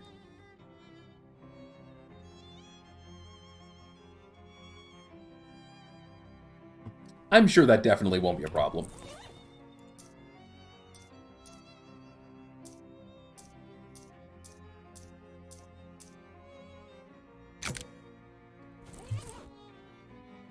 Too bad there's no death counter for this curse, right? Thanks again for the rescue, Kodiak. That'd have been corned beef hash with a side of eggs if you hadn't showed up. Ah, there's another Charles. Basically just followed your wrenches. Here's your wrenches back, by the way. Nice. These bays would come in handy for the something today. Don't you use them for, like, wrenching? Well, 7/8, yeah. The 255, 256? Not so much. Gotcha.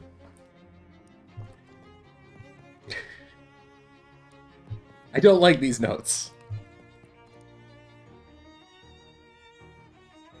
Hey, Jessica. I found the sickle. It was, there were some bad implications about the whole situation with the shadow monsters and the government.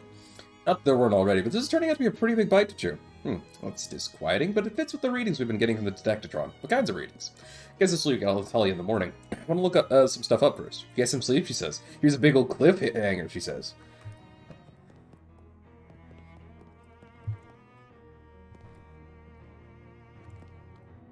I'd pick a contender for the last vacant storefront. Oh, the last. First outfit is Truncheons and Bludgeons. Really excited about weaponry. Advanced Pants. Hex Instruments. Well, let's go with the pants store, clearly. Okay, I'll get to move in, and that's the last of the available spots.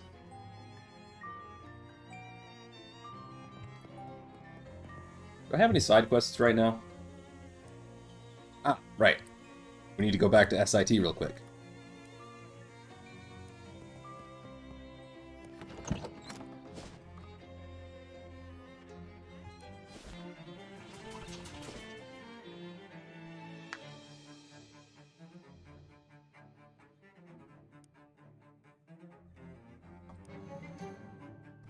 Already had that event before.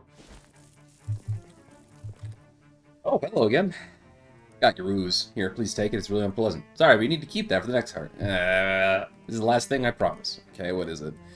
There's a strange well in Great County, like an old-fashioned wishing well, except when you put something into it, it starts with a little H, it comes back changed. Oh yeah, I've seen that. Wait, is that why it has to be a handful, just because of the H? That's so dumb. I could have used the haversack. I don't need that much. You're also going to need some intense stench resistance to carry the stuff back here. It's going to smell really bad. How much? I don't know, about 8? 8 sounds about right. Alright, I can probably swing that. Good luck. Don't get any in your mouth or eyes or anywhere, really. Luckily, I already have 10.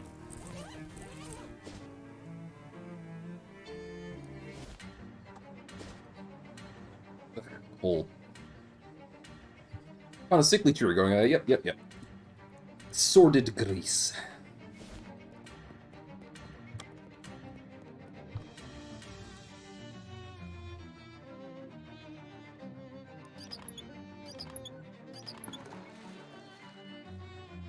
I did already have this haunted once, so it's nice to see that I can haunt it again.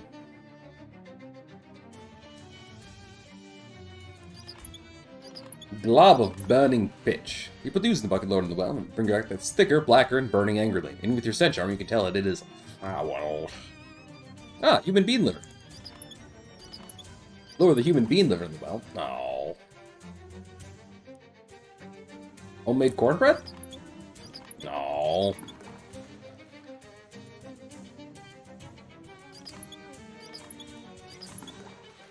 Which reminds me, I need to go back to the Ford compound. A pack of hulking devils crest the horizon, surfing the back of a giant inflatable rat. Some jumpy little fella hop up and down on the balloon rat nose. Hey, fat cat, devils don't work for free. You summon, you pay. Well, I didn't summon you. Who you calling fat cat?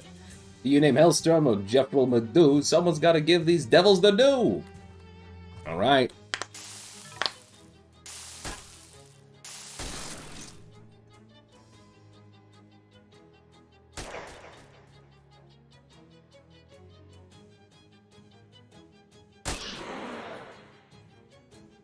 How much health you got left? 11? This is fine.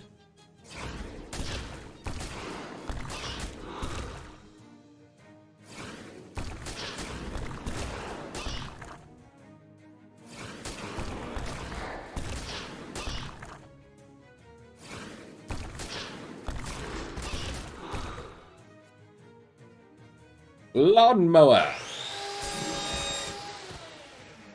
That's exactly how I expected a lawnmower to sound.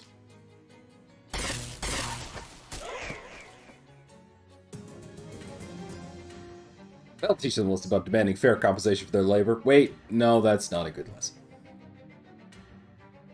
Tell them to keep it up.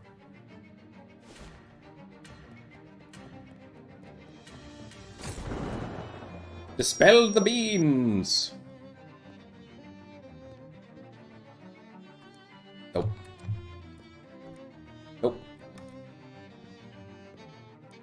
Nope. No screwdriver. Nope. Nope. Nope. Footlocker combo at 02496. Thanks. That's Lucky Satchel. Plus 50% meat drops. Neat. Ah, there's the Jenkins head screwdriver.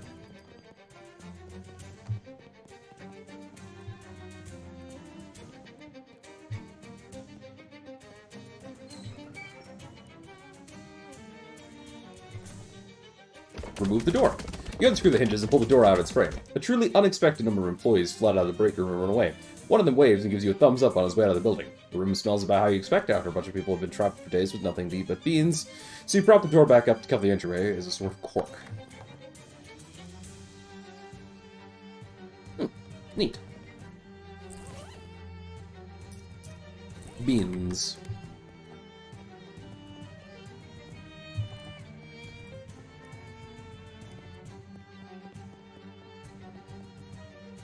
Alright, well, glad we got that out of the way. Let's stop back at the Drexel stead real quick. The farm raid picks up something wild. Oh, okay. Nearby Varna, you dash inside from the Raptors saying a gang of gargoyles who drop and block the entrance. Pay up, shelter ain't free. This here's a B&B. Whether that stands for bed and breakfast or black and blue, that's up to you. That doesn't make sense. This here's a black and blue? What's that supposed to mean? You're probably right. This is a place where you beat me black and blue, right? This here's a PWYBMB&B. Oh, that made him mad. Price just went up. I reject this choice with violence.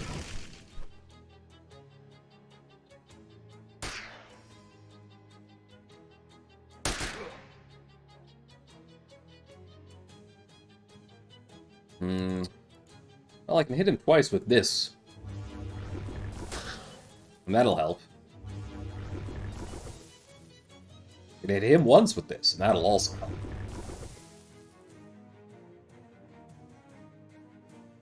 Then I can do one of these, so we're no longer on fire, and that's pretty cool.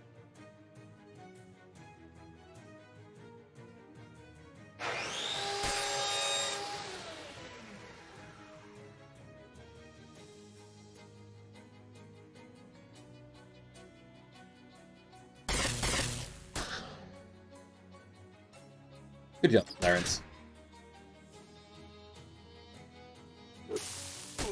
Why do I feel like this lawnmower doesn't do as much damage as the other things? Is it muscle-based? I thought it was mysticality-based, but I might have misread it.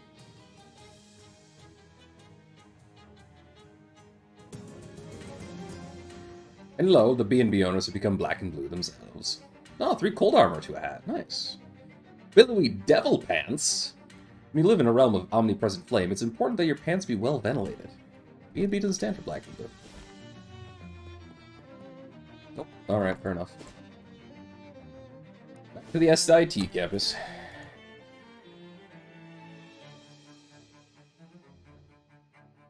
Ah.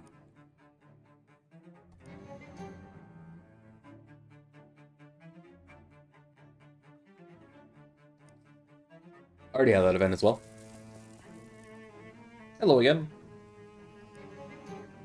Here's your fire glob. He knows that Rufus has plugged his nose with what looks like cement. Excellent. Once I refine this a little, it'll make a perfect magical glue to assemble my device with. Is that all you need?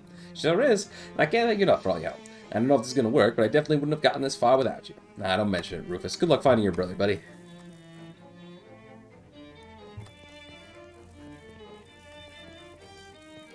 Alright, well.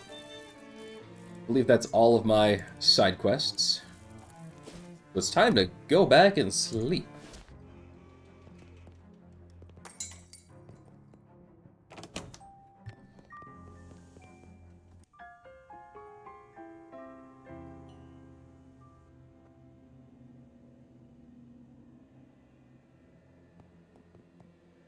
It's a good thing your bed isn't like this in the waking room. It is. Your grade school lunch gentleman is levitating behind this counter. He just glares at you like you did in real life, huh? Chopped up ventriloquist dummy toes. Boiled demon ears. Basted demon bones. Vegan ghost hearts. Disgusting. Jump scare noises. A clock whose time is running out. The symbolism here is anybody's guess.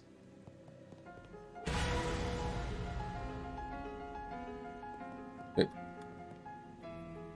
Well is really freaking out about this dream, yeah, clearly. Huh. Dreaming must be more scared of chickens than real life, you. Yeah, clearly. Alright, that one's pretty fair, I guess. Okay, this is actually pretty scary. Nice work, Brain. You, me! Get the hell out of here. I'm busy. Wait, are you the real you talking to me in my dream, or am I making up a dream version of you? I don't have time for this vaudeville act. Scram! Sheesh, what a crap.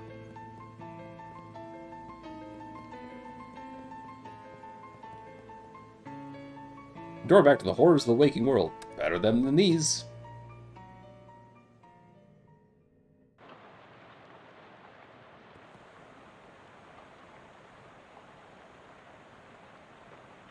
Well, that happened.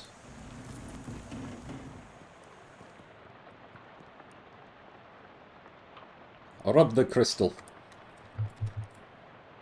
Consider the orb. Yes, yes, very good. Wind up the music box.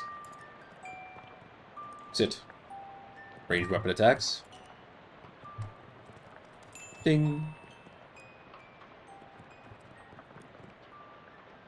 Excellent. I'm getting all the stats. As you leave the room, you notice a letter opener stabbed in the door, pinning a sheet of paper to it. Hey, Jessica. Was this document knifed to my door? I didn't look. Figured it wasn't any of my business. You didn't see anybody come into this room and try to murder my bedroom door with a letter opener. I was busy. Well, on the bright side, I have a letter opener now. Wizarding license renewal form. Oh no! Dear Kodiak Bear, we were unable to find any record of your wizarding license on file with the Municipal Records Office. Please use the enclosed form to update or renew your license accordingly, at your earliest convenience. Monetary fines and/or magical curses may be levied against you as penalty if this matter is not resolved. I'm supposed to have a license for magic spells. Well, yeah, can you imagine the chaos otherwise? How did you not know that? I became a wizard in a dream and none of the dream people explained the regulatory structure to me. Better get it taken care of before they turn you into a trash bin for community service. Take care of it where? The DMV. It's in Government Valley. Where's that? Down the coast ways. It was the nexus of all things red tape related before things started to get weird. People don't go there much anymore unless they absolutely have to. Like you do. Yeah, to fix this bureaucratic nonsense that is almost certainly a trap. Definitely a trap. But you have to go anyway, and that isn't the only reason why. No, you found another artifact, huh? Kind of. What do you mean, kind of? Well, it wasn't there yesterday, and it's too, I don't know, big, powerful, strange to be a regular artifact. It pegged the dial on detector drop. Oh boy, oh geez. Yeah. Well, how do I get there? Hang on, I got a map here somewhere. Wait, what? A map? A real map? Or are you just know the vast array of non-map things you keep referring to as maps? She glares at you. She shoves an honest-to-goodness, according to Hoyle map in your hands. Wow, Jessica, this is a real breakthrough for you. Well, that means that this is serious business. That's a problem.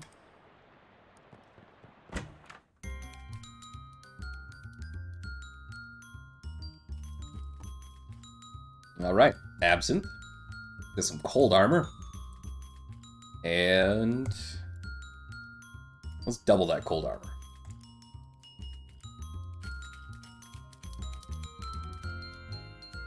These people are obviously celebrating their recent nuptials, and you shouldn't bother them.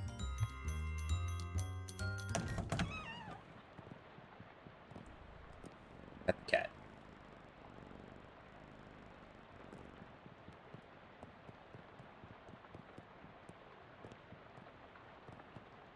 Going off on those glockenspiels. There's only one glockenspiel there, but yes, they are. Alright, well, what are we going to eat today? Can I attach this to the hat? Alright, it's a hat band. Alright, well, let's buy some thing. Oh. Wow, it's raining today, huh? Sure is raining today.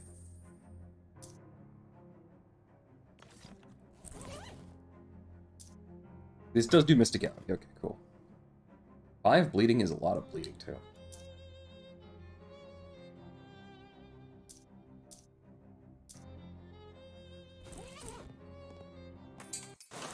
Glocklins. There is a Glocklin, yes.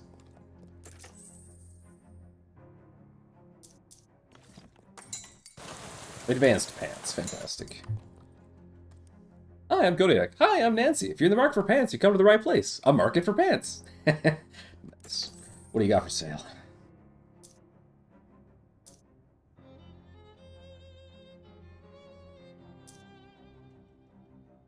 Durable, stylish, and comfortable, except for the comfortable. When these die, they'll be late bloomers. Fair.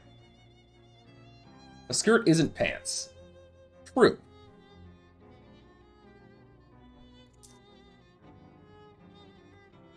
Northern Gems.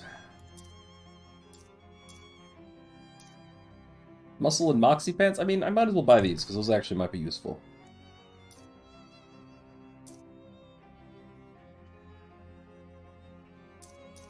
I don't think I need much else. We'll grab the sleaze armor in case we need sleaze armor, but I don't think we will. Have a chat. So, why a pants store in particular? My grandmother was arrested a couple times in the 1850s and 60s for wearing pants in public. Since then, our family's been big advocates for women's pants and equity in clothing generally. Wow, that's a deeper than I was expecting. How's it working out for you?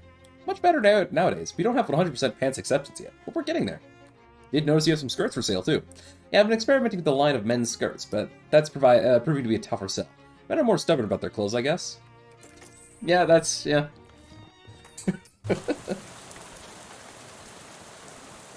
There you go, Caden. They explain the skirts. Are you happy?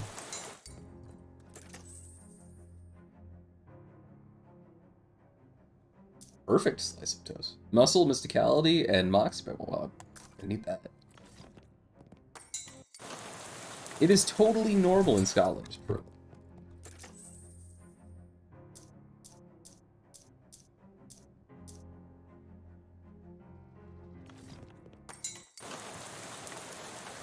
Man, sure is raining today, huh?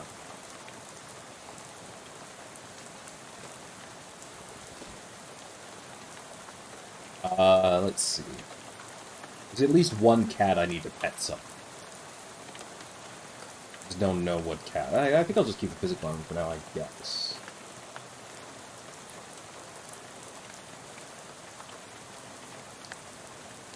Oh, but I need to warm my hands. That's right. Yes.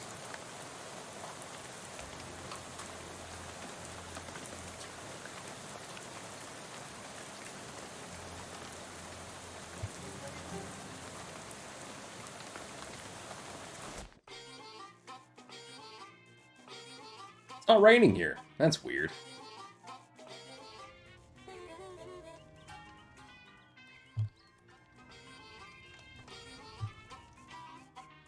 No, but also yes. Paradox, yes. Sorry, but no. Two lies. Yes. You don't see those.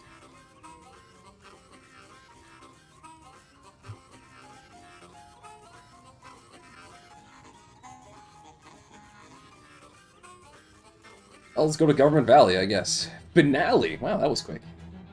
Sinister enough for government of war. This bench was covered in spikes, so no vagrants are tempted to sit on it. That makes sense. Wander off the desolation, rubble, and burned up buildings. I'm sorry, no, but also it's a lie and a paradox. For once, I have a map. Wow! An actual map! Well, let's go to the DMV Central branch, I guess. Someone poses by chain link, yeah, I know, that's right, finale already. Chain link gate blocking off an alley. Hang on a sec, this office building left a dumpster open. Are you out of coffee grounds and used typewriter ribbons? Hardy har. Sometimes you throw out whole typewriters, adding machines, all kinds of tastes. Give me a boost. Help Simone over the fence. She returns with a variety of useful looking, useful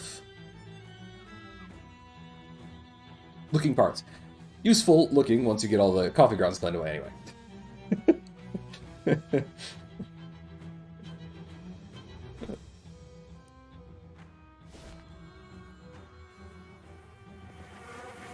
This hydrant has multiple things wrong with it. True. Looks like somebody failed their not abandoning your car test. Someone's calling, but that's not a normal ring. It's an international call. He looks sad. Oh, you're not bothering anybody. This isn't the one. I don't want to talk to him. I understand. I'll burn the telephone then. Wait, what?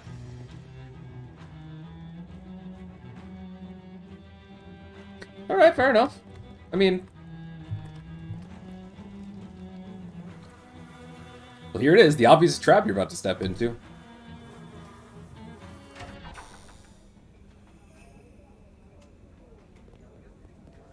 It's a wanted poster. Not of you, fortunately. Whew. DMV number 451. Oh, okay, only 10 before. That doesn't seem so bad. What brings you to the DMV today? Not exactly enlightening. Would you mind if I cut in front of you? Come on, please. You made rocks. You operate on a geological scale. You literally have all the time in the world. Rock-splain to it. Look, you don't need to be here. You're made of hypercrystalline thauomorphic diorites. You don't need a wizarding license because you don't cast spells. You're just inherently magical. I'm sorry, but you're much too heavy to drive a car.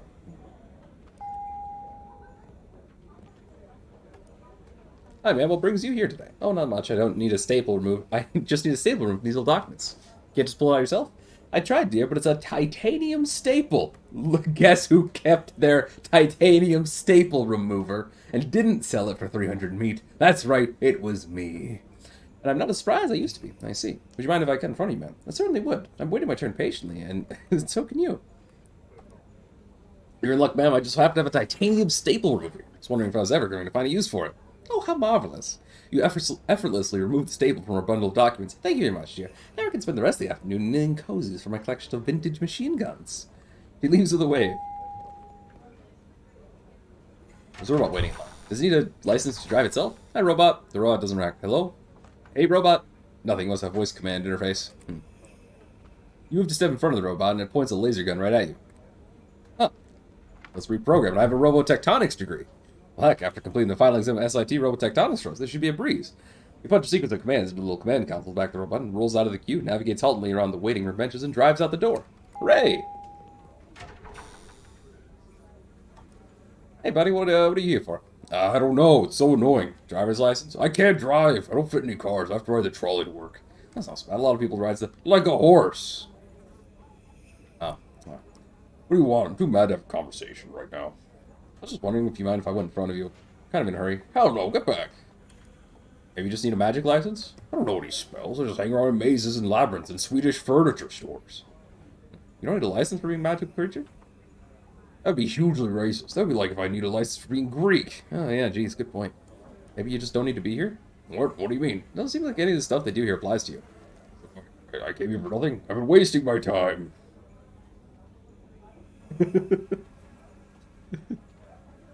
Yeah, I feel your pain, but I think that is the case. Damn it. Do you know how long it takes to get in and out of a labyrinth? He stomps away angrily. Sorry, bye.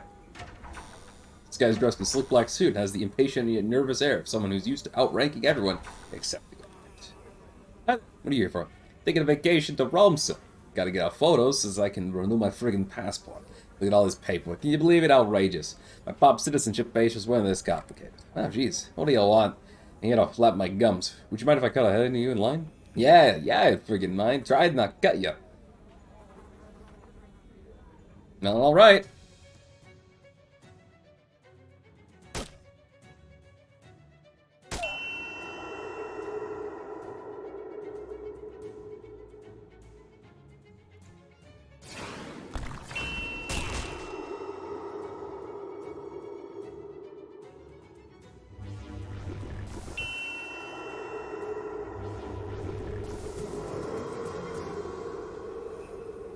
I'm sad that wasn't an option, Caden. I would have loved to tell him he could get a photo taken at the hat by the hat guy, but like it just wasn't an option.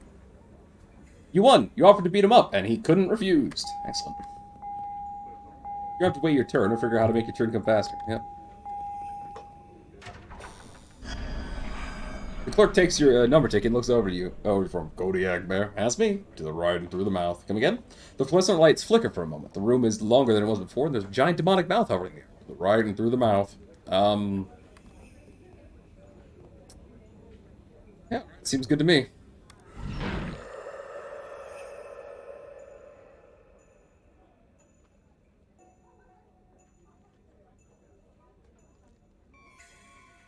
Actually wait your turn in line. Yeah.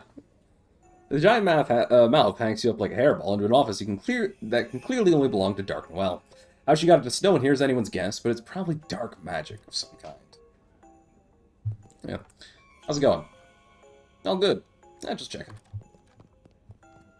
All these presents are labeled not Kodiak. Well, that's mean. Dark Noel gives you a cheery little wave and cracks her knuckles. Thanks for coming to my little crimbo party, Kodiak. Not that there was much a chance of you pulling a no-show. People say I'm obsessed, but all wizards are obsessives. All I'd do was make you jump was take away your license. I don't need any license to take you down, Noel. I consider it my civic duty, and I'll do it again, just like I did in the swamp. That was just a fluke. That swamp doesn't have any crimbo spirit. But now you're on my turf. think I'm gonna switch allegiances and join your Dark Crusade or whatever, you've got another thing coming. I was gonna ask, I hate your guts. Fine, I hate yours too. Fine, good. Are you gonna kiss? I don't know, maybe. It seems to go that way.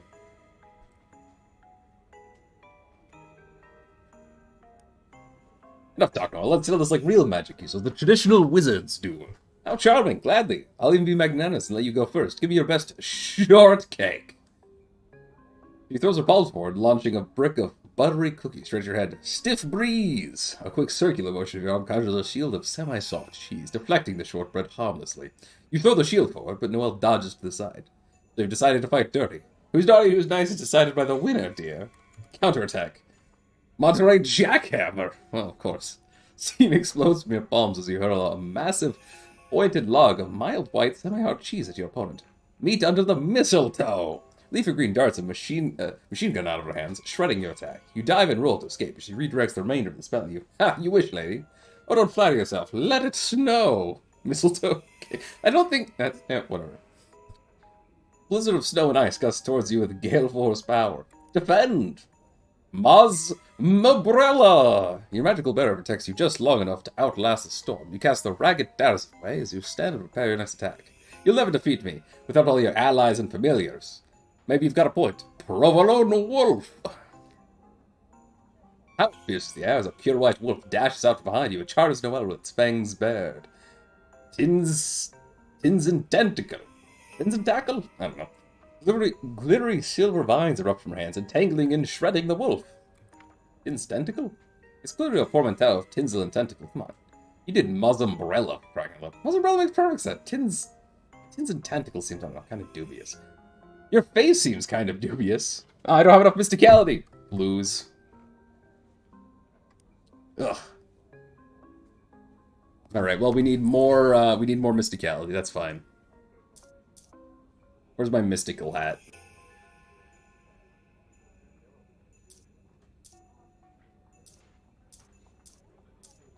Where's my magic hat? Alright, there's my magic hat.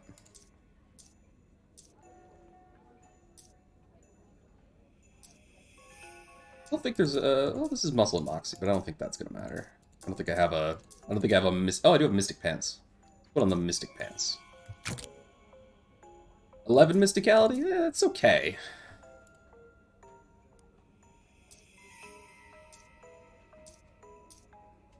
Do you have anything that gives more?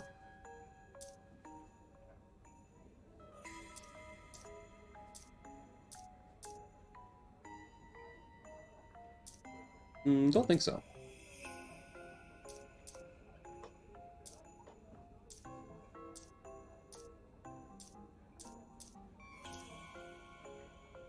Alright.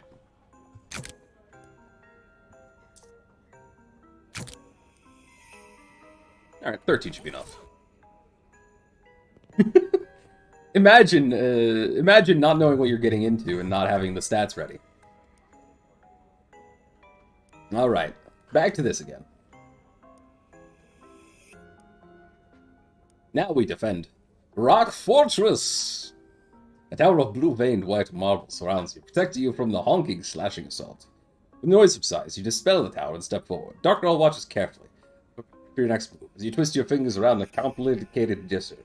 Asiago to hell! You take off sprinting toward Noelle, who's expecting a spell that does not exist.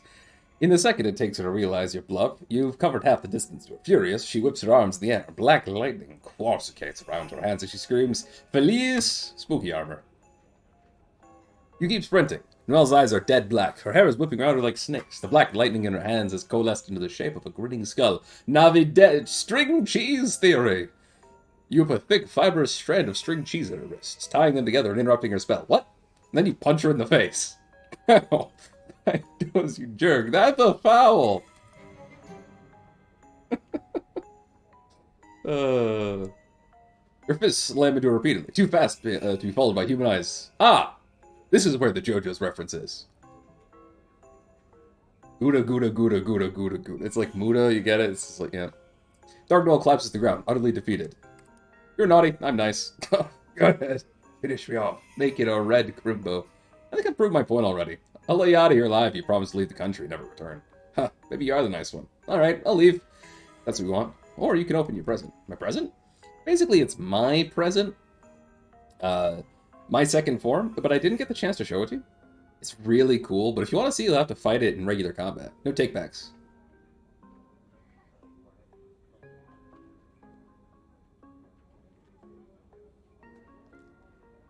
Hell yeah, let's do this!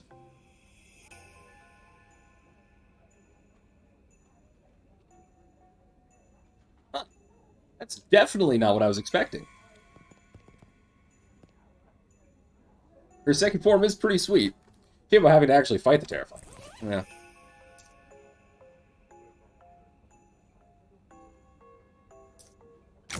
Let's put my other hat back on. Oh, and my fancy defensive pants. Much better.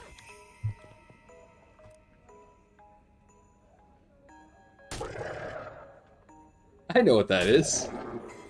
That's Dark and Well. I mean, that's not really... I mean, look, I understand that she's meant to be scary and all, but she doesn't seem that powerful.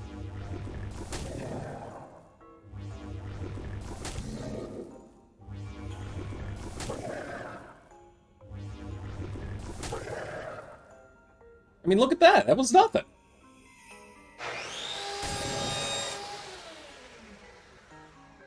Quick, use Chekhov's rifle. You won! Wow. Maybe it'll be a holly jolly crimbo after all.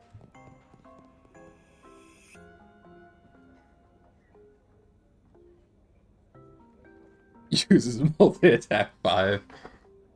Well, yeah, so AP can be used to, like, use those skills. And then you regenerate normally 1 per round. I have a hat that regenerates 2, but, like... doing damage equal to their mysticality is pretty good. This is left the desk, more gift wrapping station. You don't find any information about Uncle Murray, but underneath the paper scraps, ribbons, and blank name tags, you do find an important looking key. Key to the Black House. Okay. Well, that's fair enough, I guess. Assuming this is a two-way horrible Shadow Maw. You want to go back to D&B? Sure. So is my license renewed, or... I didn't really... I feel like that was explained. Like, do I have to... Oh, let's go to Army Recruitment. That sounds like fun. A woman catches the corner of your eye and turn to see several tall, long-limbed figures gliding towards you. They twist and twirl as gracefully as ballerinas as they approach, but this beauty is contradicted by their heads, which are indescribable shadows. And I'm not using indescribable as a horror cop-out. I'm literally uncertain about what's going on in their head area. They have like a winged collar, or maybe side horns, but I think that's a mouth on it. I don't know. Fight them and see for yourself. It's weird. Yeah, that is pretty weird. I'll give them that, yeah.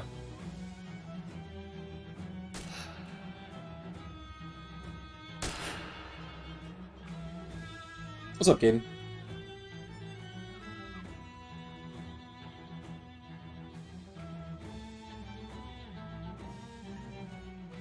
Lunar Sorcerer. Neat.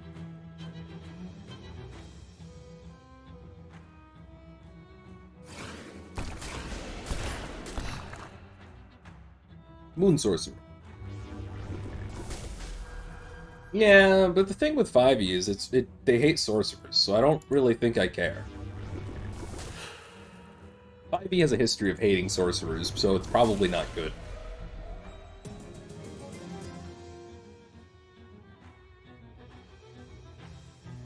Calls you to walk like a ballet dancer. Huh, you won. Guess their pas de deux was a pas de don. Law's the Nutcracker. A horrifying little Crimbo bunny. Attacks enemies and reduces their stats. That is horrifying, I agree. This rock doesn't belong here. Fair enough. Good, he's up. Do you like to play with matches, caller? Sure, we all do. This is not the one. I understand. I will. No, I want this telephone. Then I will get it for you. Hey, wait! Okay.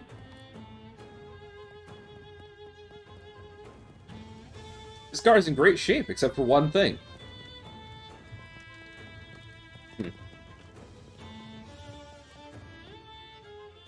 So machinist knocked itself over in an act of conscientious objection. Modern army system. Cool.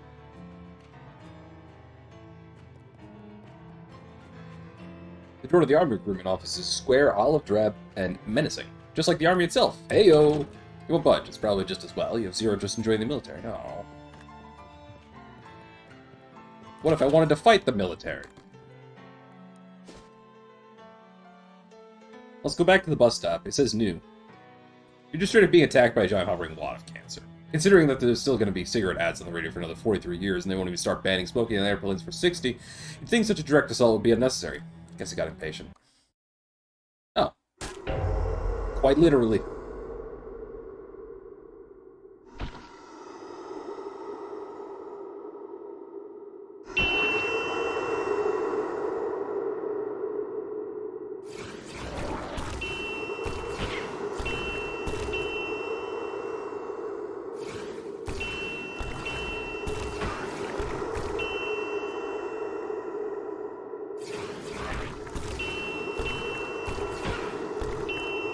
God.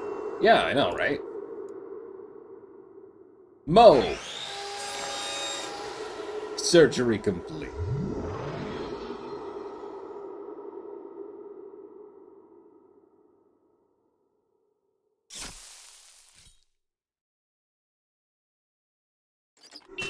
This truly is the Shadows Over Loathing. It is, yeah. That's a lot of bleed. Also a lot of spooky. Yeah.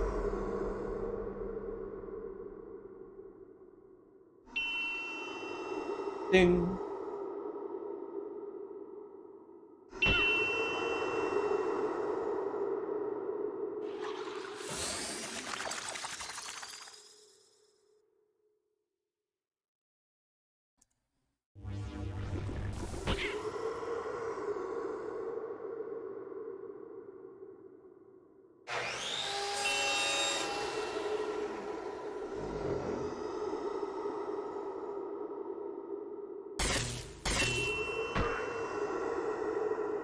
One off.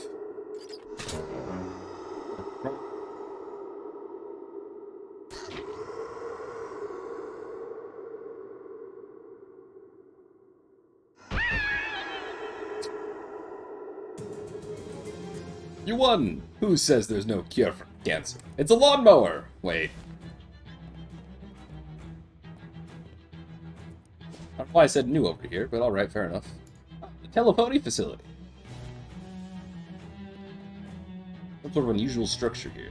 There's some kind of metal you've never seen before. It's opaque, but still somehow glowing from within, like a math book that swallowed a candle. It's cool to touch, but yet radiates a kind of warmth. This doesn't feel like a typical public art project. Why build an otherwise abandoned area? An ordinary phone booth. Ignore it. Done. Death. The cure is death. True. Federal prison. You find yourself in front of a forbidding building. The crumbling ruin of some old government office. Its bureaucrats now replaced with regular rats. Explore it! You poke around through the saddled office and hallways, lamenting the fall of the reliable old structures we once depended on. Is this really the future? You sigh. A couple of minutes later, you find an old safe full of meat, and your mood improves dramatically due to the short-term windfall. Nice. Hello? It's for you. That isn't him. I'm there in his house now. I am there with him. This is not him. I'll burn the teleport then. Wait, who am I?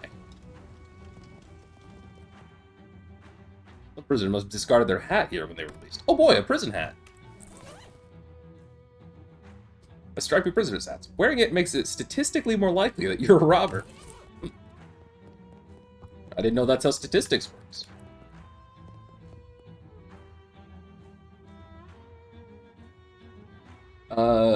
No. Also, do you mean, Black Noel or whatever it is? Dark Noel? I can't remember her name already. Small wonder they kicked this guy out of the cell blocks. Hi, I'm Kodiak. Wee honk. I'm Crimsley. Jim Crimsley. Nice, sounds. Thanks. Takes a lot of practice to get into the honk Monica. Of course, all I got is time. Any chance you want to part with that honky horn? And go back to playing just harmonica? Well, I'll swap it to you for a cracker. Just a cracker? Are you that hungry? Huh? Oh, you knew. Made my job to show fish the ropes. Go talk to Tetley in 1A. He shows fish to ropes. That's a weird job. Guess I can't think of anything to ask you. See you around.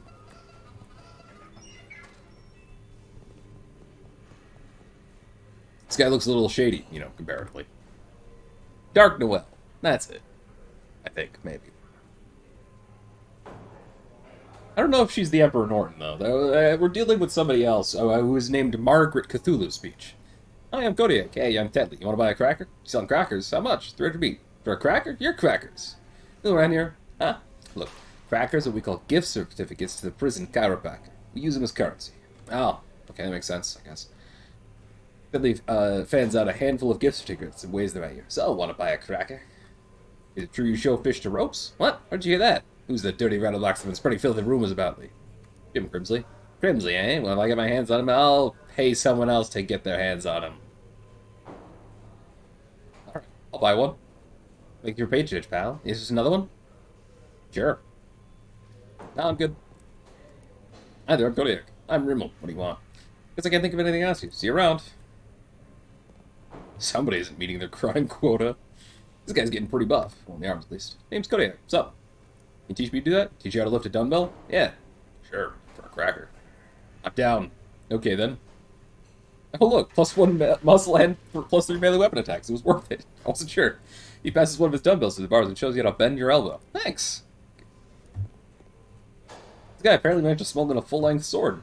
Hi, I'm Kodiak. Hey, Kodiak, I'm Clive. Nice sword. Thanks. Technically, it's a Japanese-style katana. It's still a sword. How on earth did you get a katana in here? I made it in the prison machine shop out of folded-up license plates. Huh. Can I buy your katana? Oh, okay, I guess I can make another one. I'll swap it to you for a deck of Luckies. Come again? A pack of cigarettes. I'll be right back.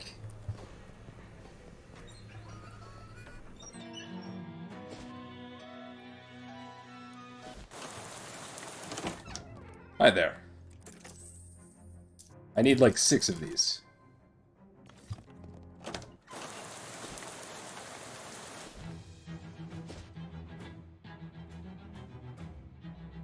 Owl splits the air and reverberates through your guts, the entire length of your guts. A massive black dog, or something that was once a dog, or perhaps something that was never a dog, stalks out of one of the alleyways. Stalks out of an alleyway and opens its mouth to reveal an entire expo center knife show's worth of fangs.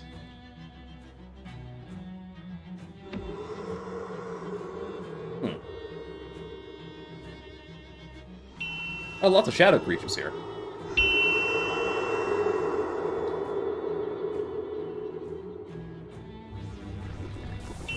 I knew that would be your response, Caden.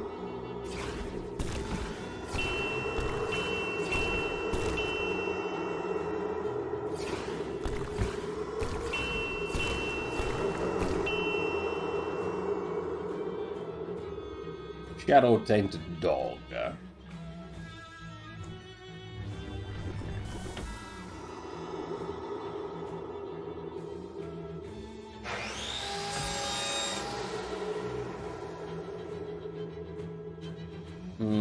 That won't kill anything, so not really necessary. We'll just do this. Ding dong. Ow.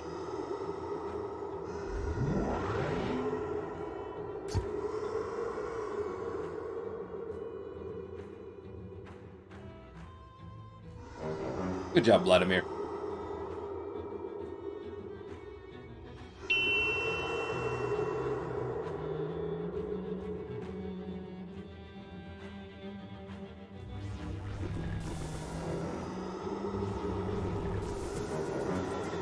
You won! Bad dog.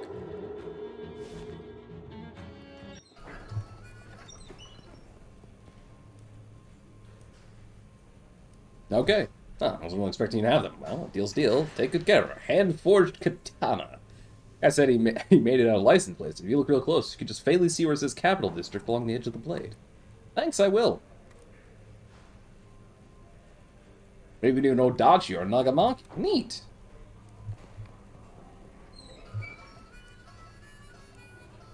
Here you go. Super Hockey Horn. Your moxie and physical damage to all enemies and raise your team stats by 3. That's pretty good. Thanks.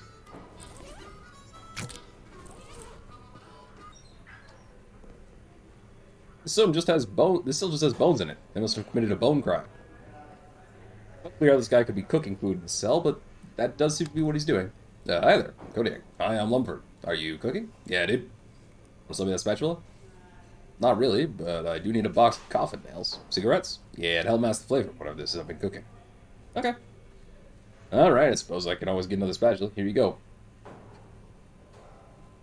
This used to be something else, but with patience and ingenuity, it was converted into a pretty bad spatula. Thanks. How's your food? Thanks to these smokes, I have no idea. I guess I can't think of anything else to ask you. See you around. This prisoner is, what is she doing? Hi, I'm Kodiak. Nice to meet you. I'm Donna. What are you doing there? Levitating an orange? Oh, telekinesis. I can do a little of that. What I'm doing is a bit different. More general purpose. Well, color me intrigued. Tell me about your hovering orange. Since it's so boring here, I've been exercising my imagination. And it turns out if you get really good at imagining things, you can trick your brain into believing they're real. If you get really good at that, you can make them actually real. Wow, jeez. Oh, wait, so why are you still in a jail cell? These bars suddenly disappearing is a little harder to imagine than a floating orange. See, you teach me your imagination thing? I imagine so, but it's a kind of power that's potentially dangerous and therefore valuable. Sure, of course. You seem okay. I'll teach you in exchange for a cracker. Alright, I'll be right back. I'm gonna need to buy like 6 more of these.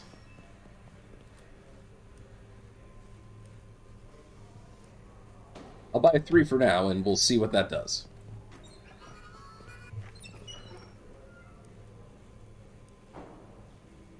He puts you through a variety of imagination training exercises, mentally rotating cubes and so on, until you finally get the hang of it. Daydream believer. Also mysticality and plus your magical attacks. Well, thanks. Now I just need to find an orange. Or some other things too. Apples? Whoa, whoa, don't aim too high there. Okay, okay. This guy must be Wilmer. Hi there, I'm Kodiak. How's it going, Kodiak? I'm Wilmer. Guess I can't think of anything to ask you. See you around. I don't know how I knew that was Wilmer, but I'll take it. Hi, I'm Kodiak. Hi, I'm Lewis. Want to smell that shiv? Feels like I can swap you for a pack of cigs. Deal. Thanks. These are going to be much trickier to juggle. Artisanal shiv. Not always just about stabbing a guy. Sometimes it's about vengefully stabbing a guy for making fun of the craftsmanship of all your previous shivs. Thanks. This guy in the cell's ignoring you, and he's doing it really hard. Good for him. Riley twitches. He draws a line across her throat with the toothbrush and makes a sharp get lost gesture. Okay. Hi, I'm Kodiak. How's it going in there? What you in for? Okay, bud? So, how's the food in there? Getting along with the other prisoners? Just off in your own little world, huh? Everybody has their own coping strategies. You know, I met a librarian that you get along with. A guy named Ted, real quiet. Got a single giant eyeball friend. It's coming for you. Okay, nice chatting. Bye now. Hi, I'm Kodiak. Hi, I'm Mitch. You're a pretty good whistler. Thanks, I've been practicing ever since I swapped my harmonica to Crimsley. What'd you get in return? Can of stash wax. Sold to some other guy, though. Huh, okay. You teach me to whistle? And exchange for a cracker. Alright, here you go. Great. It's pretty easy. Just put your lips together, murder a guy for sleeping with your car, and get sentenced to life in prison. And blow. Did I skip that middle bit? Sure, I guess, but that worked for me. Nice. The cork will be the exact shape and size of the mouth of the guy who gave it to you. Yeah. Frighten yourself from whistling. What's the cork for? In case you want to stop. Okay, thanks. Can't you just, like, not, though? Hi, I'm Kodiak. Hello, I'm Dr. Dixley. Can I help you? Are you the prison physician? Close, I'm the prison chiropractor. What's the difference? Well, a physician treats ailments through specific medications and treatments tailored to that ailment. A chiropractor fixes everything by pushing on your spine. Interesting. Can I get an adjustment? Certainly, in exchange for one of my gift certificates. Right, of course, yeah. Can I buy a gift certificate for you? Sorry, some hoodlum made off with the whole stack. I haven't had any more printers yet. Guess I can't think of anything to ask you. Well, you know what, I'll, here you go. Great, just lie down on the table here. This is safe, right? A little nervous about letting someone mess with my bones that contain the nerves and then let my head communicate with all the rest of the body. Look, just because this science was developed by a man who didn't believe in vaccines or even germs and claimed the techniques were given him by a ghost during a seance, and also I don't have any kind of actual legal medical degree, that doesn't make me a quack, okay? I know what I'm doing. Plus, science and seance are basically the same word. You twist your spine into a new configuration. Your spine is exactly where it's supposed to be for once. Well, I do feel better. Nice. One of the chiropractors less fortunate, I suppose.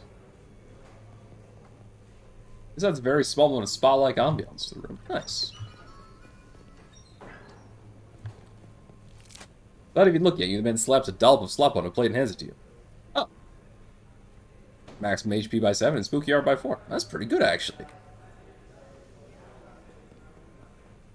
Well, the slop per customer. Hi there, I'm Kodiak. Hi, I'm Nora. Nice spice jar. I need this one so I can keep eating here without dying of boredom. I have a similar gadget I can sell you, though. It shows you an elaborate mechanical pepper mill. I made it in the prison machine shop, but I decided I prefer traditional shaking. I'll give it to you for a cracker. I'll be right back, then.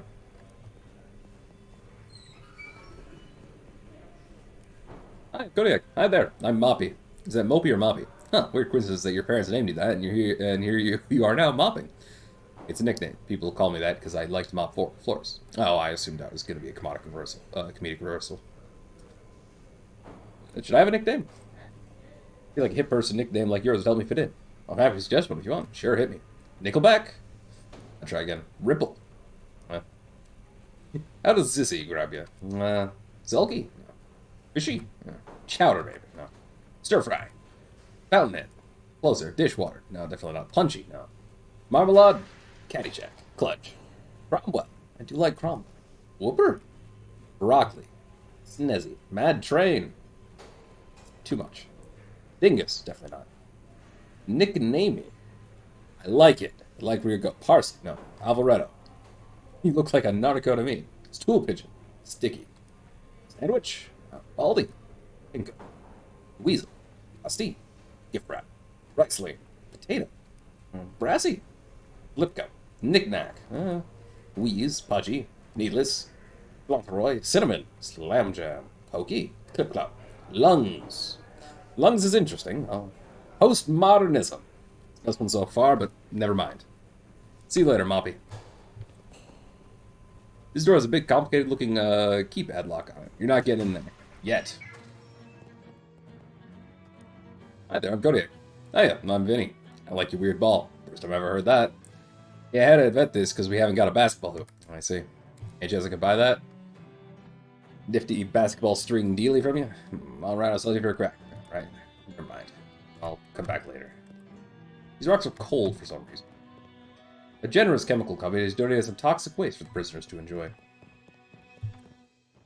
Dead matter. This guy seems pretty good at lifting weights. Hi, I'm Kodiak. Hey, I'm Bruno. Anything to ask you? See you around.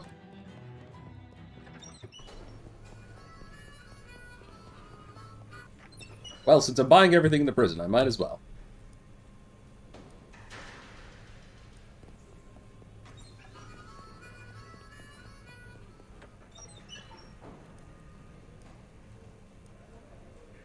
Automatic pepper mill.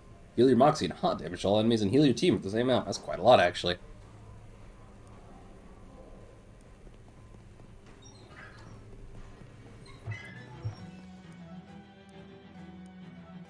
Basketball on a string. Moxie and physical damage 3 times in a row, once per fight. That's really good, though. I mean, I could definitely see that being useful. Definitely more of a gunslinger thing, though. The IRS Central Office. They should have some meat for me to collect. You hear hooting and yelling nearby, and look, the game's nearly over. It's not like you're going to learn not to investigate this kind of stuff now. Turns out to be a small band of roving and or raving maniacs. Seems like maybe their minds got corrupted by the shadow and they aren't reacting to it very well. I guess I'm just assuming. Scream out all your teeth might just be like a fun thing they're into. A hobby!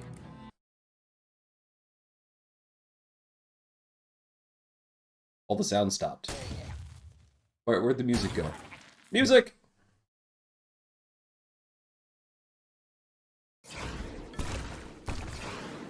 Well, alright, I guess we're just here now. This is just what we're doing.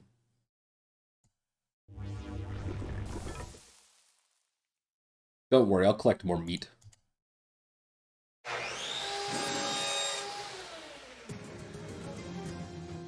See? Government cheese! Wait, that's not meat. Rebellious medallion. Mysticalian magic weapon attacks. Sneaks. Sweet Susie the doll. Finally, a knife-wielding maniac on your side. Nice. It's full of meat. It's amazing what people throw away if you press them enough. This wheel must have gotten tired of being attached to a car.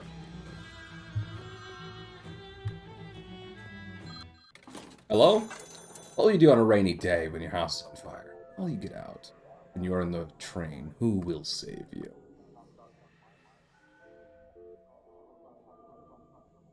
What do you mean, when my house is on fire? This isn't him. I understand. Do you want this telephone or shall I burn it? Give it! Give it to me. At least tell me who you are, either of you. Oh, okay. The local branch of the IRS is looking pretty run down. You think they have plenty of funds for upkeep? Yeah, that's how it works. Ah, damn. Let's go to the Vista Hall, I guess. Someone stops for a moment and look around at the identical gray concrete buildings of Government Valley. You know, people think robots are heartless, but they aren't. How do you mean? You think they have emotions? No, nobody figured out how to program real emotions yet. Probably we never will, because programming is logic and emotions are the opposite of that. But everyone I know who makes robots, we act like they do have emotions. We give them cute names and say they're happy when they work right and grumpy when they don't. We put hearts into them, if you see what I mean. A heart or a soul or whatever. It isn't just internal to something or someone. It's also how other people feel about them. How they exist in other people's perceptions. You have here. What brought this on? These big concrete boxes. This is the real heartlessness, I think. People who made this place, they don't really care about anyone. Not even themselves. Okay.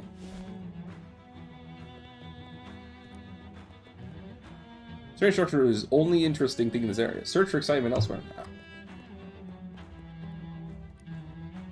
It's another nearly identical sculpture. You're not really sure what it is or what purpose it serves. It's made of the very same weird metal. Very strange.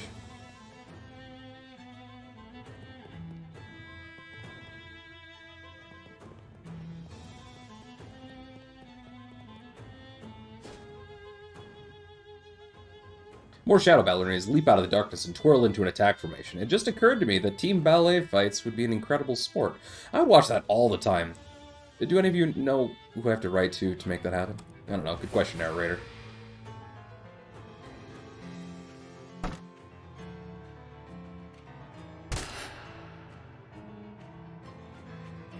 Mind melt. Continue mind melting.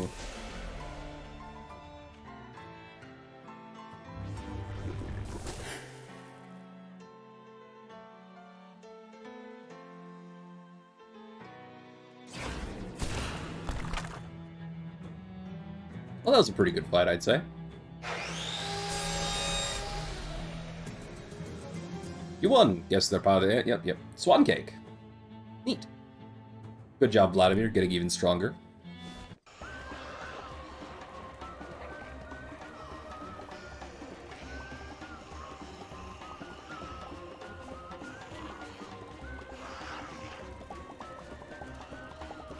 I'm gonna be right back. You all just enjoy the music.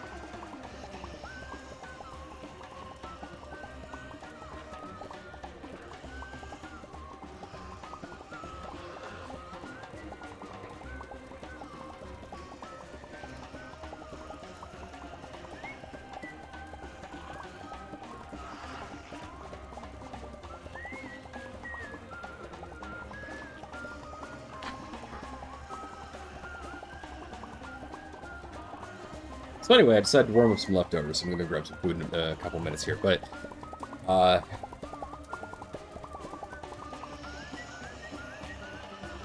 you want to join in this extremely violent dance? Yeah.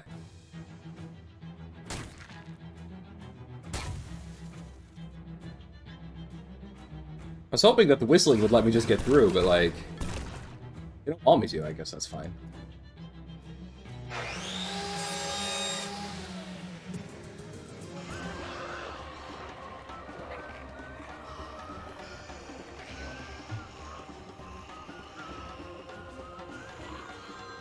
Oh, hey, another phone. Does it bother you? What? How'd you make all these telephone calls? Oh, listen, it's him. Am I the 91st caller? Did I win? He looks sad. Oh, he's not bothering Andrew. Let's burn him and see what he does. Wait, no!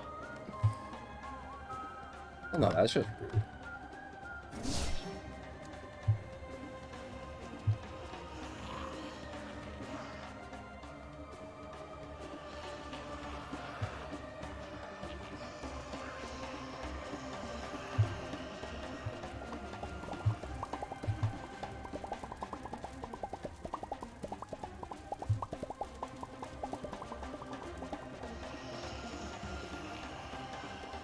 I kind of wish I could figure out what's going on with the whole music thing, but I guess we'll probably just have to come back later. I think the Ballet Theater will have something. Nestled amid the ashes of an old city park, you spot a statue of your nemesis, the sinister wizard lady Dark Noel. Vandalize it. Struck by sudden inspiration, you sprinkle some Parmesan cheese on top of the statue and leave the rest of the work to the pigeons. Oh hey, this is a lot like that other place. Except without the... Well, I guess I can just fight them if I want, that's fine. The rock is extremely cold. That's all you know about it because you're not a rock expert. True. You're out of questions. Will you make a guess now? I don't have any more questions or guesses. Can I guess? It is me. I am your dream date. What? I've been your dream date the whole time. If I hang up, will you find me? Yes, I know where you are. Congratulations, I think. Silence. The line is dead. Maybe that's for the best. You've heard too much. Ask not for whom the phone rings. This payphone technology is amazing.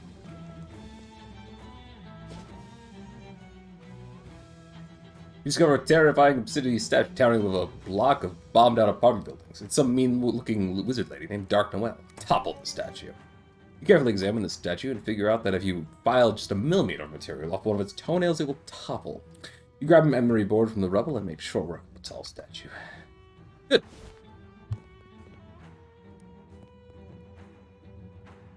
Somebody stole the steps, of course.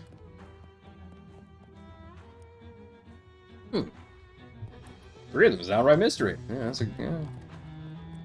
Real shame they shut down the Federal Bureau of Defenestration. Yeah. The FBD was my favorite.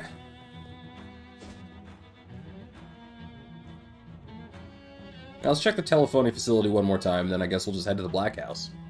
Who put up statues to accountants? There's a cast iron one of humorless drip named Terrence Poindexter looming over the abandoned commissary. Vandalize it. The commissary was read a long time ago. There's still crates of toilet paper left on the high shelves. You wrap the statue in disrespectful material until the accountant looks like a pyramid country mummy.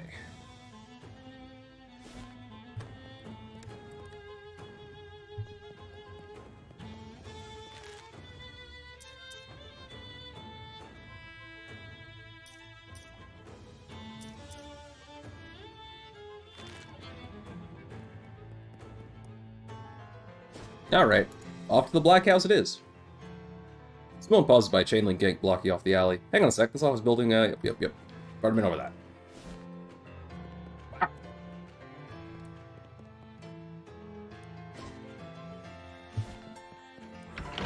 Inside the key and lock, it turned. Both key and lock suddenly disintegrate, leaving the gate unsecured.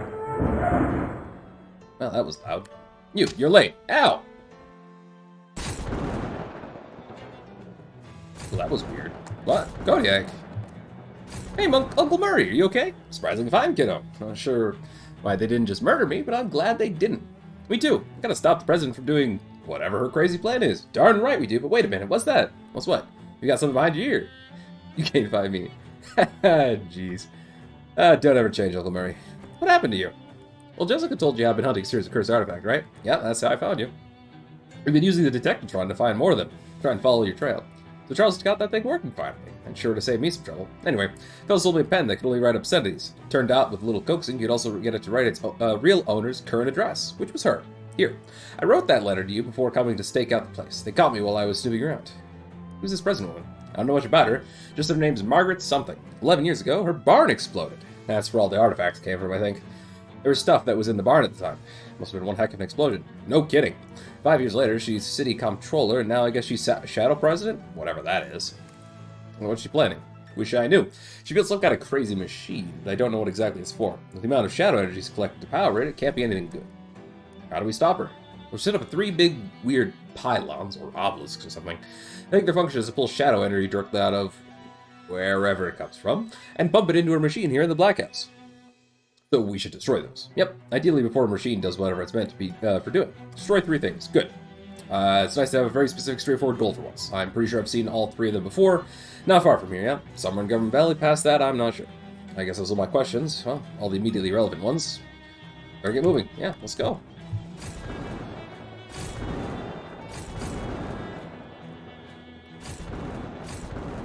Alright, well. I know there's one over here somewhere-ish. Ah, half animal, half plant, half alien, half shadow creature slid out of the darkness. Makes a high-pitched noise and starts sliming its way toward you. If it turns out this thing is actually some ancient, hyper-intelligent progenitor race, I hope they're at least a little embarrassed about how gross they are. And then the music just goes away again. That's weird.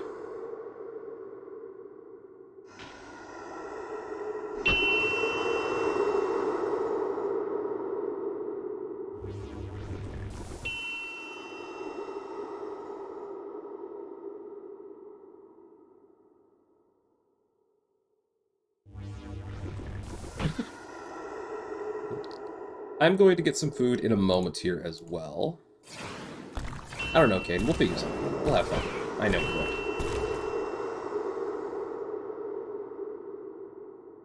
we will. I'll just hit this with Mind Melt.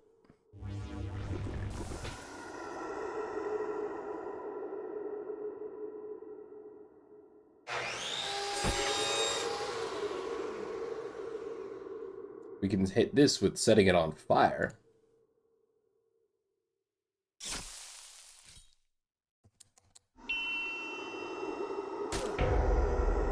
Dong. Dong.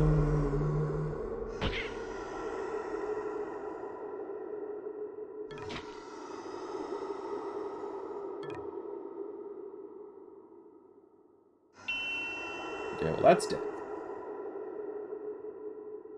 Thanks, Vladimir.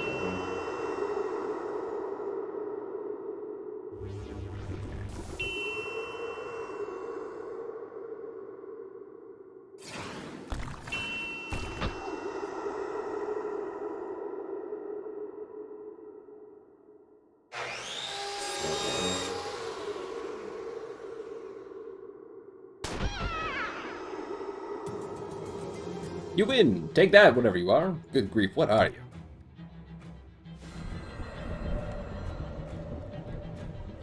Hello? Oh, weird. Hey, is that Kodiak? This is Rufus. Rufus! How'd you know I was here?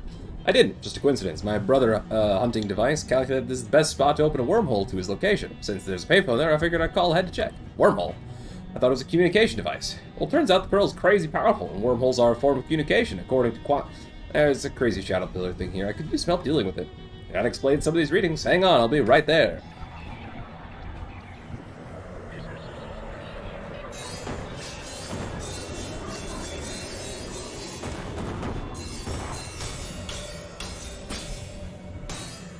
Good luck, Rufus.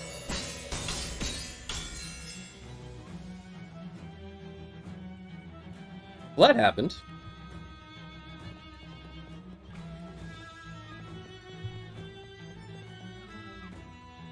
Murray's expression is a jumble of excitement, awe, and fear. This may be, unclear from the picture. 1 down, 2 to go. At least now I know what we're dealing with. Right. Right. Okay, I'm gonna be right back. I'm gonna grab my food.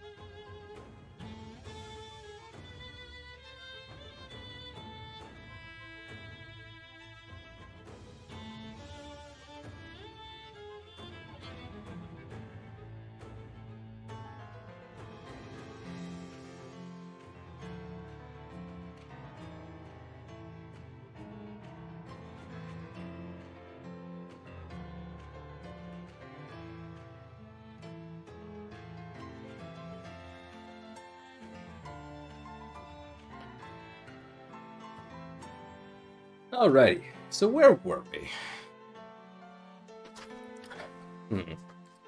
Was it the IRS Central Office? I believe it was. It's more of those, more ballerinas.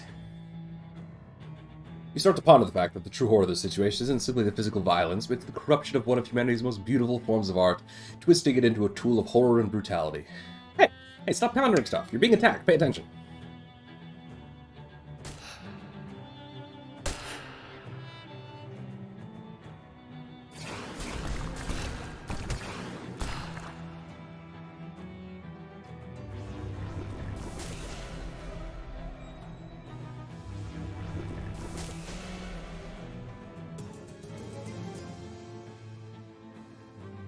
A smoldering tutu. Oh. Interesting.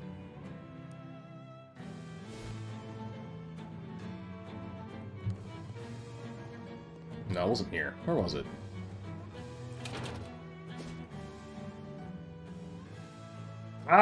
It's another group of those poor shadow crazed people. One of them seems to be trying to eat his own face without taking it off first, and the others are providing supportive noise. It's sad stuff, but the concept of therapy has barely just been invented, let alone refined in any way, so there isn't really much you can do for them other than desperately try not to get murdered by them, which, let's be honest here, is really for your own benefit.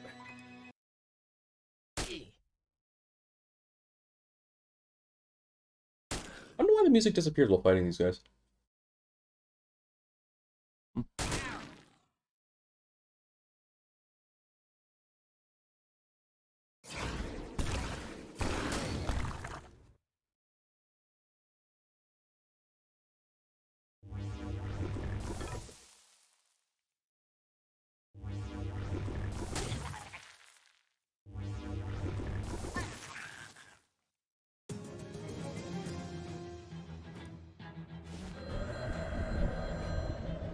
Hello? Hey, Kodiak, this is Johnny the Hobo King. My secret Hobo King powers alerted me they might be in need. How do you know what number to call? I just picked up my phone and it connected me to you. Is that how phones work? Well, yes, I do need some help. This big weird pillar thing here that needs to be destroyed. No problem, I'll send a crew of hobos immediately.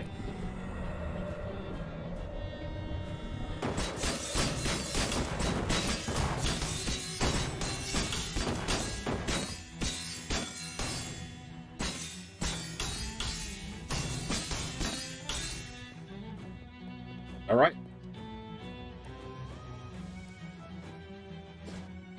I'm glad that worked, I think. Find yourself for yep, explore it. Always explore it. Always explore the forbidden building. I'm not getting a call for this one.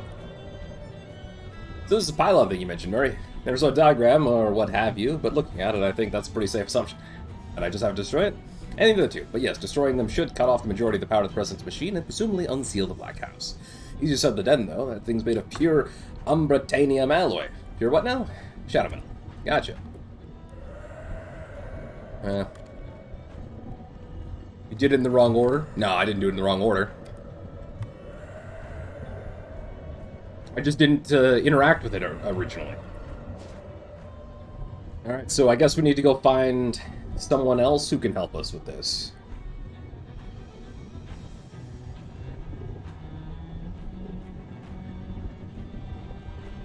I could punch it.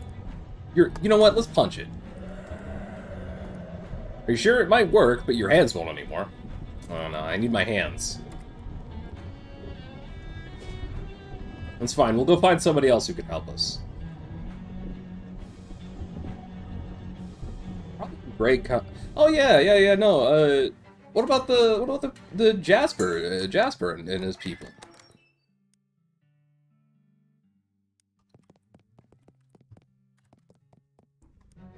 New cat unlocked. Yes. No, we'll keep Callipy's boot for now. I don't know where Jasper's people are. If I could find them, maybe they could help me. Hey, Elstrom, or we don't work. I didn't summon you. You're thinking so. I don't want you to work. No more excuses. Payable will beat you up and add it to your bill. Nah. I need my hands, Caden.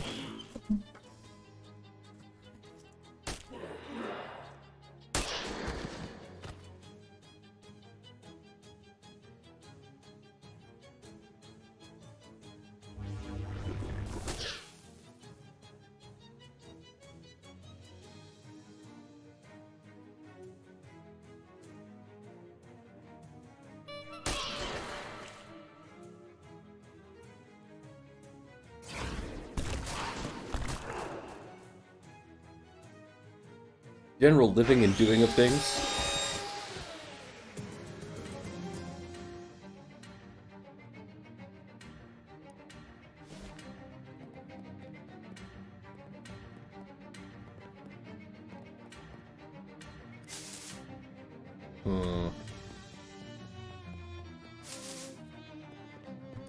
Oh yeah, Ghost Spoon. Ghost is better. I like Ghost.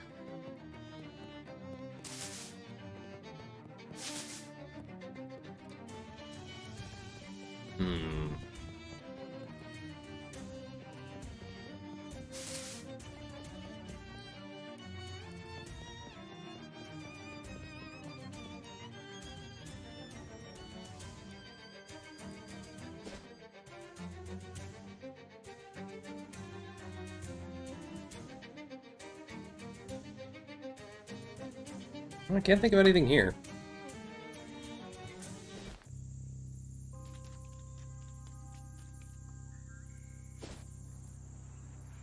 Let's check the largemouth bass and sons. Maybe they know something.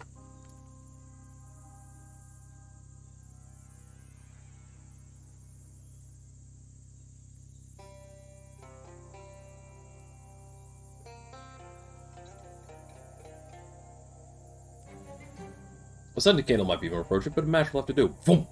Swamp gas ignites, and a bright green ball of flame, and the stink bugs comet away, doing impressions of very short-lived fireflies. Cool.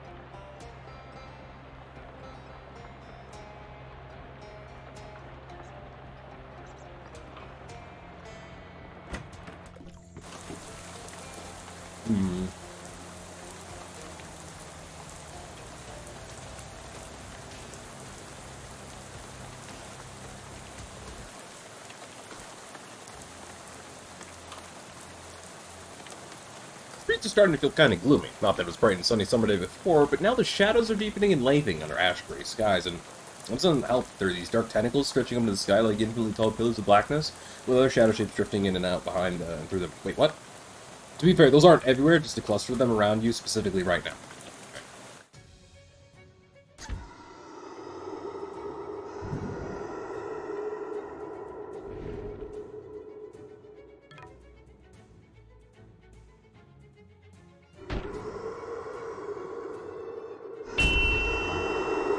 Ding.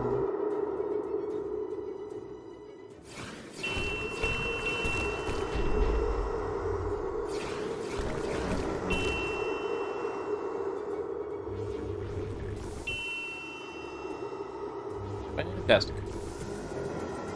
You won! The black stalks and other miscellaneous shadow creatures crumble and blow away like dandelion puff in a breeze. If it was an evil dandelion, or something like that.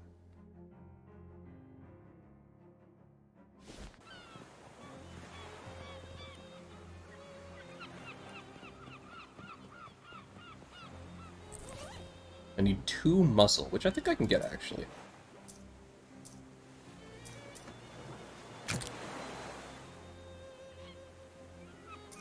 Yeah, I can. I can just barely get that.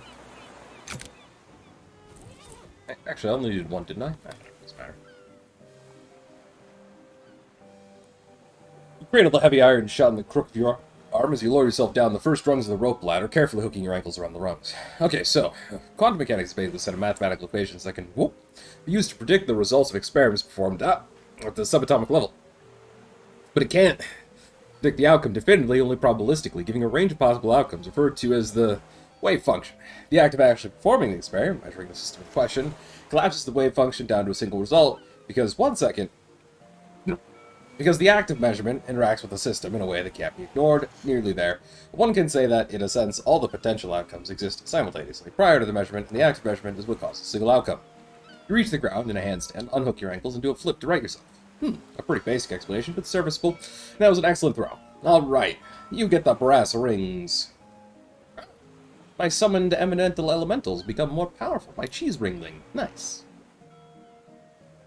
When you apply poison, apply 3 extra. That's also a nice ring. Neither of these is made of brass. It's just an expression. Man, I was hoping he'd come back, and I'm not just saying that as a Connie who wants people to pay 10 meat to play his games. Only 2 people have ever beaten our 6th challenge, and kid, I think you might be the 3rd. It's a challenge. Crack a short message encoded with military-grade cipher while crushing a cinder block with your forehead and juggling these 3 live cobras. Does it still count if I get bitten? Strictly speaking, yes, but I don't recommend it. 13 all stats. Well, I only have 13 mysticality right now. I need 1 more muscle and moxie. I don't think I have anything that works with that. I can get that, but I need 1 more muscle. I don't have anything that gives me 2 muscle and 1 mysticality.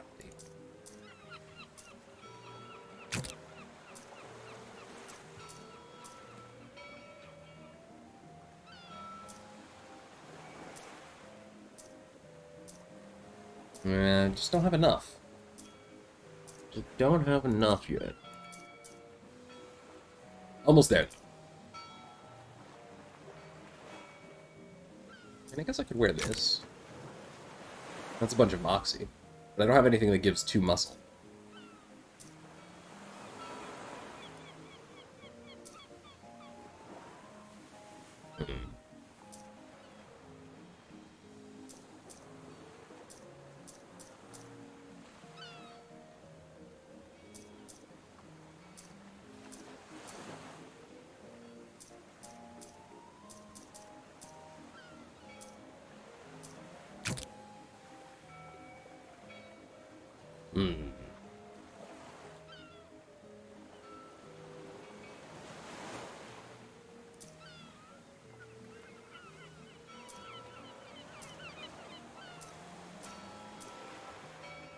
Yeah, I only have things that increase it by 1. And my current effects, I already have all of these. I guess a potion, if I could have something that gave a potion that gave me mysticality, muscle, and moxie. Do I have a potion for that?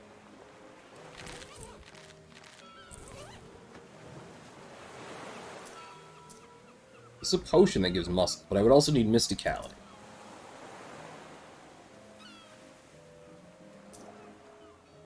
Potions, muscle. Can I can't do that. Okay, that's fine. This is just muscle.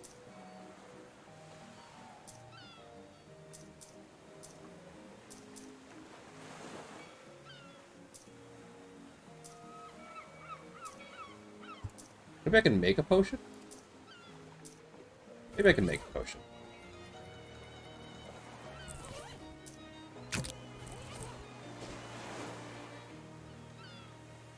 Let's try making a potion.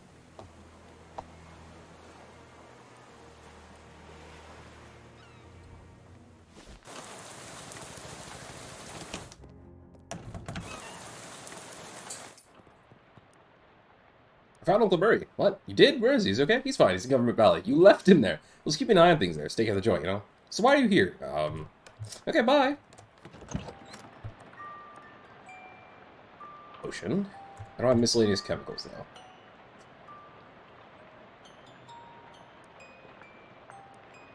Where can I find some miscellaneous chemicals, I wonder?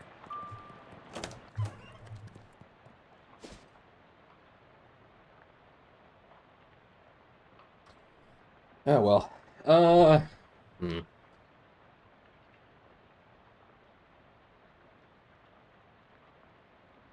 I did need to do something else here, actually. I don't know if it'll do anything, but there was a hobo code thing here that I missed, so I'm gonna go do that now.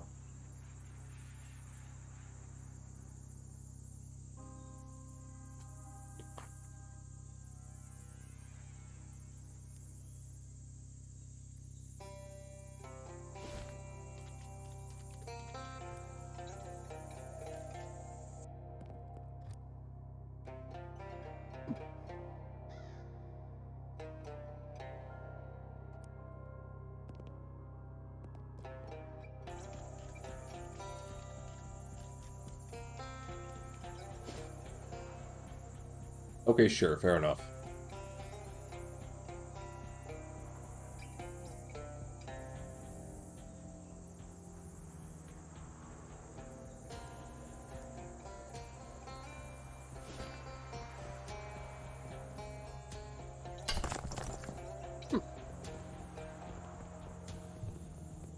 Did remember this was here. Oh, right, that reminds me. I need to go back to the runway.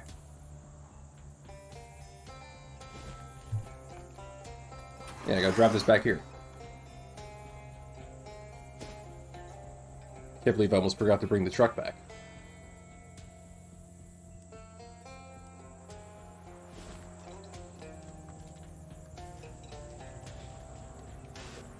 What kind of asshole would, take a truck here but then not drive it back? That's terrible. Study. Nice.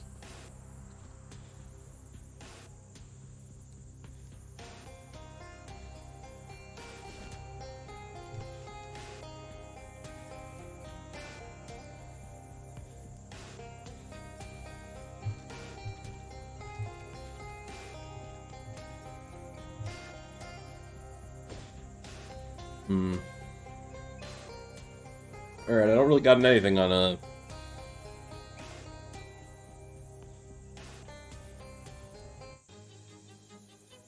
That's new.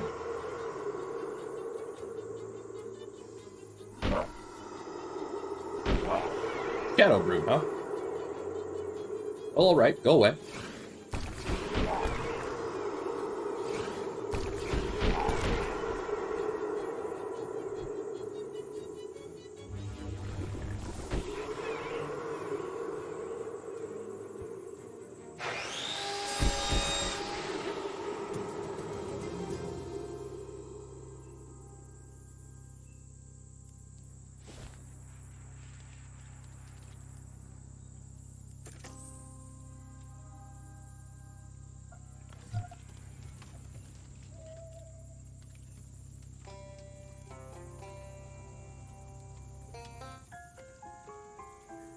Here we go, another secret I forgot.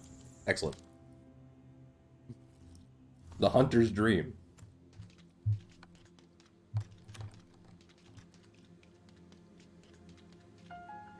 You wet yourself. Miss, go to acquaint himself. Get the principal. I don't have a principal. I'm an adult. Oh no, this isn't a Hunter's Dream. This is a Hunter's Nightmare. Escape! Oh no!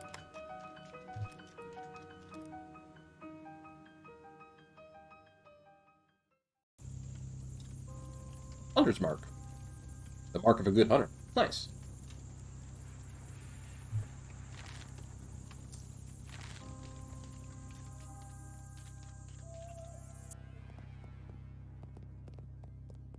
Well, that happened, I guess.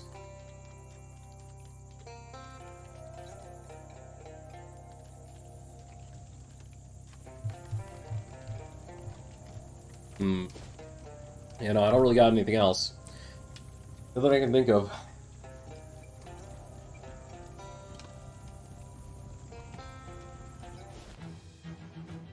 I guess punching it is.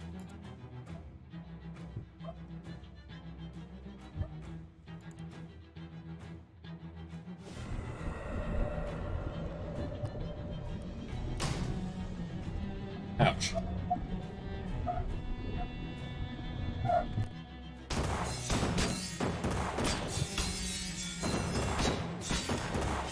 Shoryuken!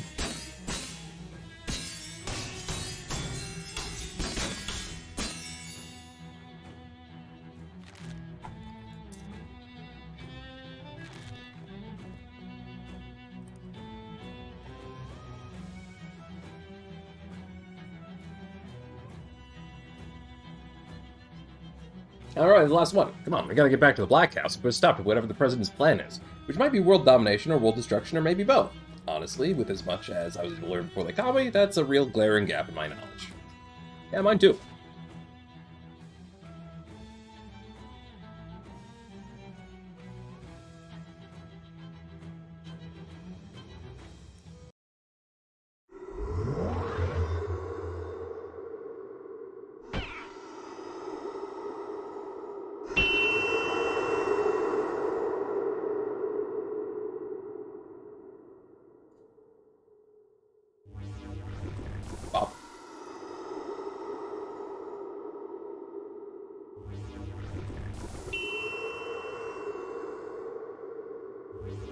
It's hitting all of them.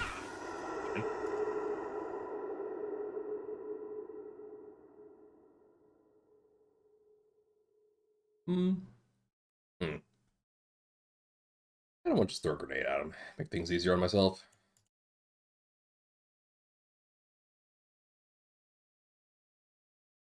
Yeah, this'll work. That'll work just fine, thank you.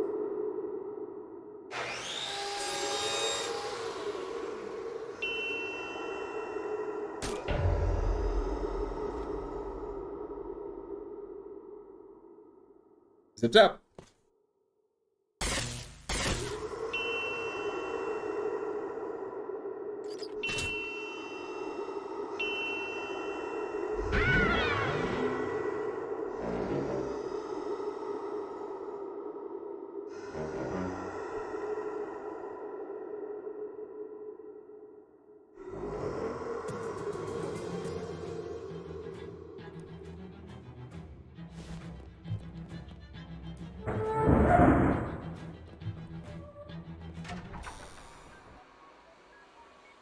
You rush into the foyer of the Black House. Murray leads you up a corridor and down a flight of stairs to a huge basement laboratory. The room is dominated by massive, writhing Terran space, seemingly confined to an Ubritanium frame. The president is typing furiously at a computer console nearby, but she turns around momentarily when you enter. She glares at you, practically hissing, "I knew I shouldn't have trusted that idiot Noel to deal with you. I noticed the shadow flow has dropped back to ambient levels. I assume that was your doing. Yeah, I busted your rear pillars, and now I'm busting you. Oh no, I'd be real sad if you weren't too late. Oh, nuts. Yeah, nuts to you. The portal is open. And after I make these last few calibration, the Emperor of all Shadows will be summoned to this plane to kneel before me, and I will rule this universe not as the President of Shadows, but the Empress." Wow, that's a much bigger goal than I was expecting. Yeah, well, go big or go home, right? Anyway, don't try to stop me. Without my attention at this console to keep the reaction steady, this thing could implode and turn the whole tri-state area into a smoking crater. Jeez, okay, well, mind if I look around? Sure, whatever, just don't pester me unless you want everyone, who ever heard of you to die.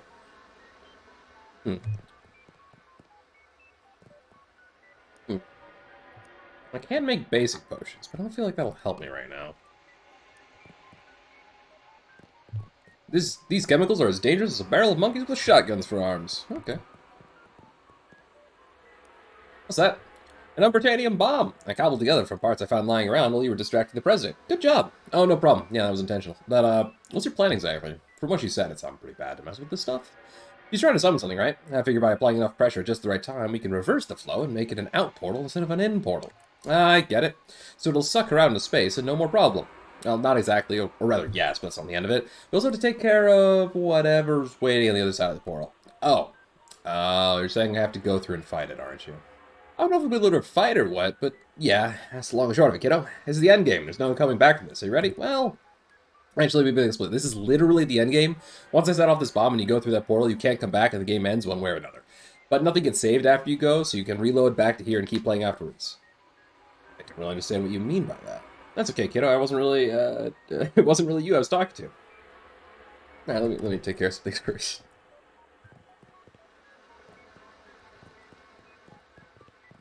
Alright, well, I got nothing else to do, so I guess we'll just do this now. I'm ready, let's do it. Okay, it's good seeing you again, kiddo. I think I got this bomb wired so I can toss it and set it off from here by overloading this other woozit, which hopefully won't end up getting me killed, but whatever happens, you gotta jump through right away. Don't have much time. I don't know how much time you'll have. Jeez, okay, be careful. You too, kid. Ready. Ready! No! Boom. Ah, jeez, okay. Resolution.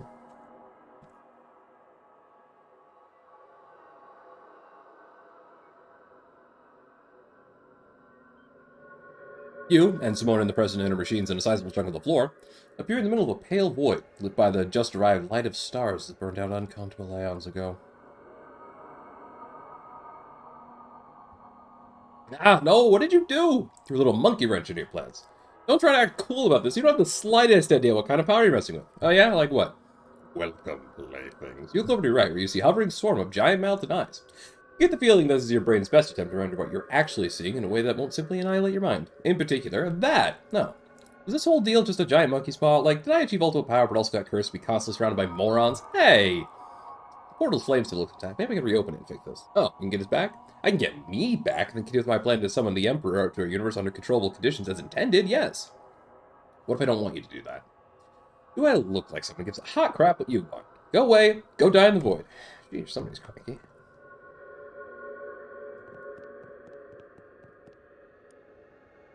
Knowledge is incomprehensible to you. You inspect the portal frame and can't think of anything to do with it that would help, which implies that you missed some optional stuff, but that's what replays are for. Nuts. Be not afraid. Hello. Am I? Welcome to my realm. What are you? I am what the shadow is the shadow of. Nice job if you can get it. It's a living. Let's fight it.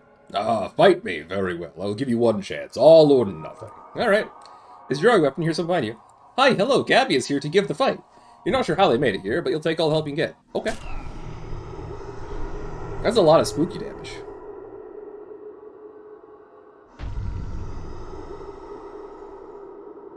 Good job, Vladimir.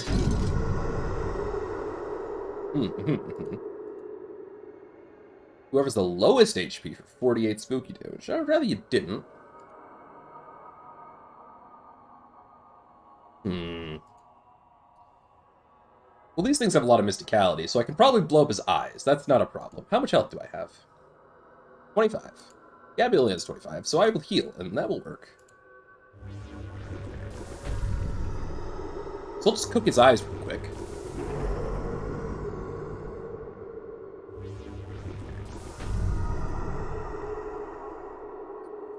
Hold on, I have a thing for this. The energizing and the vigor inhaler. Excellent. Cool. And President of Shadows, being bathed in shadows. Okay, cool.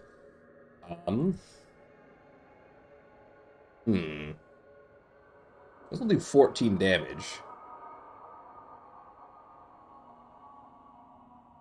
Right, well, I can do more to him than 14. I mean, I guess I can do this. Let's do this. Hong Kong. Alright, also, I got some other fun things on hand, like this nuclear bomb. It's 5 fire, that's not really enough. That's fine.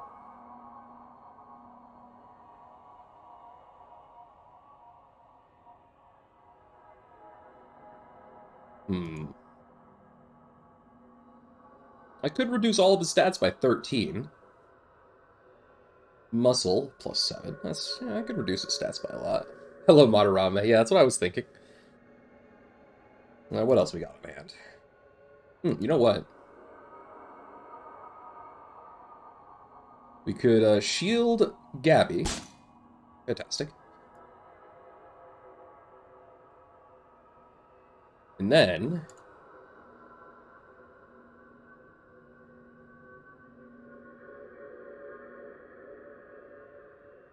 Five bleeding is fine, but I'd rather do more bleeding if possible, or more fire. Yeah, on fire. Let's light him on fire. Oh, he's immune on fire. I should read that. Let's light her on fire.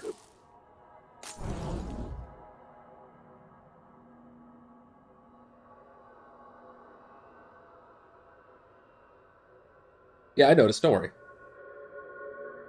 What else do I have that I can throw at him? 15 stench damage? Yeah, why not?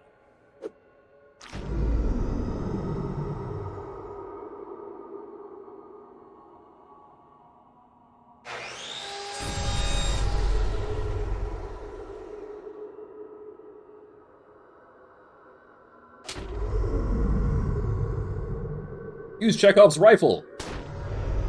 Not because it's good, but because it's funny. Looks like she's trying something. We should probably stop her from trying something. Empowered by the shadow. Okay, yeah, we should probably stop her from doing. I can probably... Yeah, I can do... Yeah, this is fine.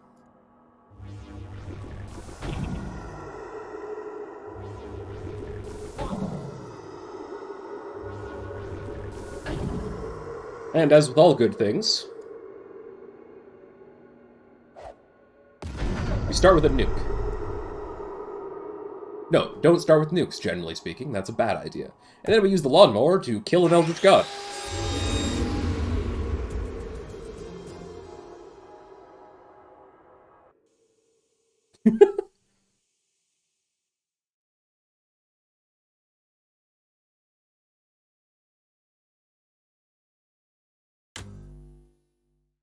Neat. Well, sometimes the best way to deal with a universe-destroying threat is just to hit it with something until it stops moving. Nice work. After the metaphorical smoke cleared, you found yourself stuck in the weird exponential space where the final showdown happened. Unfortunately, the fact that you created a temporal paradox before you left the universe meant that you could never come back to normal reality. Whoops. You waited a billion years. That was only the beginning. Actually, it's meaningless to say it was the beginning. The first billion years weren't any different than the next billion. You were still there. You always had been. The universe ended, and you weren't in it. Murray's bomb blasted him past the borders of reality. He drifted outside of the world for a span of time that might have been 5 minutes or 5,000 years. The only way to be sure is to not press a key for 5,000 years, then you'll know it was that long. A few weeks later, Jessica accidentally activated the failsafe interdimensional homing teleporter Murray had left in one of his desk drawers. She was looking for a pen. Murray was wrenched through the aether and then unceremoniously dumped on the floor of the antique store. It's been a while trying to figure out what happened to you, but didn't have any luck. Being outside of the entirety of time and space makes you pretty hard to track down. Eventually, Murray gave up and started looking for another relative to help him with his future ventures. The Bear Cave did a brisk trade until the end of Prohibition, at which point it didn't even brisker one. When they started televising underground bare-knuckle boxing, Gabby got really excited and joined a league.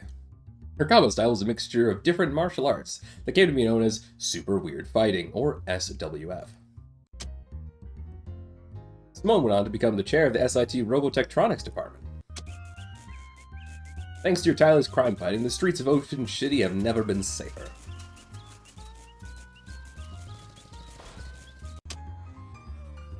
King Johnny got the camp loaded into the ocean, with Samuel and Agamemnon doing most of the heavy lifting.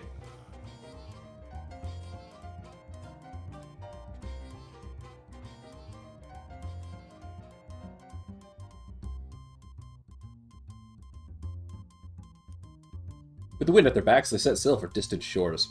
Thanks to Ovid and Crozius, the expedition was comfortable and well-funded. Sure, it got boring at times, but Howie entertained folks with his harmonica, and Dusty brought a deck of cards.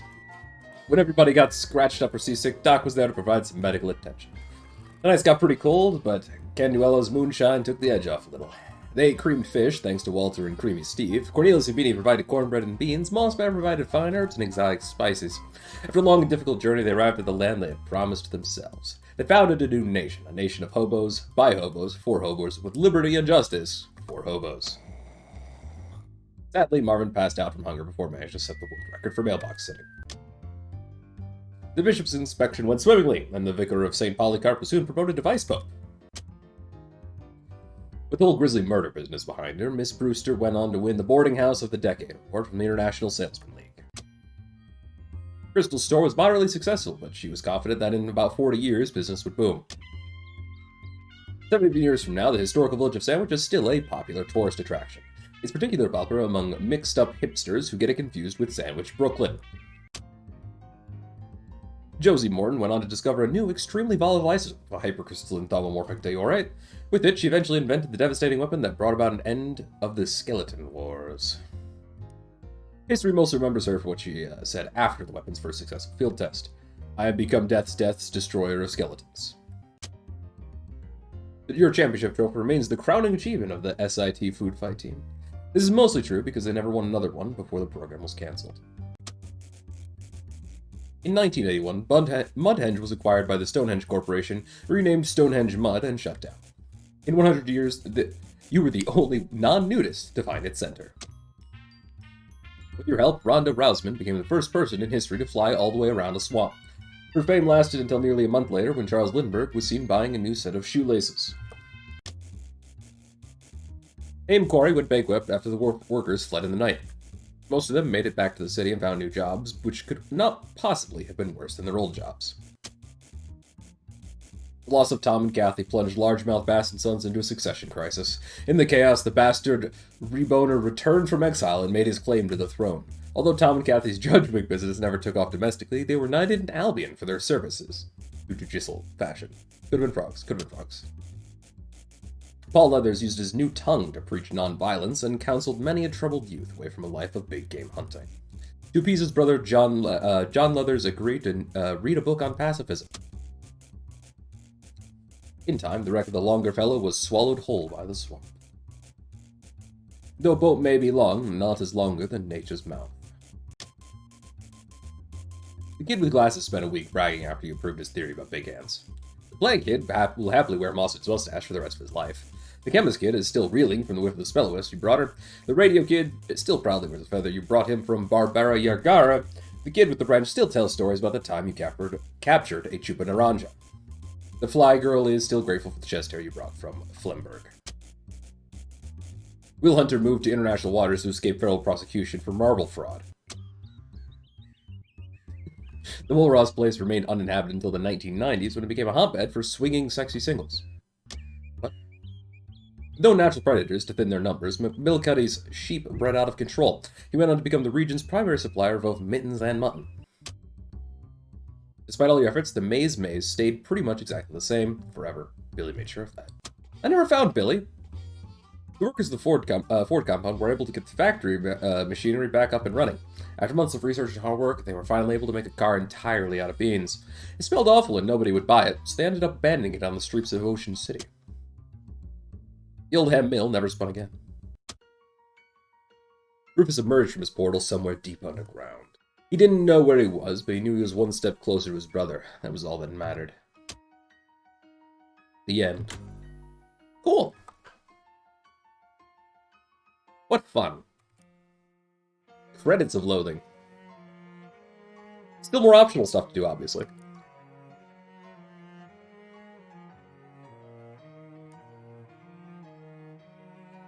Vociferous thanks.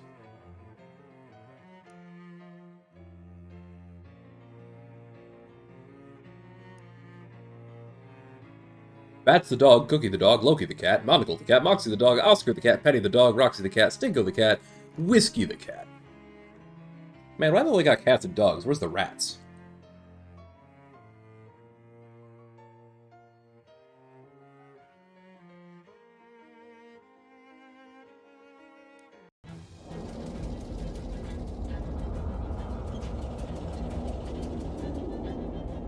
Well, that was fun.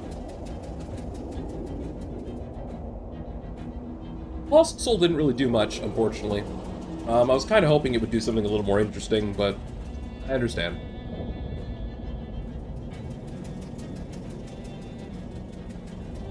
But...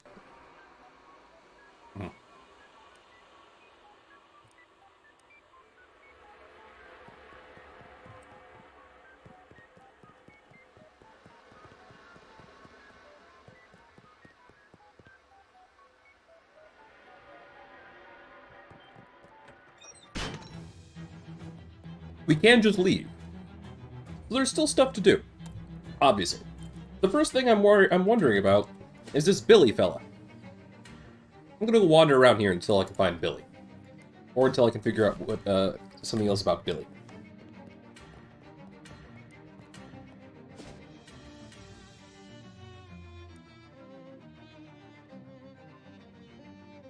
Be the Horse Whisperer? Word reaches that folk in this land are in need of a horse whisperer, specifically someone to whisper at this particular horse named Jeff to stop eating horse flesh, because it's making the farmers uncomfortable. You stroke Jeff's mane and whisper, "Come on, man," in the enormous horse ear. Jeff nods and agrees to switch to a plant-based diet.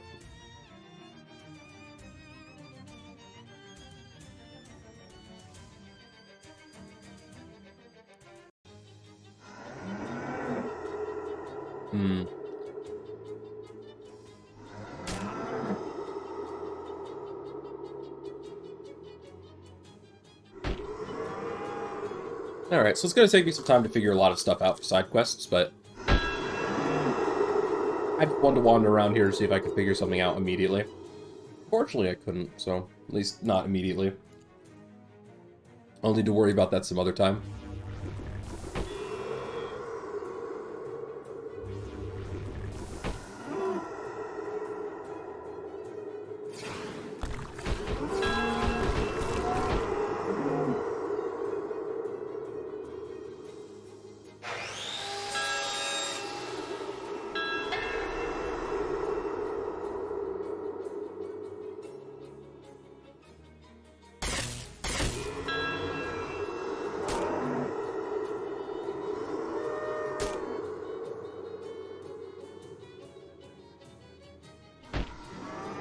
I just wanted to see if I could find something immediately here for this, but since I cannot, yeah, I will probably be ending stream because,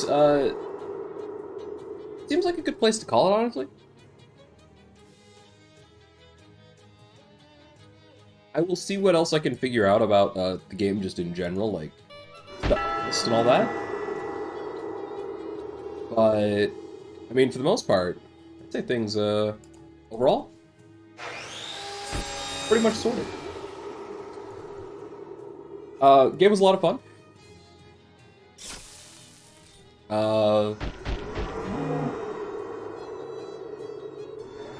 Yeah. I don't got much else to say. It's a lot like West of Loathing, but more. There's a lot of other stuff I obviously can't or couldn't do in this playthrough. Even just ignoring... Let's just stop by here. Even just ignoring the obvious, like, different classes. There's all those different classes at the university, which I didn't even touch, and I couldn't, so I know nothing about them. There's some more stuff I definitely missed, some other stuff I couldn't solve, some quest lines I obviously just don't know about yet, I'm sure, and a lot more. I'm probably going to be playing this off-stream now and then just to try and figure out more stuff and solve more puzzles if I'm not streaming it. But yeah, thank you for being here. I hope you enjoyed Shadows Over Loathing. I don't got much else to say. Let's see. What time is it? It's not that late. But I have been up for too late the last couple of nights, and I don't want to kill my voice. I'm going to give it a break, since the last 2 days has been, like, nearly 20... What is it? Like, 27-ish hours of reading through and saying and voice acting it as minimally as I voice acted some parts of it. So I think it's a good time to give myself a break. Thank you for being here. Follow if you haven't already. I'll see you next time.